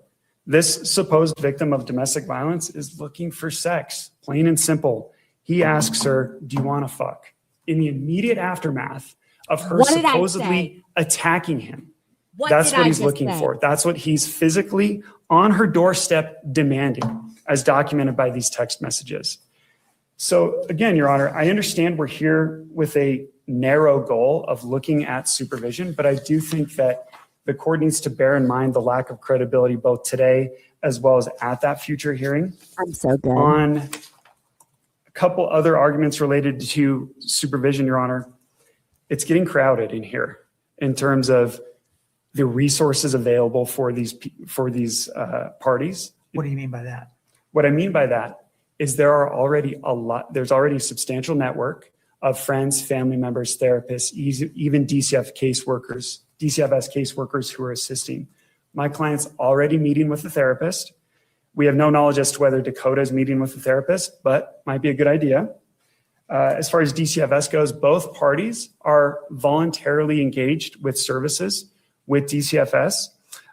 We met with our client and DCFS yesterday at our firm's South Jordan office for a transfer meeting. Is there some kind of services plan that's in place? Exactly. So a caseworker's been assigned to help both Dakota and Taylor, and those services are about to commence. In fact, there's already scheduled visits with the caseworker to take place later this week. Let me ask you this, and I'll let you finish. I just wanted to ask, before this February incident, but after the execution of the stipulation in the domestic case, were they acting under the terms of that stipulation in terms of how they were sharing their child? So from August last year to about February, this is what you're asking. Yes, they did. They implemented that. And I understand one minor point about that, Your Honor. You've already observed that has not been entered in an order, but one of the opening provisions of that settlement agreement is that they agreed to implement this immediately and consider it an enforceable agreement immediately. Yeah, I anticipate that could be the subject of another motion hearing in the domestic case as to whether or not the court should find that agreement enforceable. We eye hustling. As far as other folks or agencies helping out, there is a guardian ad litem. Both sides have signaled that they'll cooperate. My client has a strong family and support network here in Utah. I'm not aware of Dakota having any. It's my understanding that he's been forced to rely on family members out of state for the last several weeks to watch this child because he doesn't have the network that my client does here. So that's a problem, and I think relevant for supervision purposes. My client simply has the ability to have parent time without overly relying on these third parties. As far as the statute goes, a couple of observations on the statute, Your Honor. Again, supervision was not requested in this case in the both initial request for a protective order and the amended request for a protective order. I understand this court needs to do what's in the best interest of the child. Was that, then are you saying that was done sua sponte by the signing commissioner? I actually don't see any mention of supervision in the temporary protective order either. That it's essentially going to be addressed Suspended. today. I mean, we do often, we just, to keep it clean, we'll just suspend. We know we're having a hearing within a couple of weeks and then we'll deal with it. To clarify what I'm talking about, I'm not talking about the suspension. Dakota did ask for a full suspension of parent time in the request. He did not ask for supervised parent time. Well, that's more restrictive than supervision, suspension. I understand. I'm just letting you know that this is something he raised late in the game, so to speak, and we think that there is a prejudicial element to having that entertained today. Okay. The statute 819207 provides that this court could enter supervision if there's no less restrictive means available. We do think that there are plenty of less restrictive means available to safeguard this child's interest based on what I just articulated. This is clearly within the court's discretion. The court may order supervised parent time. Even when a party pleads it, which Dakota did not, it's within the court's discretion. Additionally, this court would need to enter a supervision order if the court finds that the child will be subject to abuse if left unsupervised. Well, I guess the one thing I'm concerned about is her volatility, even if he's pushing buttons. Some of the videos suggest that when she finally snaps, there's significance to it. And does that pose a problem for the safety of the children? Your Honor, you hit it right on the head at the outset of the hearing in asking Ms. Diaz the question of where is the anger directed? Dakota is excellent at escalating and aggravating my client, and when she reacts, it's 100% directed at Dakota. And any exposure the child would have to that. I'm not saying it's defensible, but you're answering my question, I guess, is what from earlier, right? Yeah, absolutely. So this is not my client she has no risk to these children. I don't know how you can, that reaction, even where the children are present, So in one instance in his arms, I think, right? You're talking about the May 2025 Yeah, incident? we're going back, a little Well, ways. Yeah. I want to address this as well as I can for you. What concerns you about that, Your Honor? Well, I can have concerns about volatility and not reacting in a different way, even if she feels like she's being provoked, when you have a child right there in front of you. And that's my concern there, is that didn't seem to be recognizing that this child was being exposed to that conduct, whereas maybe she could have turned around and walked the other way. I don't know. I wasn't there, of course, but that's one of the concerns that I have from viewing some of the videos. Yeah, and I'm sure both sides, or at least my client, would prefer to take that one back, right, and redo that one. My comment on May, because I think this will come up, especially when Mr. McDonald speaks, my comment about the May 2025 interaction is it's important to note that's taking place in my client's home, and Dakota started recording only after my client asked multiple times for him to leave. He did not. Even in the video, when the recording starts, she tells him, "Get out of my house, Dakota." What does he do? He does not leave. He plants it right in front of her, and he says, "No, what you're doing is not okay."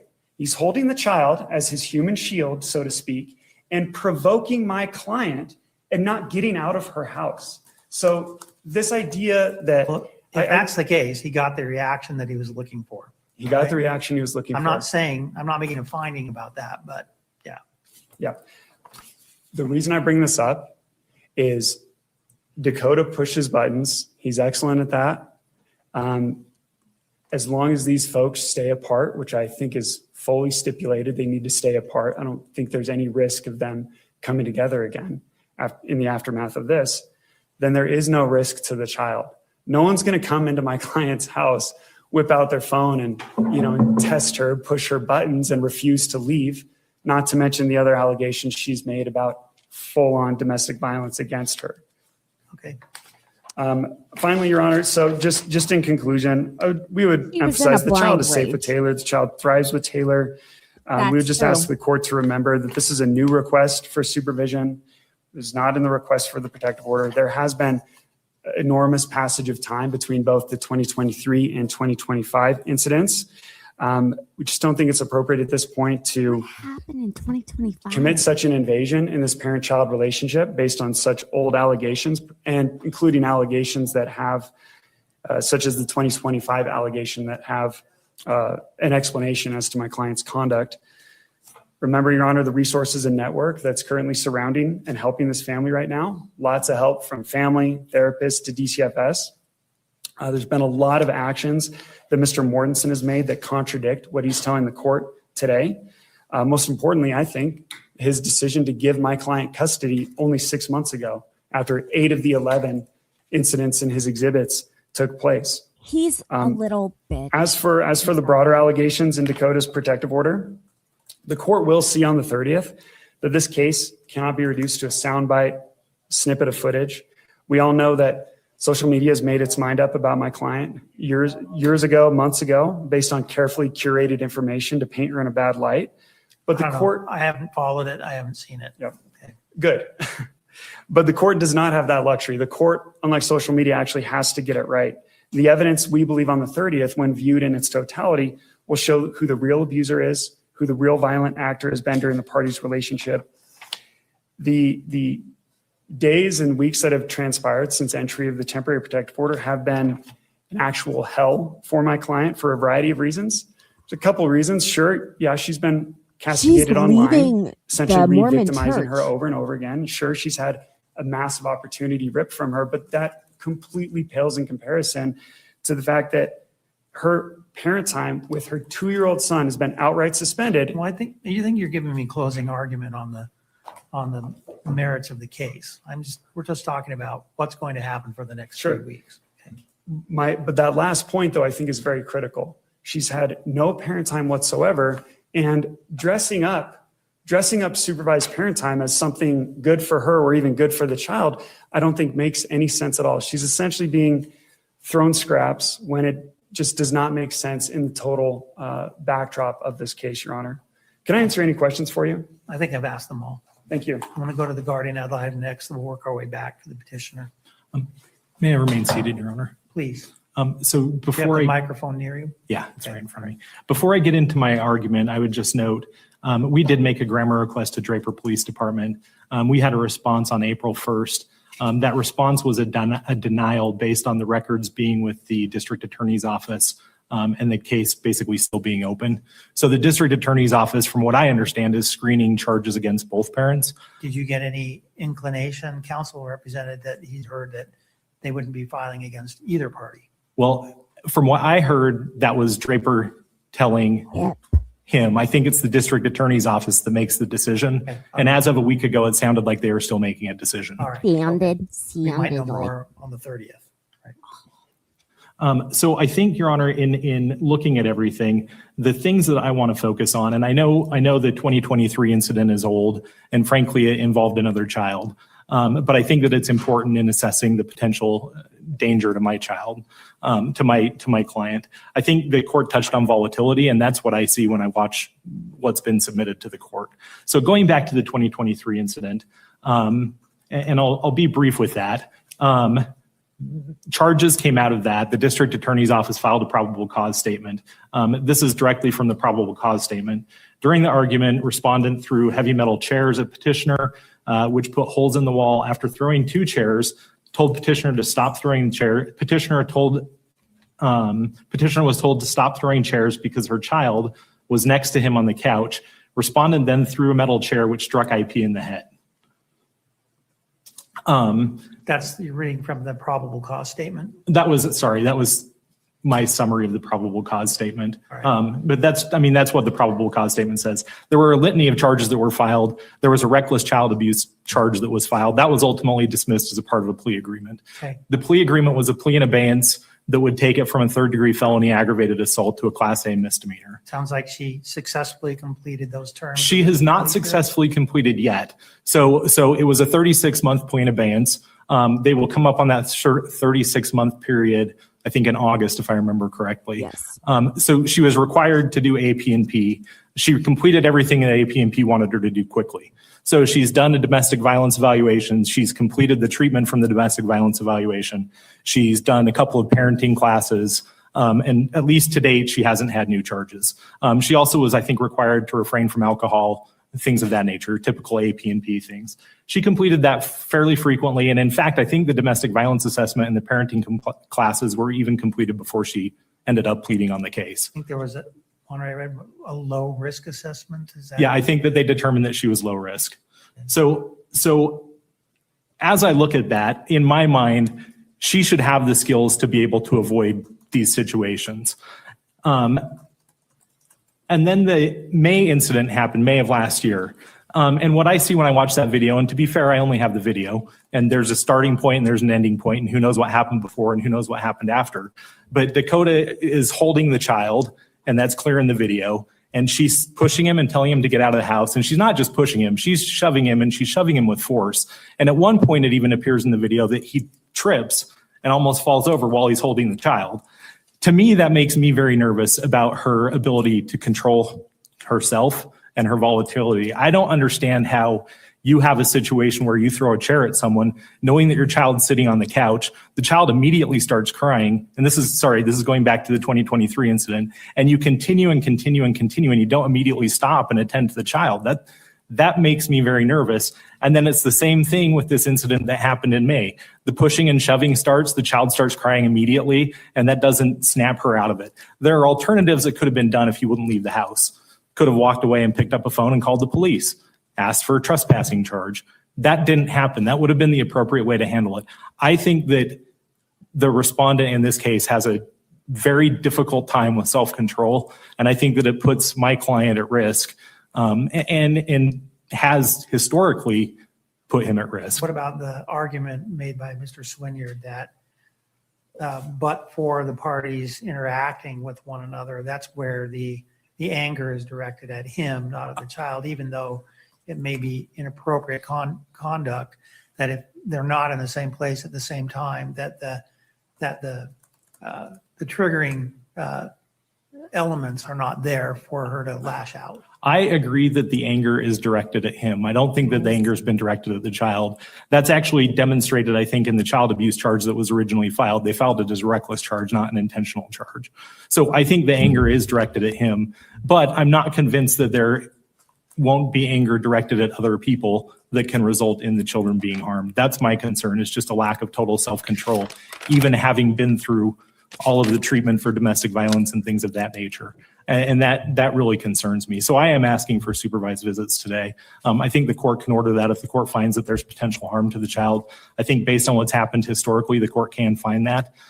We've discussed doing third-party supervision. That was one of the first requests I made when people reached out a couple of weeks ago, is send me people who I could consider for third parties. I hadn't made a decision at that point or even looked at the evidence, but if it got to that, I wanted to be able to vet people. I heard back from petitioner who was suggesting an agency. I heard back from respondent last night with one person, and then they provided 3 more this morning, so I haven't looked at them. As the court knows, the statute prefers an agency for reasons about neutrality and, being trained in child abuse reporting and things of that nature. I think that it would be appropriate to do an agency. How old is the child in this case? He's again? 2. 2, so you couldn't really interview this child. Correct. All right. Anything further? No. All right. Let's go back to you, Mr. Swinier, to any rebuttal on what the guardian ad litem has just indicated.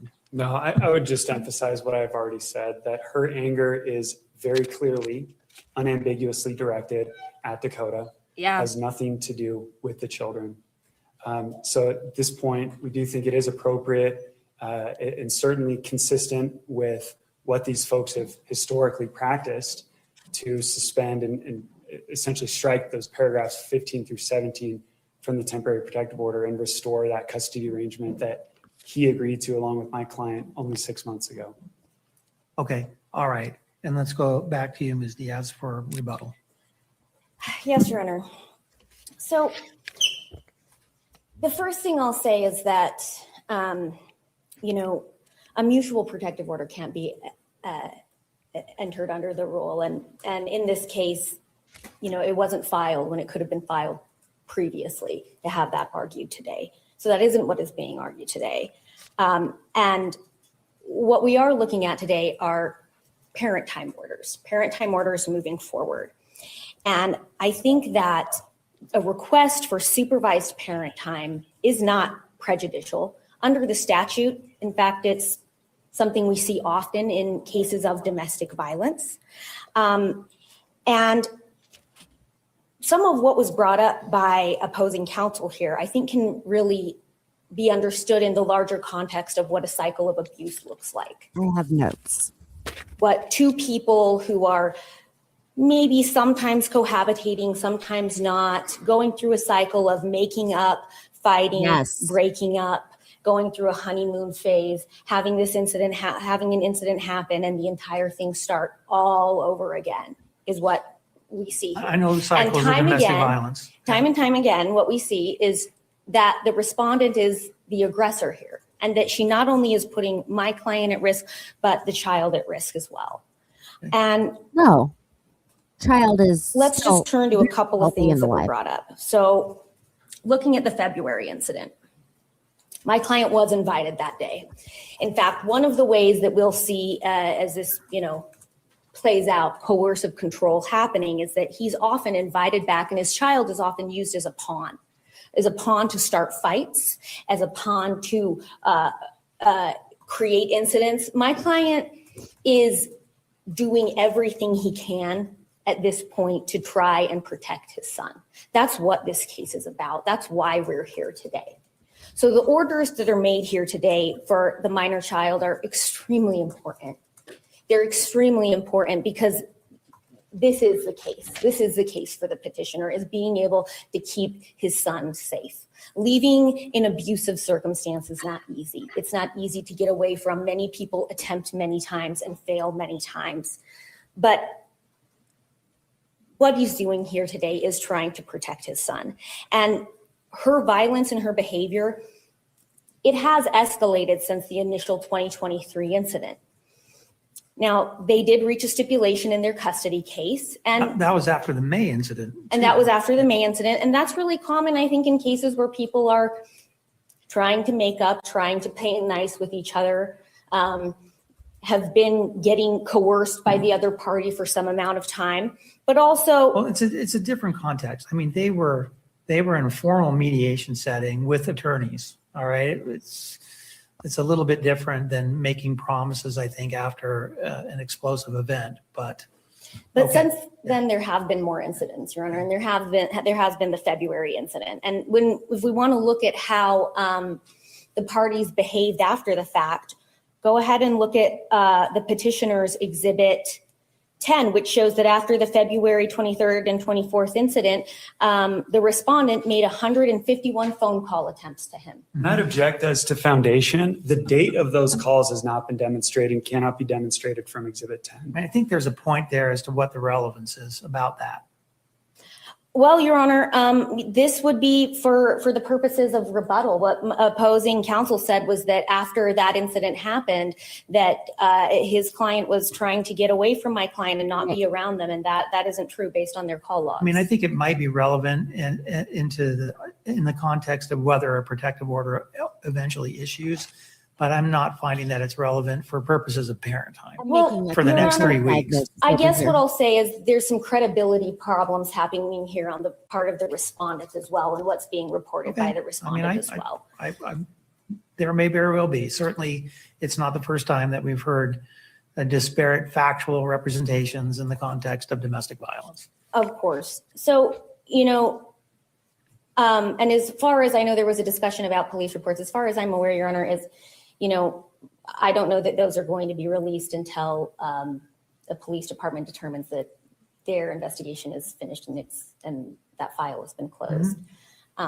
So we'll see what happens moving forward with that. But there are more incidents that show that more recently violence has been directed towards the minor. I'll draw your attention to Exhibit 9, in which the parties were in an argument, and it's mostly an audio, but the respondent kicks down the minor child's door.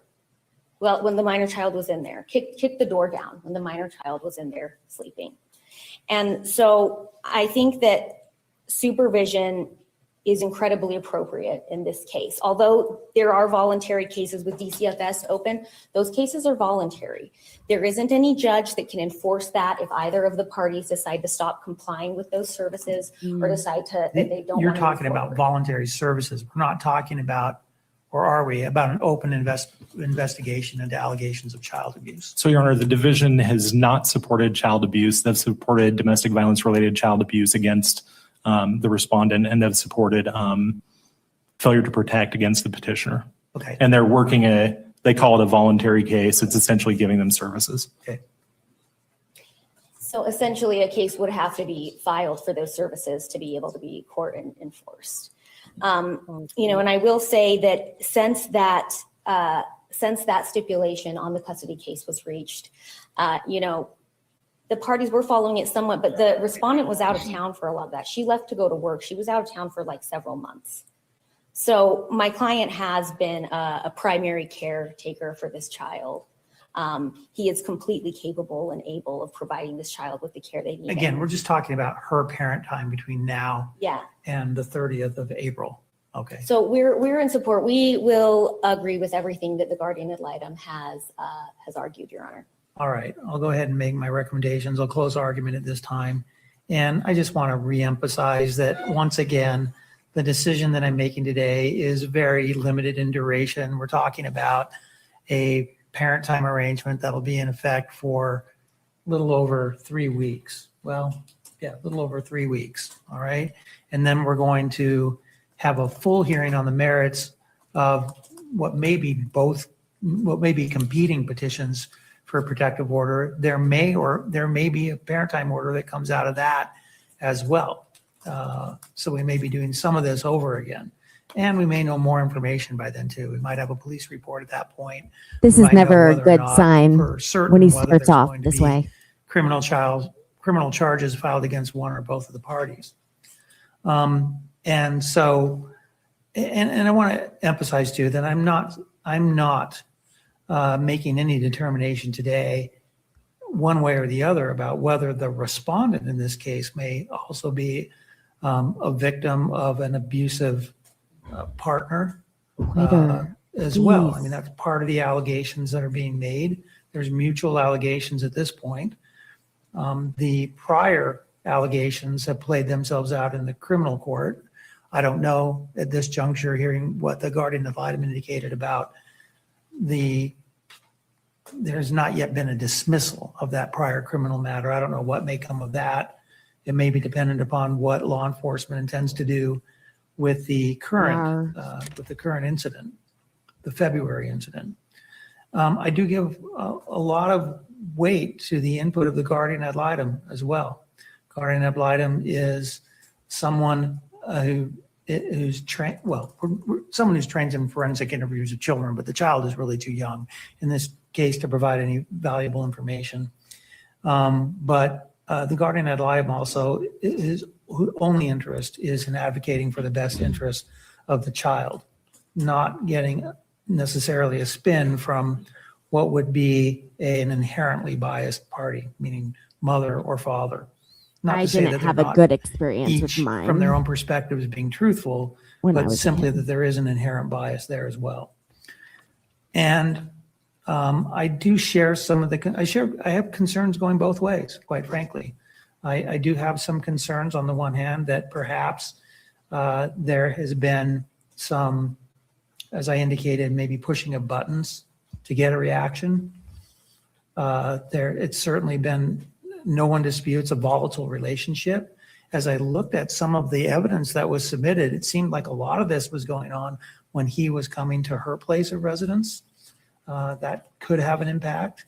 But also, regardless, the reactions that, even if he was trying to provoke a response, the reactions that actually occurred, they're very troubling. I mean, the one from 2023, I'm not giving as much weight to because it's removed in time, but it's still indicative of volatile reactions. And the hard part for the court is when it happens in the presence. I mean, it's hard in any event, but especially when there's children present during the incident. That's the most difficult part of all.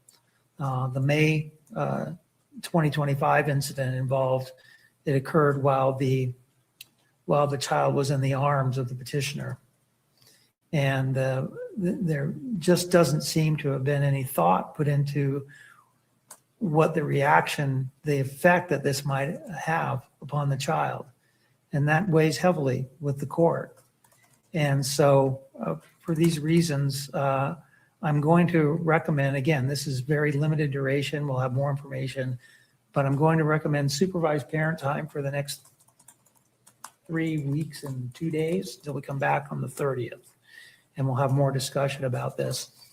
And I would allow that to be for up to 6 hours per week. We can break it up into 2 3-hour periods, 3 2-hour periods, whatever frequency works for her at the availability of a supervisor. The statute does talk about now, it's sort of flipped on its head. The old order of preference would be to relatives, friends that might be available, moving more towards a paid supervision service. As of May of 2025, with Ohm's law, that's changed. And now the preference is to a professional individual. Well, let's start. It would be a professional individual or private agency trained in child abuse reporting laws, the developmental needs of a child, and the dynamics of domestic violence, child abuse, and sexual abuse and substance abuse. If that's not available or practicable under the circumstances, then we can turn to an individual that has these similar types of training. And then if that's not available or practicable, then we're looking at friends, family, relatives, that sort of thing. I don't know if there was an agreement between the parties as to a mutually agreed upon third person that could do this or not. There's not an agreement. Historically, there's been an agreement. Historically, they've participated with 4 different friends and family members in providing care and supervision of the children. Was there a proposal that was set forth by you or your client to the guardian ad litem as to who ought to be? Yes, we're proposing that the parties be able to use those 4 individuals as part of the, if there is to be supervised parent time, that the court uses those 4. Are these people that are aligned with her? Well, it's safe to deduce that. One is our client's mom, client's sister, a cousin of my client, and then a shared nanny that both parties have used. But again, even though on paper they appear to be aligned, Dakota has actively taken advantage of these services or taken advantage of their time historically. I think in some respects too, and I don't know if you've considered that using a supervision service might actually protect her from false allegations as well. I think the concern that comes up with friends and family is that on the one hand, let's say if there's someone that's selected by the one to be supervised, the other parent may feel like they won't do their job. On the other hand, if it's someone selected by him, she may feel they're hostile towards her and it won't be conducive to effective parent time. So at least you're having a neutral observer who's Sure. documented that might give us some indication about how's the child responding when she sees mom after a while for a long time. Sure. It might actually be beneficial for everybody. My client's very interested if she's being given a very small amount of parent time, which the court has said 6 hours. Mr. McDonald has separately told us he'd be looking at more like 8 hours. So I think that would be worth a separate discussion. I'm okay with expanding that. Yeah. She's very concerned about the quality of parent time and believes that the quality of parent time will be better with someone who the child is familiar with, someone who my client is comfortable with. And, the court has already indicated some reluctance or some openness. I believe that this certainly would at best be an edge case for supervision. So if there is a case that the court can drift away from the statutory preference and allow family to step in, I think this would be it. Have you vetted anyone? So, Your Honor, I have not fully vetted everyone. So they gave me the 4 names. The first 2 names, the one thing that I did, because I just had time to do it because I received the names this morning, is I called the DCFS caseworker and asked her for her opinion. She was unfamiliar with the second 2 names. The first 2 names she was familiar with. Her concern would be that she believes that that client is very aligned against petitioner. And that would be my concern too. But what I would be willing to do is vet these folks for when we come back on the 30th and maybe have a different recommendation. Do you have instructions for proposed supervisors as to what their obligations would be? Our office has instructions that we would discuss and confirm that they would be willing to do it. I might be willing to go there vetted by the guardian ad litem, and we get a statement from the proposed supervisor that they'd be willing to submit themselves to the jurisdiction of the court so they can be held accountable. Zero problem with that. That's something we can work on today with those folks. Okay, I'll increase it to 8 hours. Certainly it's going to be subject to availability. I'm not eliminating necessarily paid supervision. I don't think this is necessarily an intentional child abuse case either. I do think that there's potentially incidental child abuse that has occurred, domestic violence in the presence of a child. So I still have some concerns, but certainly if they're being vetted and approved by the guardian, if they're submitting themselves to the jurisdiction of the court, it's going to take some interaction between counsel to try to work out a schedule between now and when we get back. Okay. Great. Yeah, we can work on that immediately, Your Honor. We're talking a 2-year-old, maybe frequent, shorter sessions may be better than one long session. Sure. Or 2. Yeah. All right.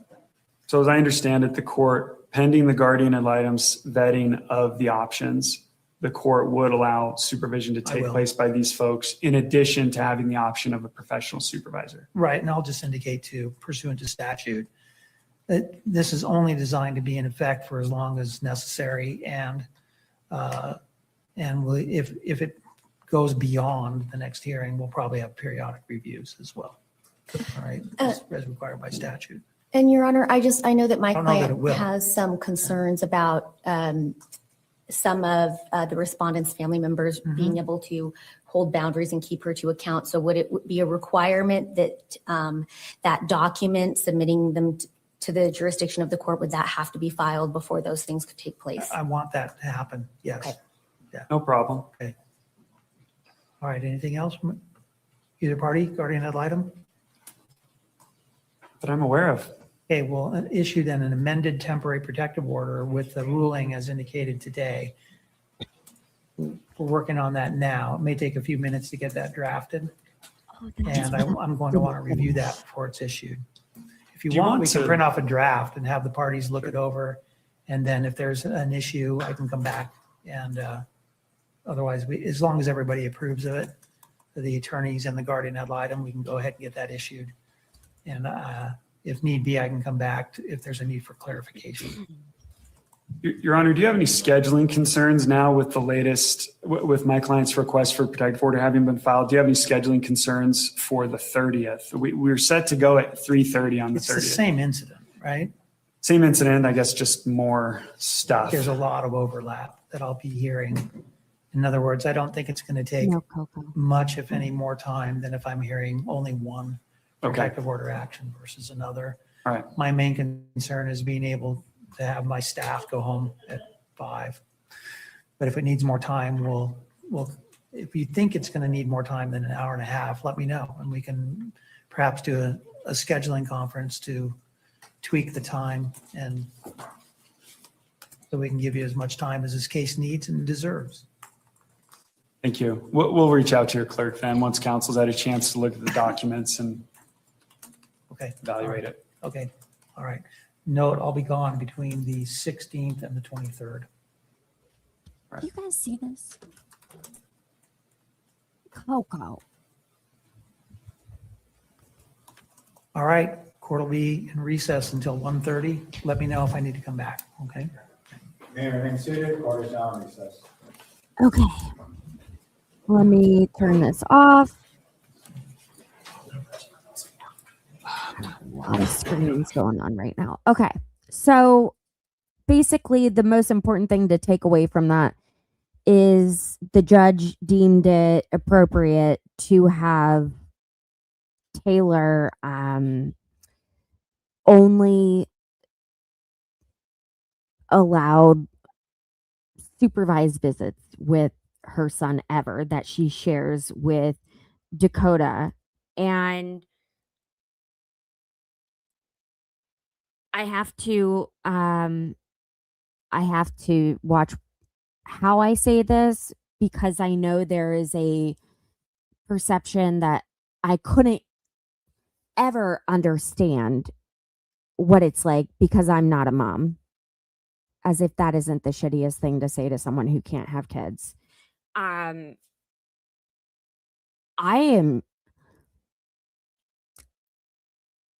do not know Taylor personally. I do not know Dakota personally, obviously. Let me make sure you guys can hear me. Okay, cool. But I do know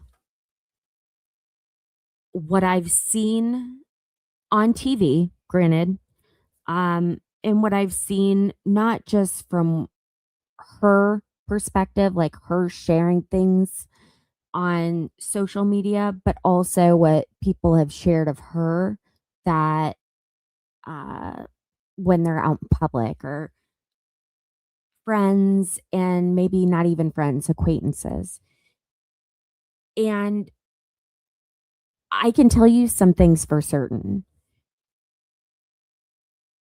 If you yourself have ever experienced a horrifically traumatic event, you can typically pick it up in other people. And by this event, I mean, how do I say this? Her behavior is at the point that she could get herself locked up. She has absolutely no choice but to get better and to improve who she is, not only for herself, but for her children and for her community. She has had everything ripped away from her in this last month. First, it was The Bachelorette, which, by the way, it is believed that it was not Dakota who sent the video to TMZ.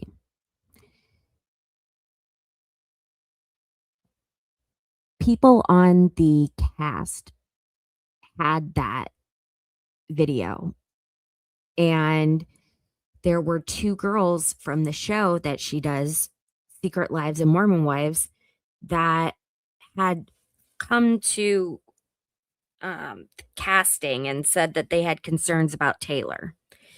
And when they didn't get their way, I think that this is pretty well known by this point. These girls said, "Have you guys even seen the tape?" And that's when the tape got to the producers at The Bachelor. After the season had been completely filmed and it was literally a week away from the season premiere. I have to take my medicine. I can tell that I need to take it. Give me 1 second.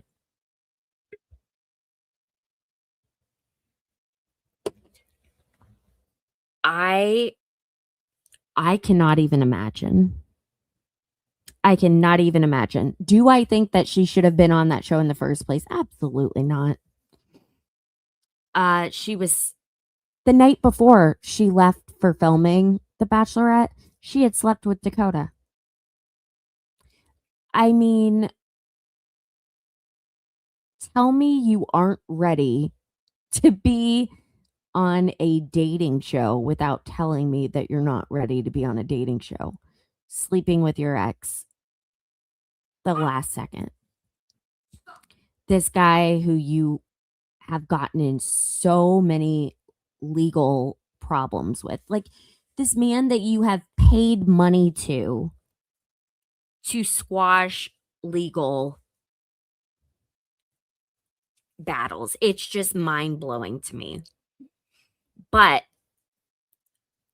I can also, in this really twisted, messed up way, I can relate to knowing that you need to make a change.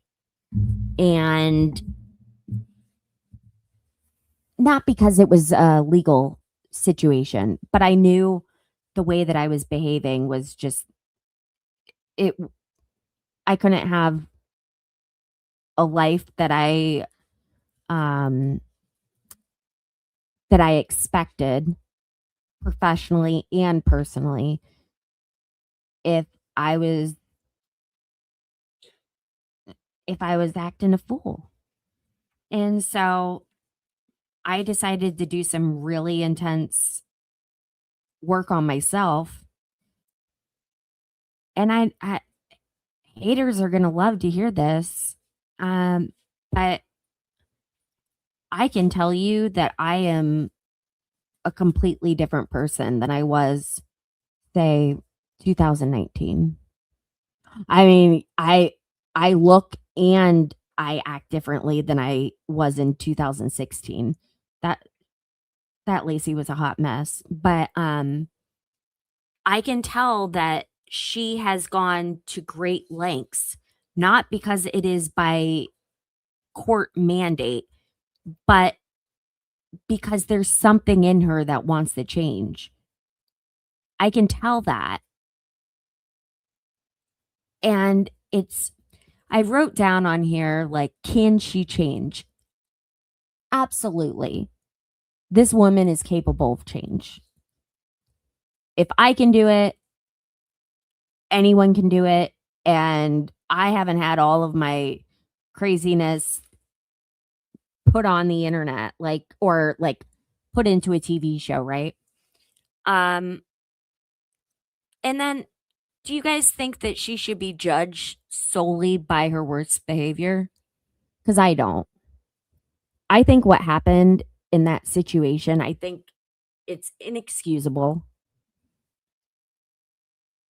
I think a lot of what we just heard from the lawyers and the judge is absolutely spot on, that these two are just like oil and water.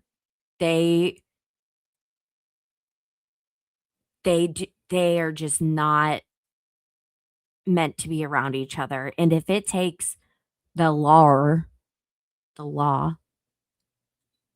to make sure that that doesn't happen, unfortunately, I think that's the way it needs to be. And I'm sure she's also heartbroken about it because, believe it or not, I don't think she's over him still. She essentially had what she was always hoping would eventually work out completely ripped away. Now the law is involved and judges are involved, and there's no way it'll work out. And now it's literally making her miss out on her children's lives. So I don't think there is a question when it comes to whether she can change, because she has that in front of her. She's able to focus her attention on that. And like when I decided to do some like self-improvement and go to therapy and figure out why I was quick to anger, just not handling things like I thought that I should. It was life-changing. It was the greatest thing that I've ever done, but it was also very difficult. Because you have to be very vulnerable. And I can only imagine being a like movie star and going to a therapist, spilling your beans and being worried that even though they signed that NDA, they could technically make your life a living hell with information that you share. That must be a trip. And then what roles in this really messed up situation, what roles should or is Dakota playing, and what should we expect of him? Because I'll go hard on Dakota all day long. I do not think he is a pleasant person. I think he is a womanizer. I think he is manipulative. I just don't think he is a good guy. And he is a dumbass because honestly, real talk, I think if he would have just like kept it in his pants, their relationship would have worked out. And I'm sure that crazy was always deep down inside of Taylor. Like, I think that her ex has testified to as much. I mean, who decides to become swingers with their best friend and then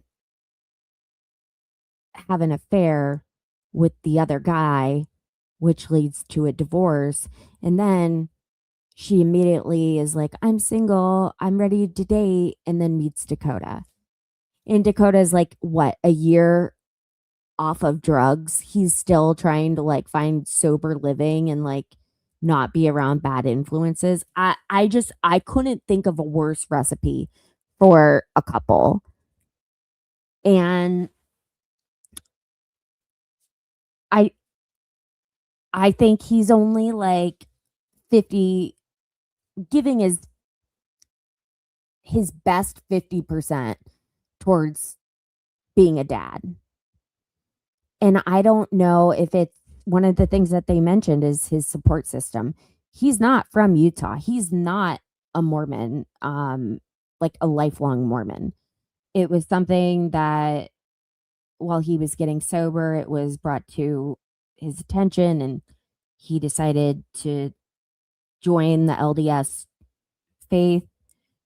And while that community in general is great in terms of like the support, you know, you have your like frat factions. You have your like what do they call it in that church? Your wards, which depend, like, they're based on where you live. We learned about this in Jodi Arias. And I just I don't know if he burned all of his bridges, like, with his family when he was in his addiction. I don't know. I can absolutely understand how that could happen as the sitting where I'm sitting and having been raised by an addict. With that being said, I think that nothing would be better at this point, not only for Taylor, but for her children, but for society as a whole, than for her to get better. And I think that she's capable of it. And I know how hard it is to be doing so great, and then you find yourself tripped up. For me, it was just being mad. And I joke about it, but 2 weeks ago, I flipped out because Burger King didn't put cheese on my Whopper. And I was like, I was so close to crying. It was just like one of those things. It was the straw that broke the camel's back. And, you take a few deep breaths and you realize, like, girl, get your shit together. This is over cheese on a Whopper. I'm glad you guys find that funny because I find it hilarious. So I wish her nothing but the best. And I hope that she begins to believe in herself, because I think that's where a lot of these issues are from. It's like internal in her. Like, she doesn't think that she's worthy. She doesn't believe that anyone will ever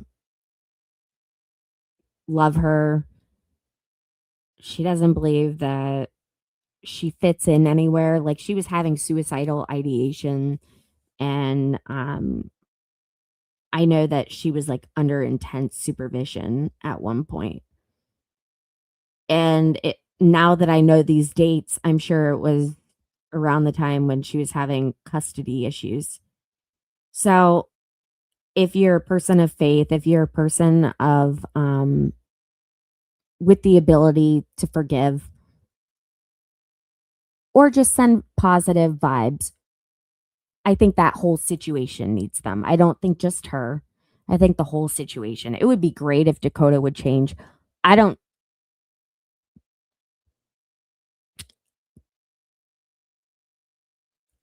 see him changing. I think he switched from one addiction, which was heroin, to another addiction, which is sex. And he's just become a man whore. So she, you can make her better day by day. Thank you for being so interactive here. No, you know what? That's a very good point. I don't believe she likes to be single either. And that is a terrifying trait, in my honest to God opinion. Hate me all you want, but if you can't be comfortable by yourself, you cannot be comfortable in a relationship. Like, hard stop. I even go as far as to say, like, every person needs to be comfortable doing things by themselves, like eating alone in a restaurant. Just be your own best advocate, believe in yourself.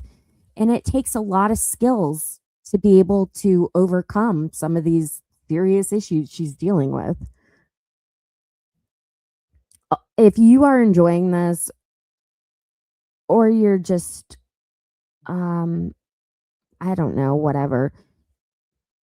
I have the membership information on the screen, and I'd love to see some new members build that puppy back up now that we seem to have, knock on wood, hit our stride again. I'm literally superstitious. One party, the woman who threw the chair.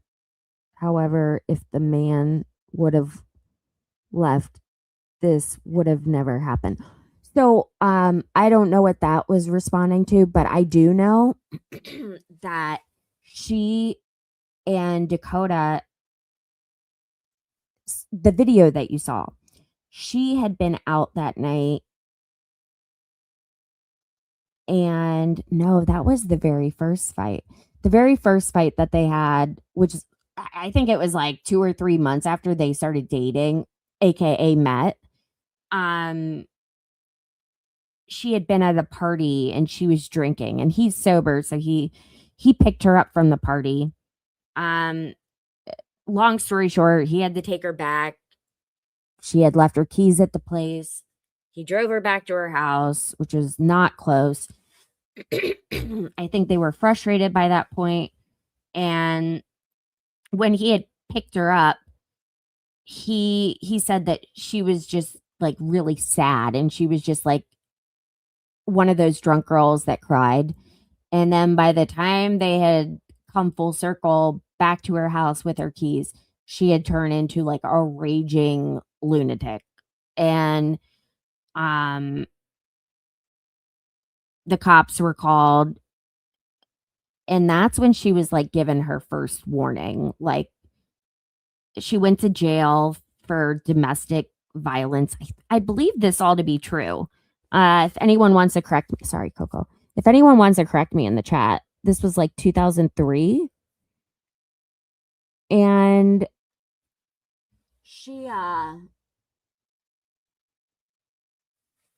she stopped drinking, and her kids were at home with a babysitter. And Dakota told the babysitter to go home because Taylor was like embarrassing herself, like screaming and yelling, drunk, crying. To make the matter worse, she was dressed as it was a party where you dressed as your ex. So she was dressed as the man. You have to be able to laugh about some of these things. And his peoples were huge that morning. I hope she's not using like people saying, honey, I couldn't think of a better candidate for Zoloft, Thorazine, diazepam, medically, given, but that girl needs something to calm her ass down. She's a little too wound up. And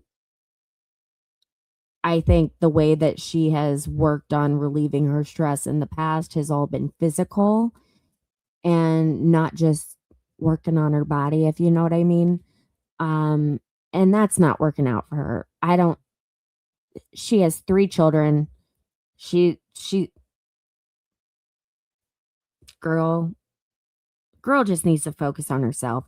So my hope with this 6-week temporary custody situation where she's going to have to be supervised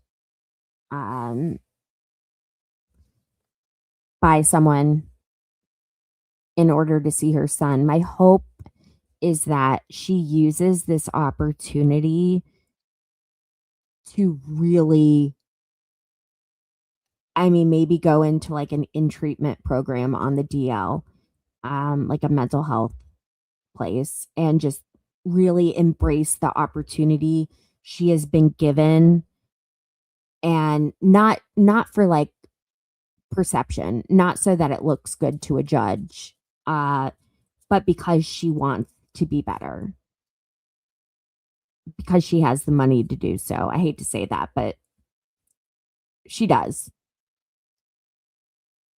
And I can't help but hope that if a lot of people struggling like she is right now had the funds, they would also be spending money to better themselves. But I don't know. Okay, so we have a little less than an hour left. Fame does not fame. Money helps. But it doesn't give you street smarts. It doesn't give you a conscience. It can help put you back together when you're broken a little bit easier, just a little bit easier, by giving you the resources to do so. Thankfully, I found a wonderful place, a wonderful therapist, and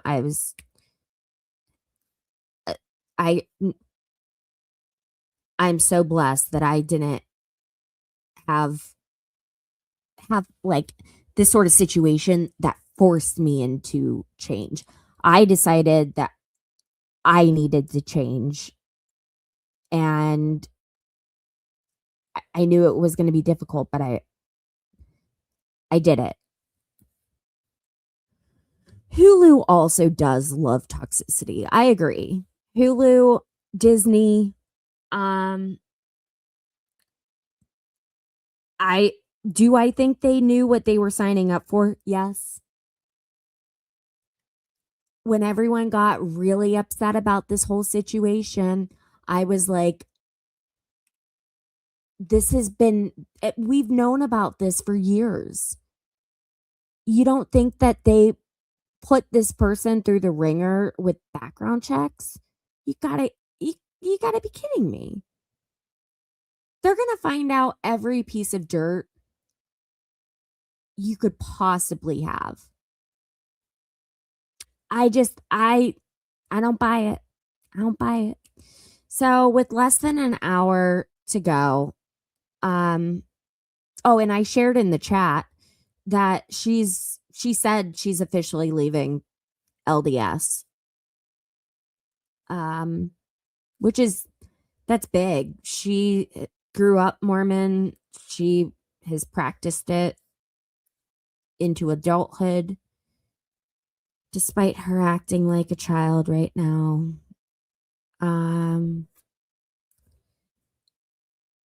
That's a big deal.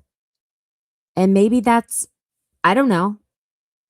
Maybe that's one of the steps that she knows she needs to take in order to better herself. So, unless I think of anything else, I'm going to show you guys a video that we started last week, and that should take us to dismissal of the jury or a verdict, depending on where things go. Let me know if you have any questions in the chat. Please don't be so shy. I know that you guys are watching on X, and it's driving me nuts that you're not liking this, because I know you bitches are loving this. So please, just a simple heart on the video would be so appreciated. Even more, a retweet. It would be baller. Okay. Let me put on this video for you guys and get you all ready.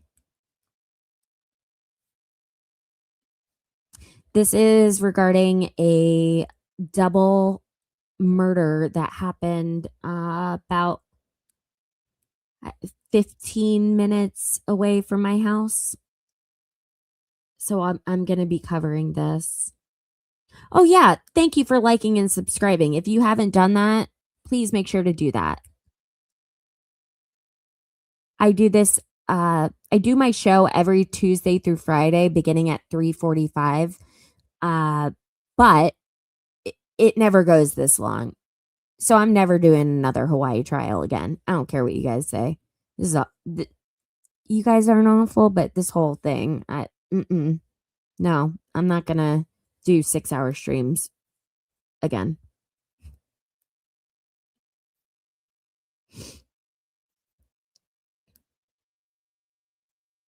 We just learned new details about what authorities may have been looking for and possibly found as Monique's ex-husband, Michael McKee, stands accused of this brutal double homicide. Let's go halfway through. Because I'm curious what we can Oh, expect. one of the things, Mark Wagner, the guy that's interviewed in this, I forgot to reach out to him this weekend. He already agreed to come on the show and talk with me about another case that he's aware of in the future, like in the next 2 weeks. It's starting, so I really need to reach out to him. But he is a great guy. He does a lot of stuff with this channel, Law and Crime, but I guess it's Court TV now as well. So this is your official introduction until he comes on the show.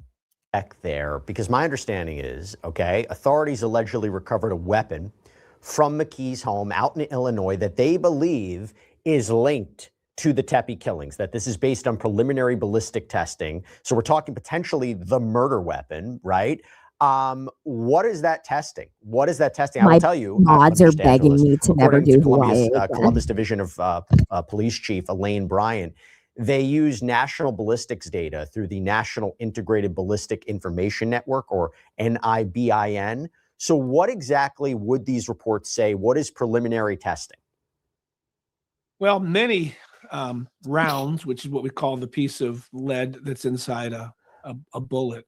Many rounds and the cartridges have their own signature that's unique to the gun that goes through them. They're not registered. Not every bullet has a serial number on it, for example. But depending on the kind of gun it comes out of, it might leave a signature as it goes through the barrel based on the unique metal factors of the inside of that barrel. Having said that, we know this in the Charlie Kirk case right now, where there's a discussion about whether or not the bullet can be matched to the rifle. I worked on a case years ago, officer-involved shooting, where several officers had to fire their weapons at the same moment at a suspect who was pointing a gun. Oh my God. And when we took those bullets to get analyzed, they were all Glocks in this instance. The expert told us that the nature of these guns, you couldn't tell which gun fired which bullet. So sometimes we know. I know that. We can do a direct match. Sometimes we can't because of the nature of the inside of the barrel and the way that the firearm ejects the bullet. And it could be, if a case only rested on that, and you can strike, you can raise a little bit of reasonable doubt in terms of the murder weapon, in terms of who fired it, or in terms of, if it's the actual weapon, that could be, end a case. But when you couple that with the other evidence in this case, it's just a piece of the puzzle, right? And I want to talk about that a little more, because when I'm saying the 250 video files of surveillance-related footage from the Rockford Hospital where McKee worked was sent over to Diane Menashe, before I even get into the other evidence, and I'll get into that cell phone and the car, what are they looking for there? Why is that relevant to the case where he worked? Trying to build a pattern of where the defendant was in the days and weeks before the crime, when he arrived, by what direction, and then looking to see if that pattern has changed. You also might want to see what he's wearing. Famously, from the O.J. Simpson case, the civil case, the kind of shoes that he used to commit that murder were found in a photo of him at a charitable event years earlier, a very unusual set of shoes that wasn't commonly sold. So by looking at a photo of him at a charity event months or years before the murder, investigators for the civil attorneys were able to identify that set of shoes as the one that was used by the murderer the night of the murder. So similar, you're looking for patterns, times, clothes, things he may or may not carry with them. You never know what could be a clue, both for the defense and for the prosecution. And this is where I want to get into the other evidence, okay? Because there's some more evidence that we've at least learned over the course of this story. For instance, the Columbus Dispatch reports that McKee's cell phone showed no activity for 17 hours, or allegedly showed no activity for 17 hours, And it was only picked up again when someone would be coming back to Rockford. And they claim that that data shows McKee was near the Tepe home, including for several hours on December 6th. But this is when the couple was out of town. NBC even reporting there was security video showing him going into the home. Mark, talk to me about that. Yeah, this is one of the most troubling things for the defense. There's no good reason for him to be 3 states east at the home of his ex-wife. He can be up to no good. And now someone might say, well, it's not illegal to do that. We're not suggesting it's illegal to do that. We're suggesting it indicates you still have a very dangerous interest in your ex-wife and her new husband. Anybody with a lick of sense knows that your cell phone tracks you where you go. And as a result, anybody with a lick of sense who wants to not be tracked will somehow disable their cell phone. They'll turn it off. They'll remove the battery. They'll do something that would stop any signal from being put out to a cell tower. And so that's likely what happened here. If he is prepared, think about this. This is not a crime of passion. A crime of passion is when you come upon something and you act impulsively. When you live in Illinois and your ex-wife is in Ohio, just the time it takes to drive there gives you plenty of time for what the law calls prior calculation and design. As part of a criminal's prior calculation and design, they think about how can I avoid detection, shutting down my cell phone, putting it in a special bag where the signal doesn't come out. Whichever way he disabled it, that's likely what happened. It's similar to Koberger when they said that he turned his phone off at the key time of the killings, but at least he had some sort of, I don't know, I don't think it was going to work, but he was like, oh, he went to school relatively nearby. He might drive in that area. If they can establish through cell phone data or through surveillance that McKee is there, it doesn't make sense. That's, I think, going to be quite problematic for Diane Menashe. Although I wonder, can you strike at the actual data? Is that ever effective? You say, hey, this is not, you can't look at the cell phone data, it's wonky. You can't look at the surveillance data, it's wonky. Does that work? It typically does not work by matter of suppression, because you'd have to prove a Fourth Amendment violation at a suppression hearing. More typically what they'll do is they'll try to attack the foundation or the authenticity of it. At trial, a prosecutor has the burden of submitting evidence to the judge and saying, Judge, here's the foundation for the evidence. Here's the authentication for this evidence. Please admit it into the case so that the jury can consider it.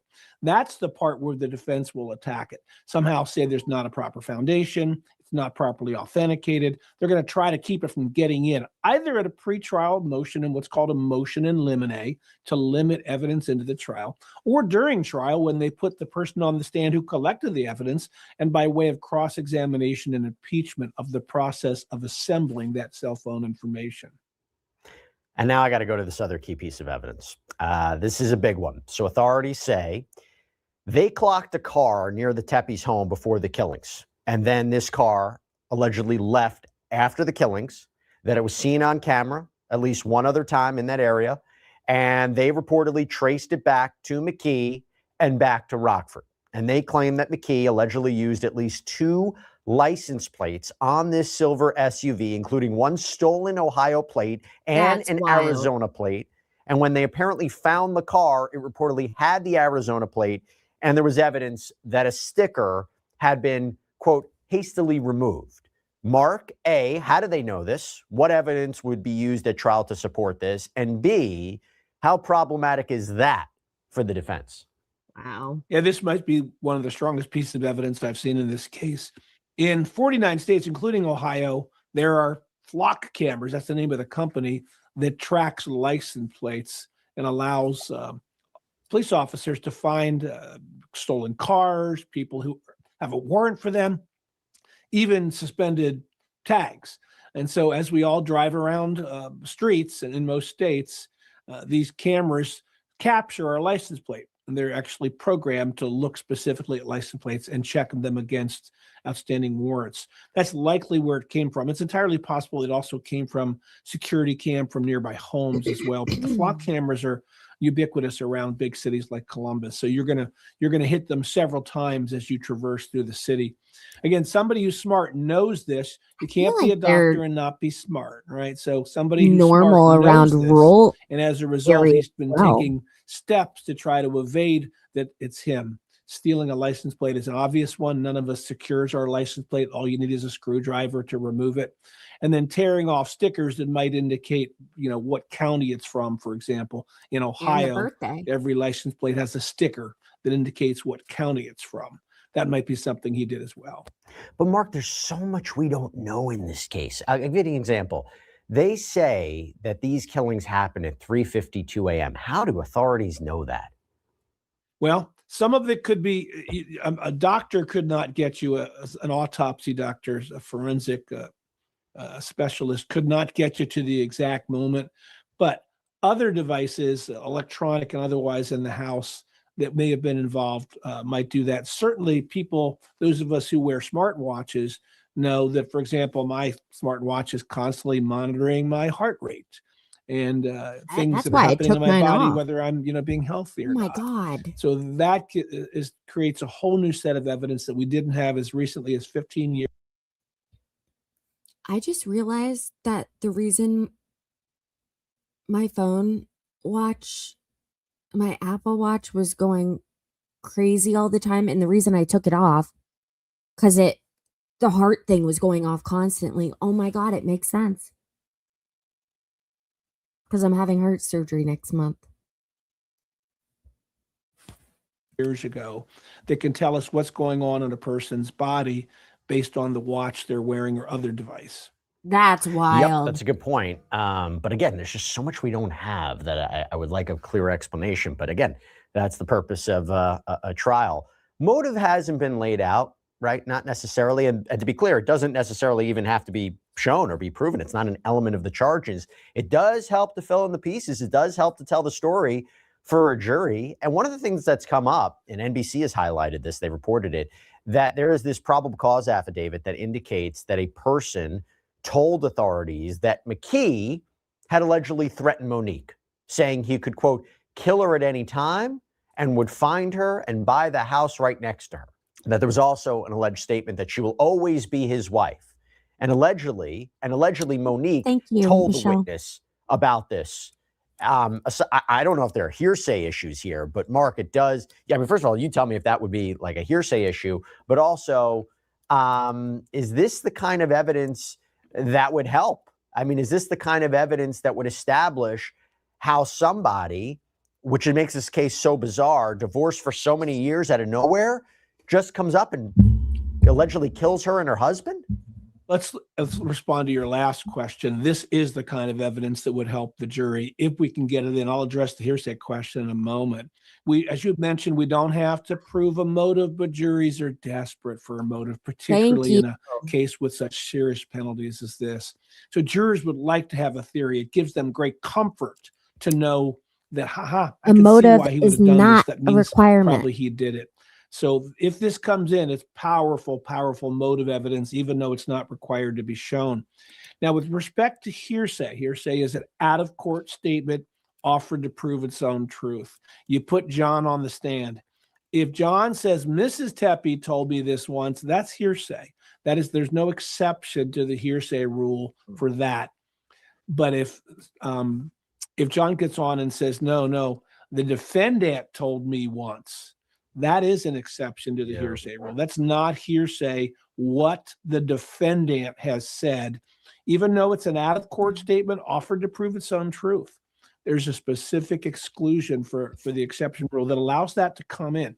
So it's going to depend on who is the person saying this statement and where that person heard it from. Do you think this is relevant?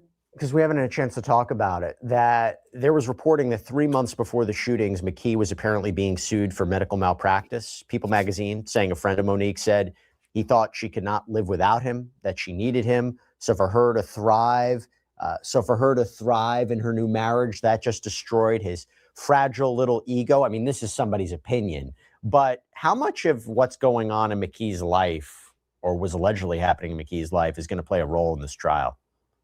There's an evidence rule that judges have to consider that says that evidence that is more prejudicial than probative has to be excluded. Prejudicial means it's going to inflame the passions of the jurors. Probative means it gives the jury's insight into the crime. And so there's a balancing test. It's a very common exception you see at trial. Judge, that's more prejudicial than probative. That's going to mislead the jury. It's going to get them down a path that's not probative as to what the elements of this case are. So I would be surprised if the judge would not be asked to rule on that by defense counsel. I think that would come up. If that evidence were offered, either at pretrial, Diane Menashe and her team would seek to exclude that testimony, or during the trial itself. The closed door status conference is being held on April 13th, where I imagine they are just going to try to maybe set future dates for, I don't know, motions or hearings. So we'll see what happens. But again, it's closed door. We're not going to get a ton of information. But I will just end on this point. Look, it's a very high profile case. There are a lot of people invested in this. Their deaths have shaken that community, their friends, their family. It is awful. To just give you a sense about this, NBC reported that the Tepe's relatives had said that this couple shared a, quote, beautiful, strong, and deeply happy relationship, that the family is heartbroken. Quote, while no outcome can ever undo this loss, our family is committed to seeing this tragedy fully and fairly brought to justice and to honoring Spencer and Monique by protecting the future of the children they love so deeply. So we talk a lot about the evidence, but that's the human point about it. Mark Weaver, thanks for taking the time. Really appreciate it. Thank you, Jesse. And that's all we have for you right now here on Sidebar. Everybody, thank you so much for joining us. And as always, please subscribe on YouTube, Apple Podcasts, Spotify.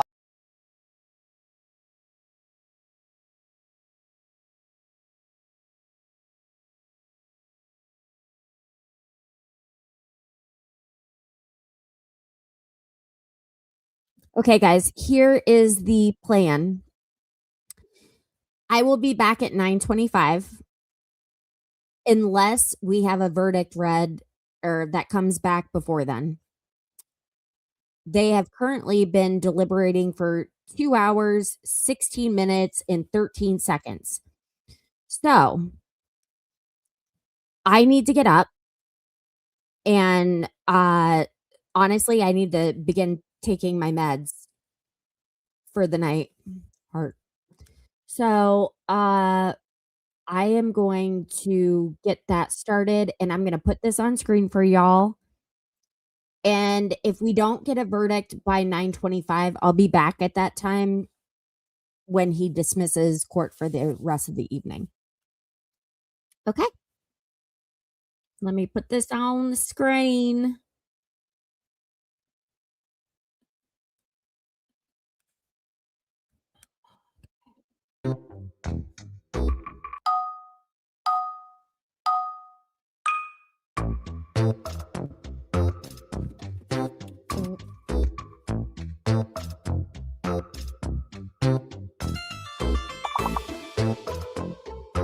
You guys can use the QR code to join, or just type in whatever you think the answer is.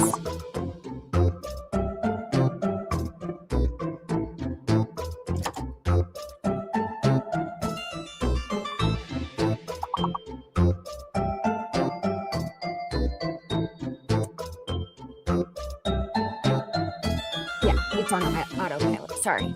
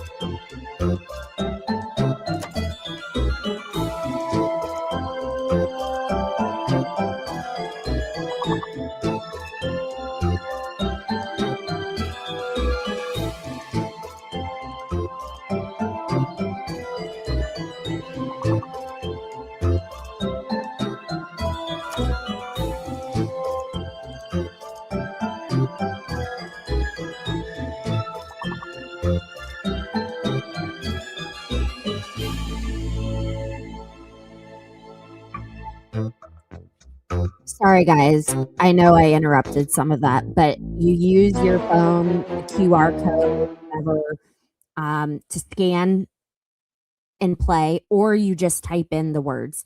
I am not going to put anything on screen, so if someone comes by asking about the trial, I will hopefully be able to respond. Okay, bye.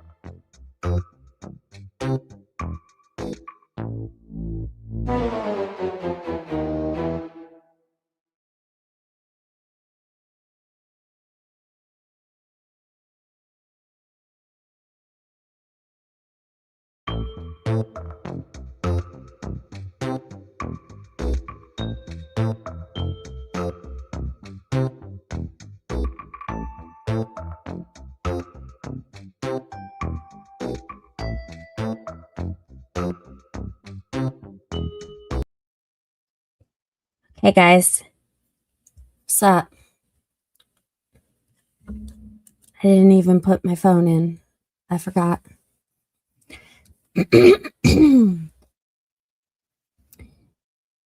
Oh, sorry. I thought the game was over.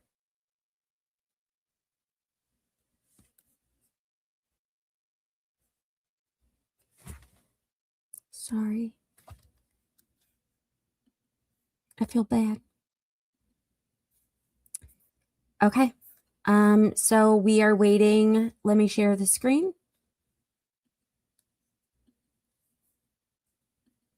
No, not that one. This one.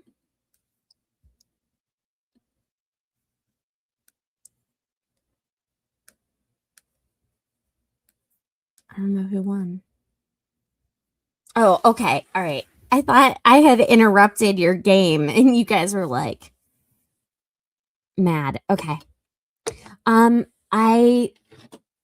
I took my phone out, I saw that I had received a Venmo. So I just want to say thank you to Barbara, whomever you may be. But that's one of my favorite people's names. Screw it. This is weird talking into my laptop.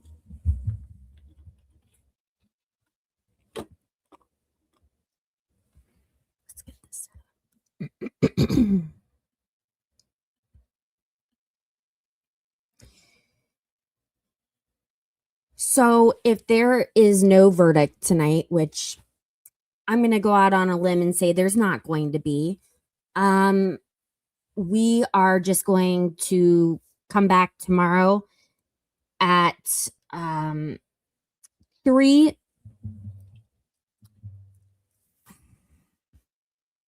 We're going to do 3 o'clock because that's when court starts there.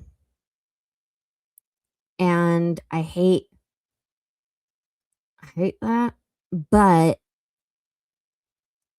I think the likelihood of them coming to a verdict tomorrow morning is extremely high. So I don't want to wait till 3:45, which is when I usually do the show. My obviously timing is off because of this trial. Mitchell, good night. I hope you have a lovely night. I'm going to wait until the judge comes back and dismisses the jurors.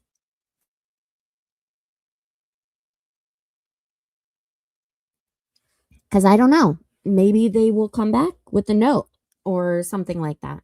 I don't know.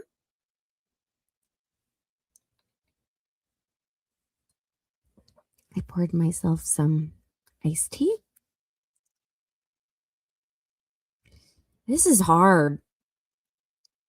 I'm not kidding when I say no more Hawaii trials. None. I am not doing this again. Thank you, mods. Thank you, mods. That reminds me. Thank you, mods. The clock hasn't stopped yet.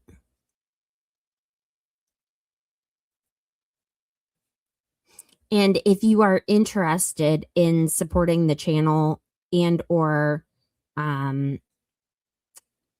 donating towards my surgery expenses, the information on the ticker at the bottom of the screen is where you can do that. Obviously, you can also super chat. You can become a member. All of these are fantastic ways. I love the memberships because that allows for me to provide you with like members only content, with those emojis that only members get to use, with discount on merchandise, which I was working on today. And I feel okay launching my merch website. Like, I was supposed to do it back in January, but after I came back from my trip. And if you haven't heard this story, God bless you. Before I left on a trip, I had extremely high viewership. Like, it was bananas. And I left my YouTube for like a week, and it all just went down the toilet. More like 10 days. So I will never do that again, even if I am on my deathbed. And it didn't feel like an appropriate time for me to launch my website because I just wasn't getting the views. So now that we are back in the right direction, I feel okay with it. Like, I can live with my viewership right now. I'm sorry. I'm so sorry. I'm going to start muting myself. I have this humidifier going and everything.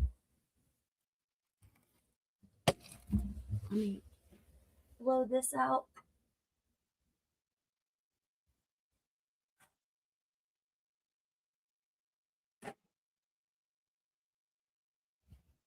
Okay, so Moist Sugar, that's a fun name.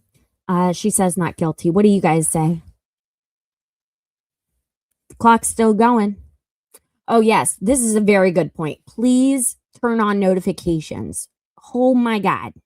Please turn on notifications so that if I go live later or earlier, you are notified at that time so that you aren't caught off guard. Like if I am 45 minutes early, like I was today, which I absolutely was not expecting.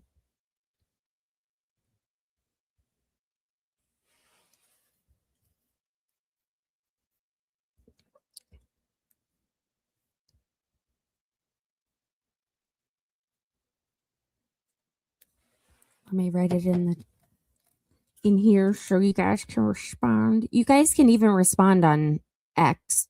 I know that's where you guys are watching from right now. You can't hide from me.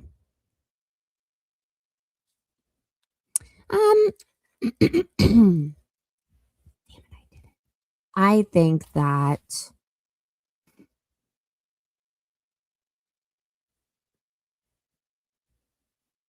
my personal thought is that they should have presented this with like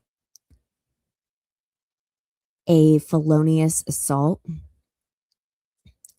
And if they had done that, they absolutely could have gotten a guilty.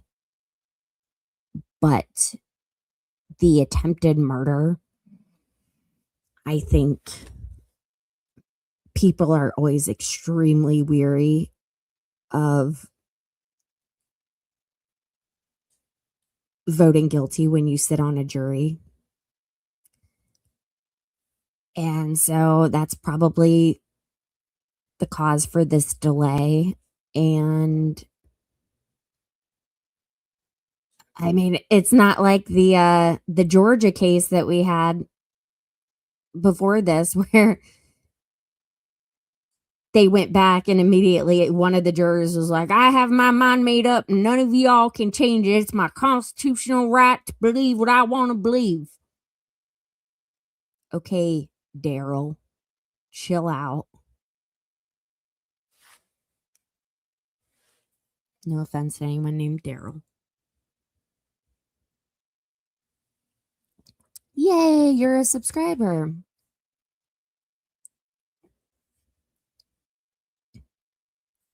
How are we doing analytically? Let me check.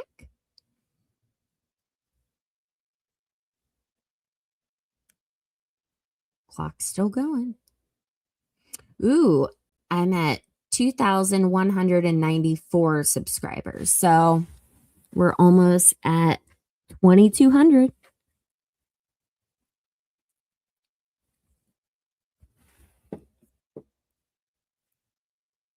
And thank you to everyone again who donated and participated in tonight's goal. I told y'all when we started the show, I wanted, like, my goal was to either have someone donate memberships or $10 from 10 people. And that worked out. It was like $50 from 5 people and then 5 gifted memberships. So actually one of those people gave $20. So it worked out great. And I'm super thankful because I'm just now realizing how long I am going to be bedbound, and I am not thrilled about it. You'll like it around here, Moist Sugar. We are live Tuesdays through Fridays.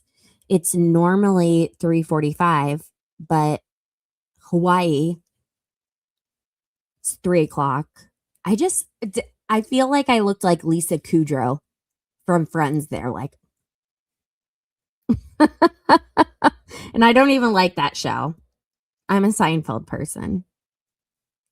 Judge me all you want.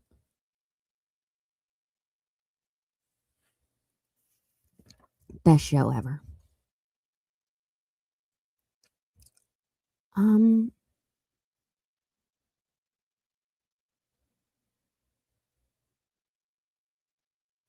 Did he say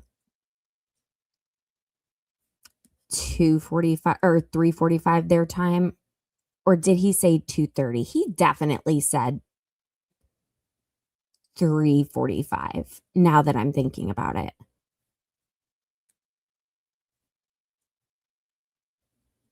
He did. I could have sat on the couch longer. At some point, you don't know what to talk about. That's why I'm asking y'all, like, what do you think the verdict's gonna be? And Moist Sugar's nice enough to come on up here and talk to me. Meanwhile, X is just remaining quiet and judgy.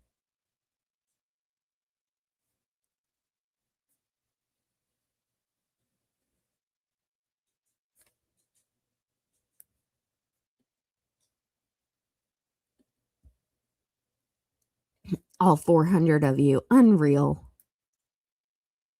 Oh, I saw movement. Did y'all see that?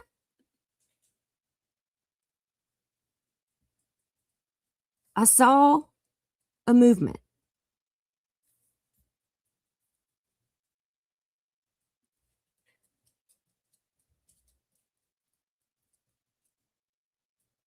Yep. Okay. All right.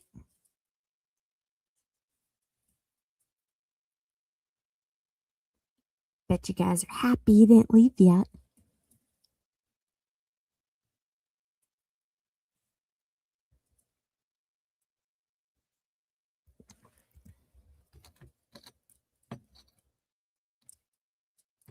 Cameraman, what in the tarnation?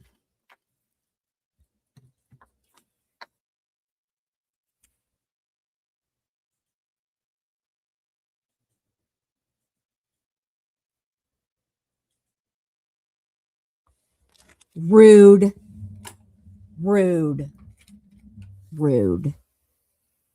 So rude. Okay, guys. Well, that's that. Tomorrow, I'll be back. Turn on your notifications if you are subscribed to my channel. That way, you know exactly when I'm going live. I'm planning on it being 3:00, but hey, it might be 3:45, but I don't think so. So you should turn on your notifications. Bye, Moist Sugar. Okay. Yeah, notifications are turned on. You guys know to come back tomorrow. And we're good. Thanks for joining tonight. Thanks for everyone who contributed, not only financially, but their time. I know that time is hard to come by nowadays. So I appreciate your patronage. However you were here with me, and all of my mods, thank you so much. Yeah, it was rude. Like, I'm kind of offended. And Willa is still saying he is guilty. So nobody's going to change Willa's mind ever. Ever. Okay. That's that. That's a wrap, y'all. I hope y'all have a great night. And I'll see you tomorrow afternoon at 3 p.m. Eastern here on Criminally Confident. I hope I'm not forgetting anything because I'm ending the stream now.